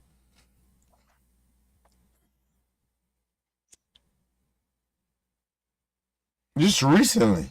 Like you I know this dude had an injury like he was always injured. He wasn't. Yeah, but those injuries really messed him up. I know that. But every injury devalue your shit. You know what I mean? Other than somebody like Kobe or something like that, but you know what I mean? Kobe wasn't Kobe no more. But I'm asking the question. What team is making Klay come off that bench? Like I said, if it's a contender, I think, and they ask him, say, "Hey, I need you to be a six man to come off the bench and start shooting." I think he would take that role. I don't think he would be mad over the fact that he wasn't starting. Like I said, for the Celtics, a chance to win another ring, you think he wouldn't take a 6-man role? I mean, what team you talking about then? Like I said, Boston. Who else? No, he's not coming on the bench right now. No, not coming on the bench for them. Come on, the defending champs. These are the defending NBA champs. So he going back white. That's what you telling me. He going back white. They ain't breaking up that starting court. They're not gonna break up that starting lineup. No. White was Are you sure about that? They on that team. Are you sure that they not gonna break that team up for Klay Thompson? If Klay Thompson, if they can get Klay over White, and if White say no, I still want to stay or whatever, blah blah. But you're telling me they not going to break that up over Klay? Are you serious? Come on. White is not starting if Klay come there. Come on now. You know better than that. It's Klay Thompson. I know he's Klay. Like I said, Klay will still definitely get his shots. He can still play some defense. So Klay got to come off the bench? That's what you're saying on Boston? Yeah. Nah. There's been great play. There's a lot. There's Hall of Famers who came off the bench late in their career. Look at the late Bill Walton. I'm not saying that. I'm not saying that. But I'm telling you, Boston is not having Klay come off the bench.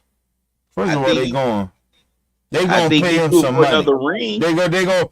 First of all, they're going to pay him some money. They gonna pay Clay some money. That's what I said. Like, listen, it was just a thought thing that people said, but I don't think he can go to Boston. But I'm saying, if he go to Boston, ain't no goddamn way that White is going to unless Clay say, you know what, I take it. I take a step back from it. But hell no. Ain't no way that dude is going to take over what Clay does. Clay is Clay, nigga. This dude is the second greatest shooter of all time. What the fuck are you talking about? Seriously. Ain't nobody, like I said, Clay definitely still get his opportunity to do his thing. No, I'm asking you a question. How the fuck is either of them dudes gonna do better than Clay?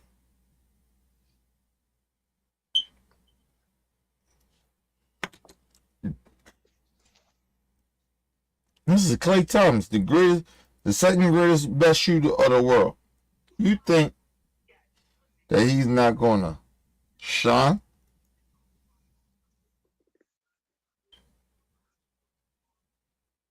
I'm just asking you a question.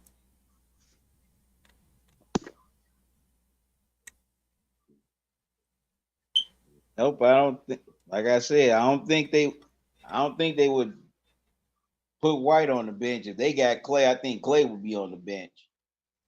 Well, coming That's off bullshit. the bench. That's like bullshit. Hey, Ray Allen came off the bench when he was with the Heat, and he was just the starter. What, the year before? But he ain't Clay Thompson. He's still one of the greatest shooters ever. What he what? Third? Hey, second? I'm sorry, he's second. Yep. He's second. Second greatest shooter ever. But we talking about Clay though. Clay what fourth or third? Yep.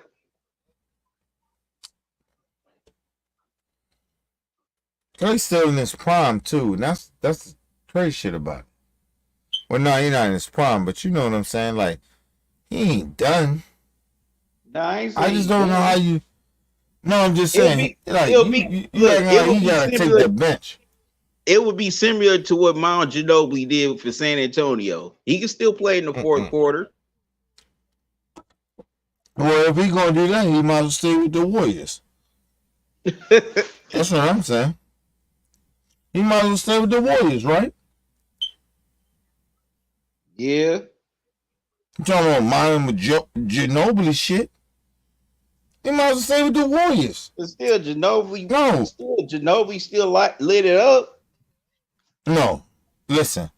Okay, I understand that, but this is Klay Thompson. Bro, we talking about, we acting like this dude don't shoot that thing. Of course. He could beat. We talking about, acting like put him on the bench. That would make Boston's bench more dangerous. No. You're not putting Clay on no bench. You gonna put Clay on the bench? No, hear me out. You gonna put Clay on the bench? Yes, I would. Like I said, I would make the bench even more dangerous. So you gonna put what's the name over top of Clay? What's his name? He was a main one of the key factors in winning that championship. Yeah, but you talking about a dude that shoot that thing. You know what I mean? Talking about a dude that shoot that thing, man. Come on, man. Of course, like I said, put him on the bench. The Celtics bench would be the top bench in the NBA.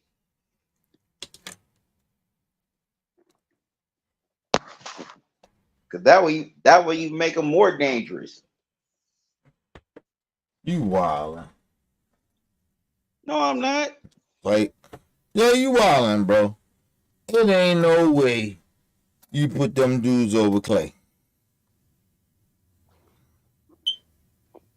You telling me Boston, if they can get Clay, you telling me they ain't gonna start Clay? Over what's the dude name? What's his name? Oh, White. Man, come on. I don't see Missoula Over doing Clay? it. Over Clay? Missoula, Clay I had a don't think bad. Missoula would do it. Clay had a bad year, and he still was better than him. And Clay had a bad year. Come on, bro. Come on, man. Stop. Them dudes ain't like, listen, they ain't Clay, bro. I get Let's that. try to Like tell I you. said, you bring him off the bench. Come on, that's instant. Right? He is instant off. He would be instant offense. In Like I said, Boston? that would In make the Celtics. Boston. Like I said, You think Boston? Go ahead. put Clay on that bench as a 6-man. Boston's bench would be the top bench in the NBA. That shit trash. They already got a great starting 5, and you can play. It ain't and you no way you. There's no way you putting Clay on the bench over yo. Nah, sorry. I'm sorry about that, bro. Like that shit don't even like make I no said, sense. there's been great players who come off the bench late in their career. I didn't say great players. I'm saying you telling me, all right, that he's supposed to take over what Clay did? You think he better than Clay? Even right now. Dude you talking about. You think he better than Clay? I'm just asking the question. I mean, huh? He's a great defender. Like I said, you already got a great starting 5, and you put that with Clay, who could just come off the bench and just light it up. They would be lethal. I'm telling you, with him coming off the bench. All right, listen. And you can still play him in the fourth quarter. I asked you, was he better than Clay? Right now, was he better than Clay? Of course, he ain't gonna be no future Hall of Famer. I asked you a question. I ain't talking about his stats to a certain extent. I'm asking you right now. Is he better than Clay? No. Right now. All right, then, so what the fuck are we talking about? Man, come on, man. But Stop. without his defense, Celtics don't win that championship.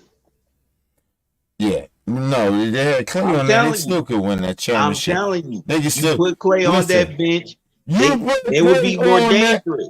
Hey, it's disrespectful. You being Ain't no disrespect. It's facts. Yeah, no.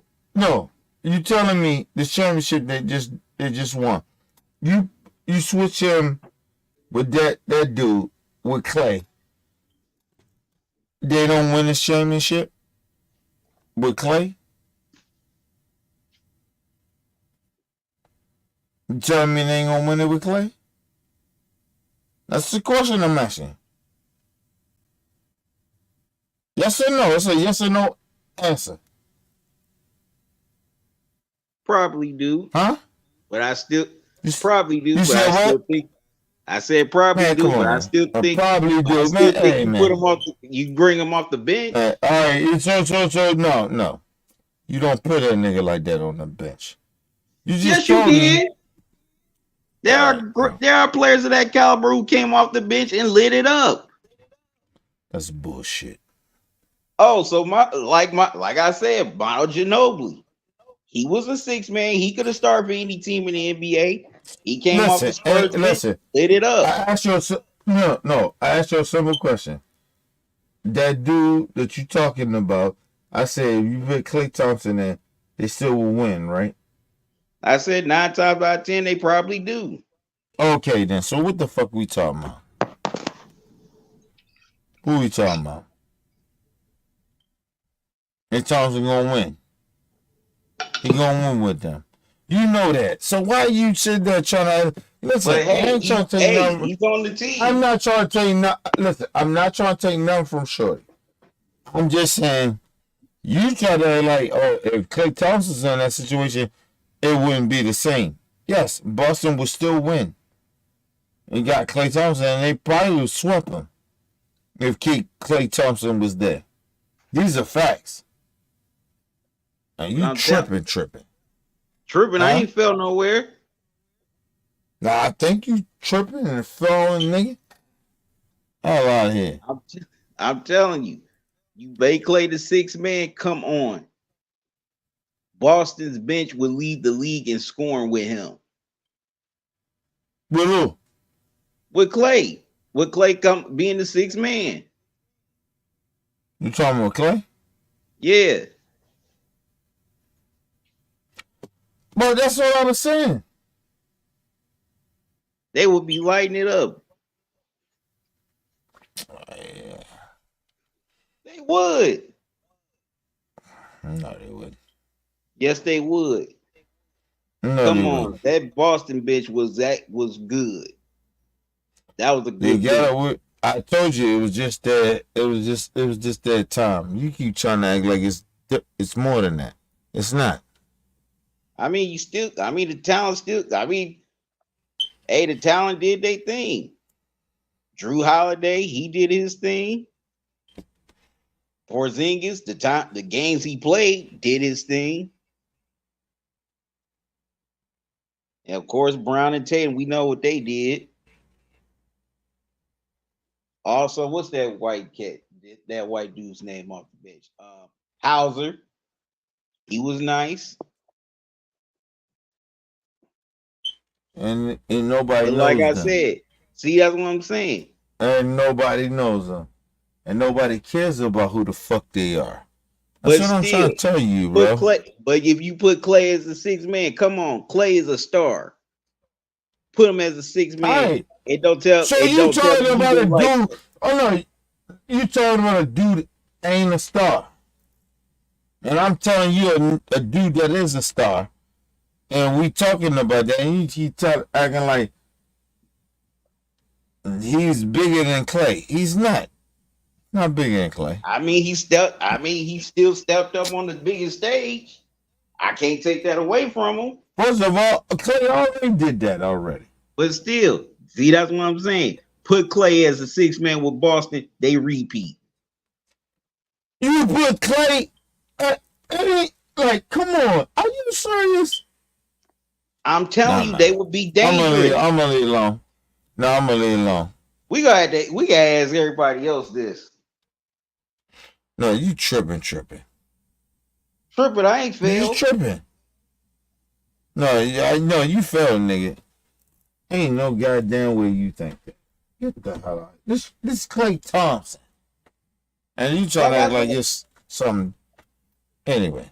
There have been great players who come off the bench and did their thing. Okay.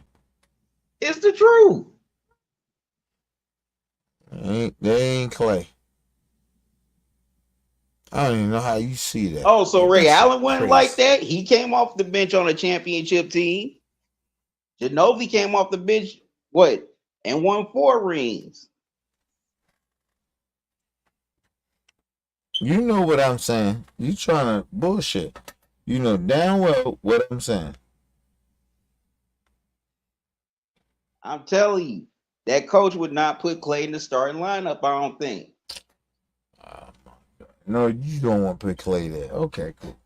All right. We out. Love you. Love you too, tripping, bro. All right. I'll just be tripping then. No, you think I'm tripping too, so it's all good.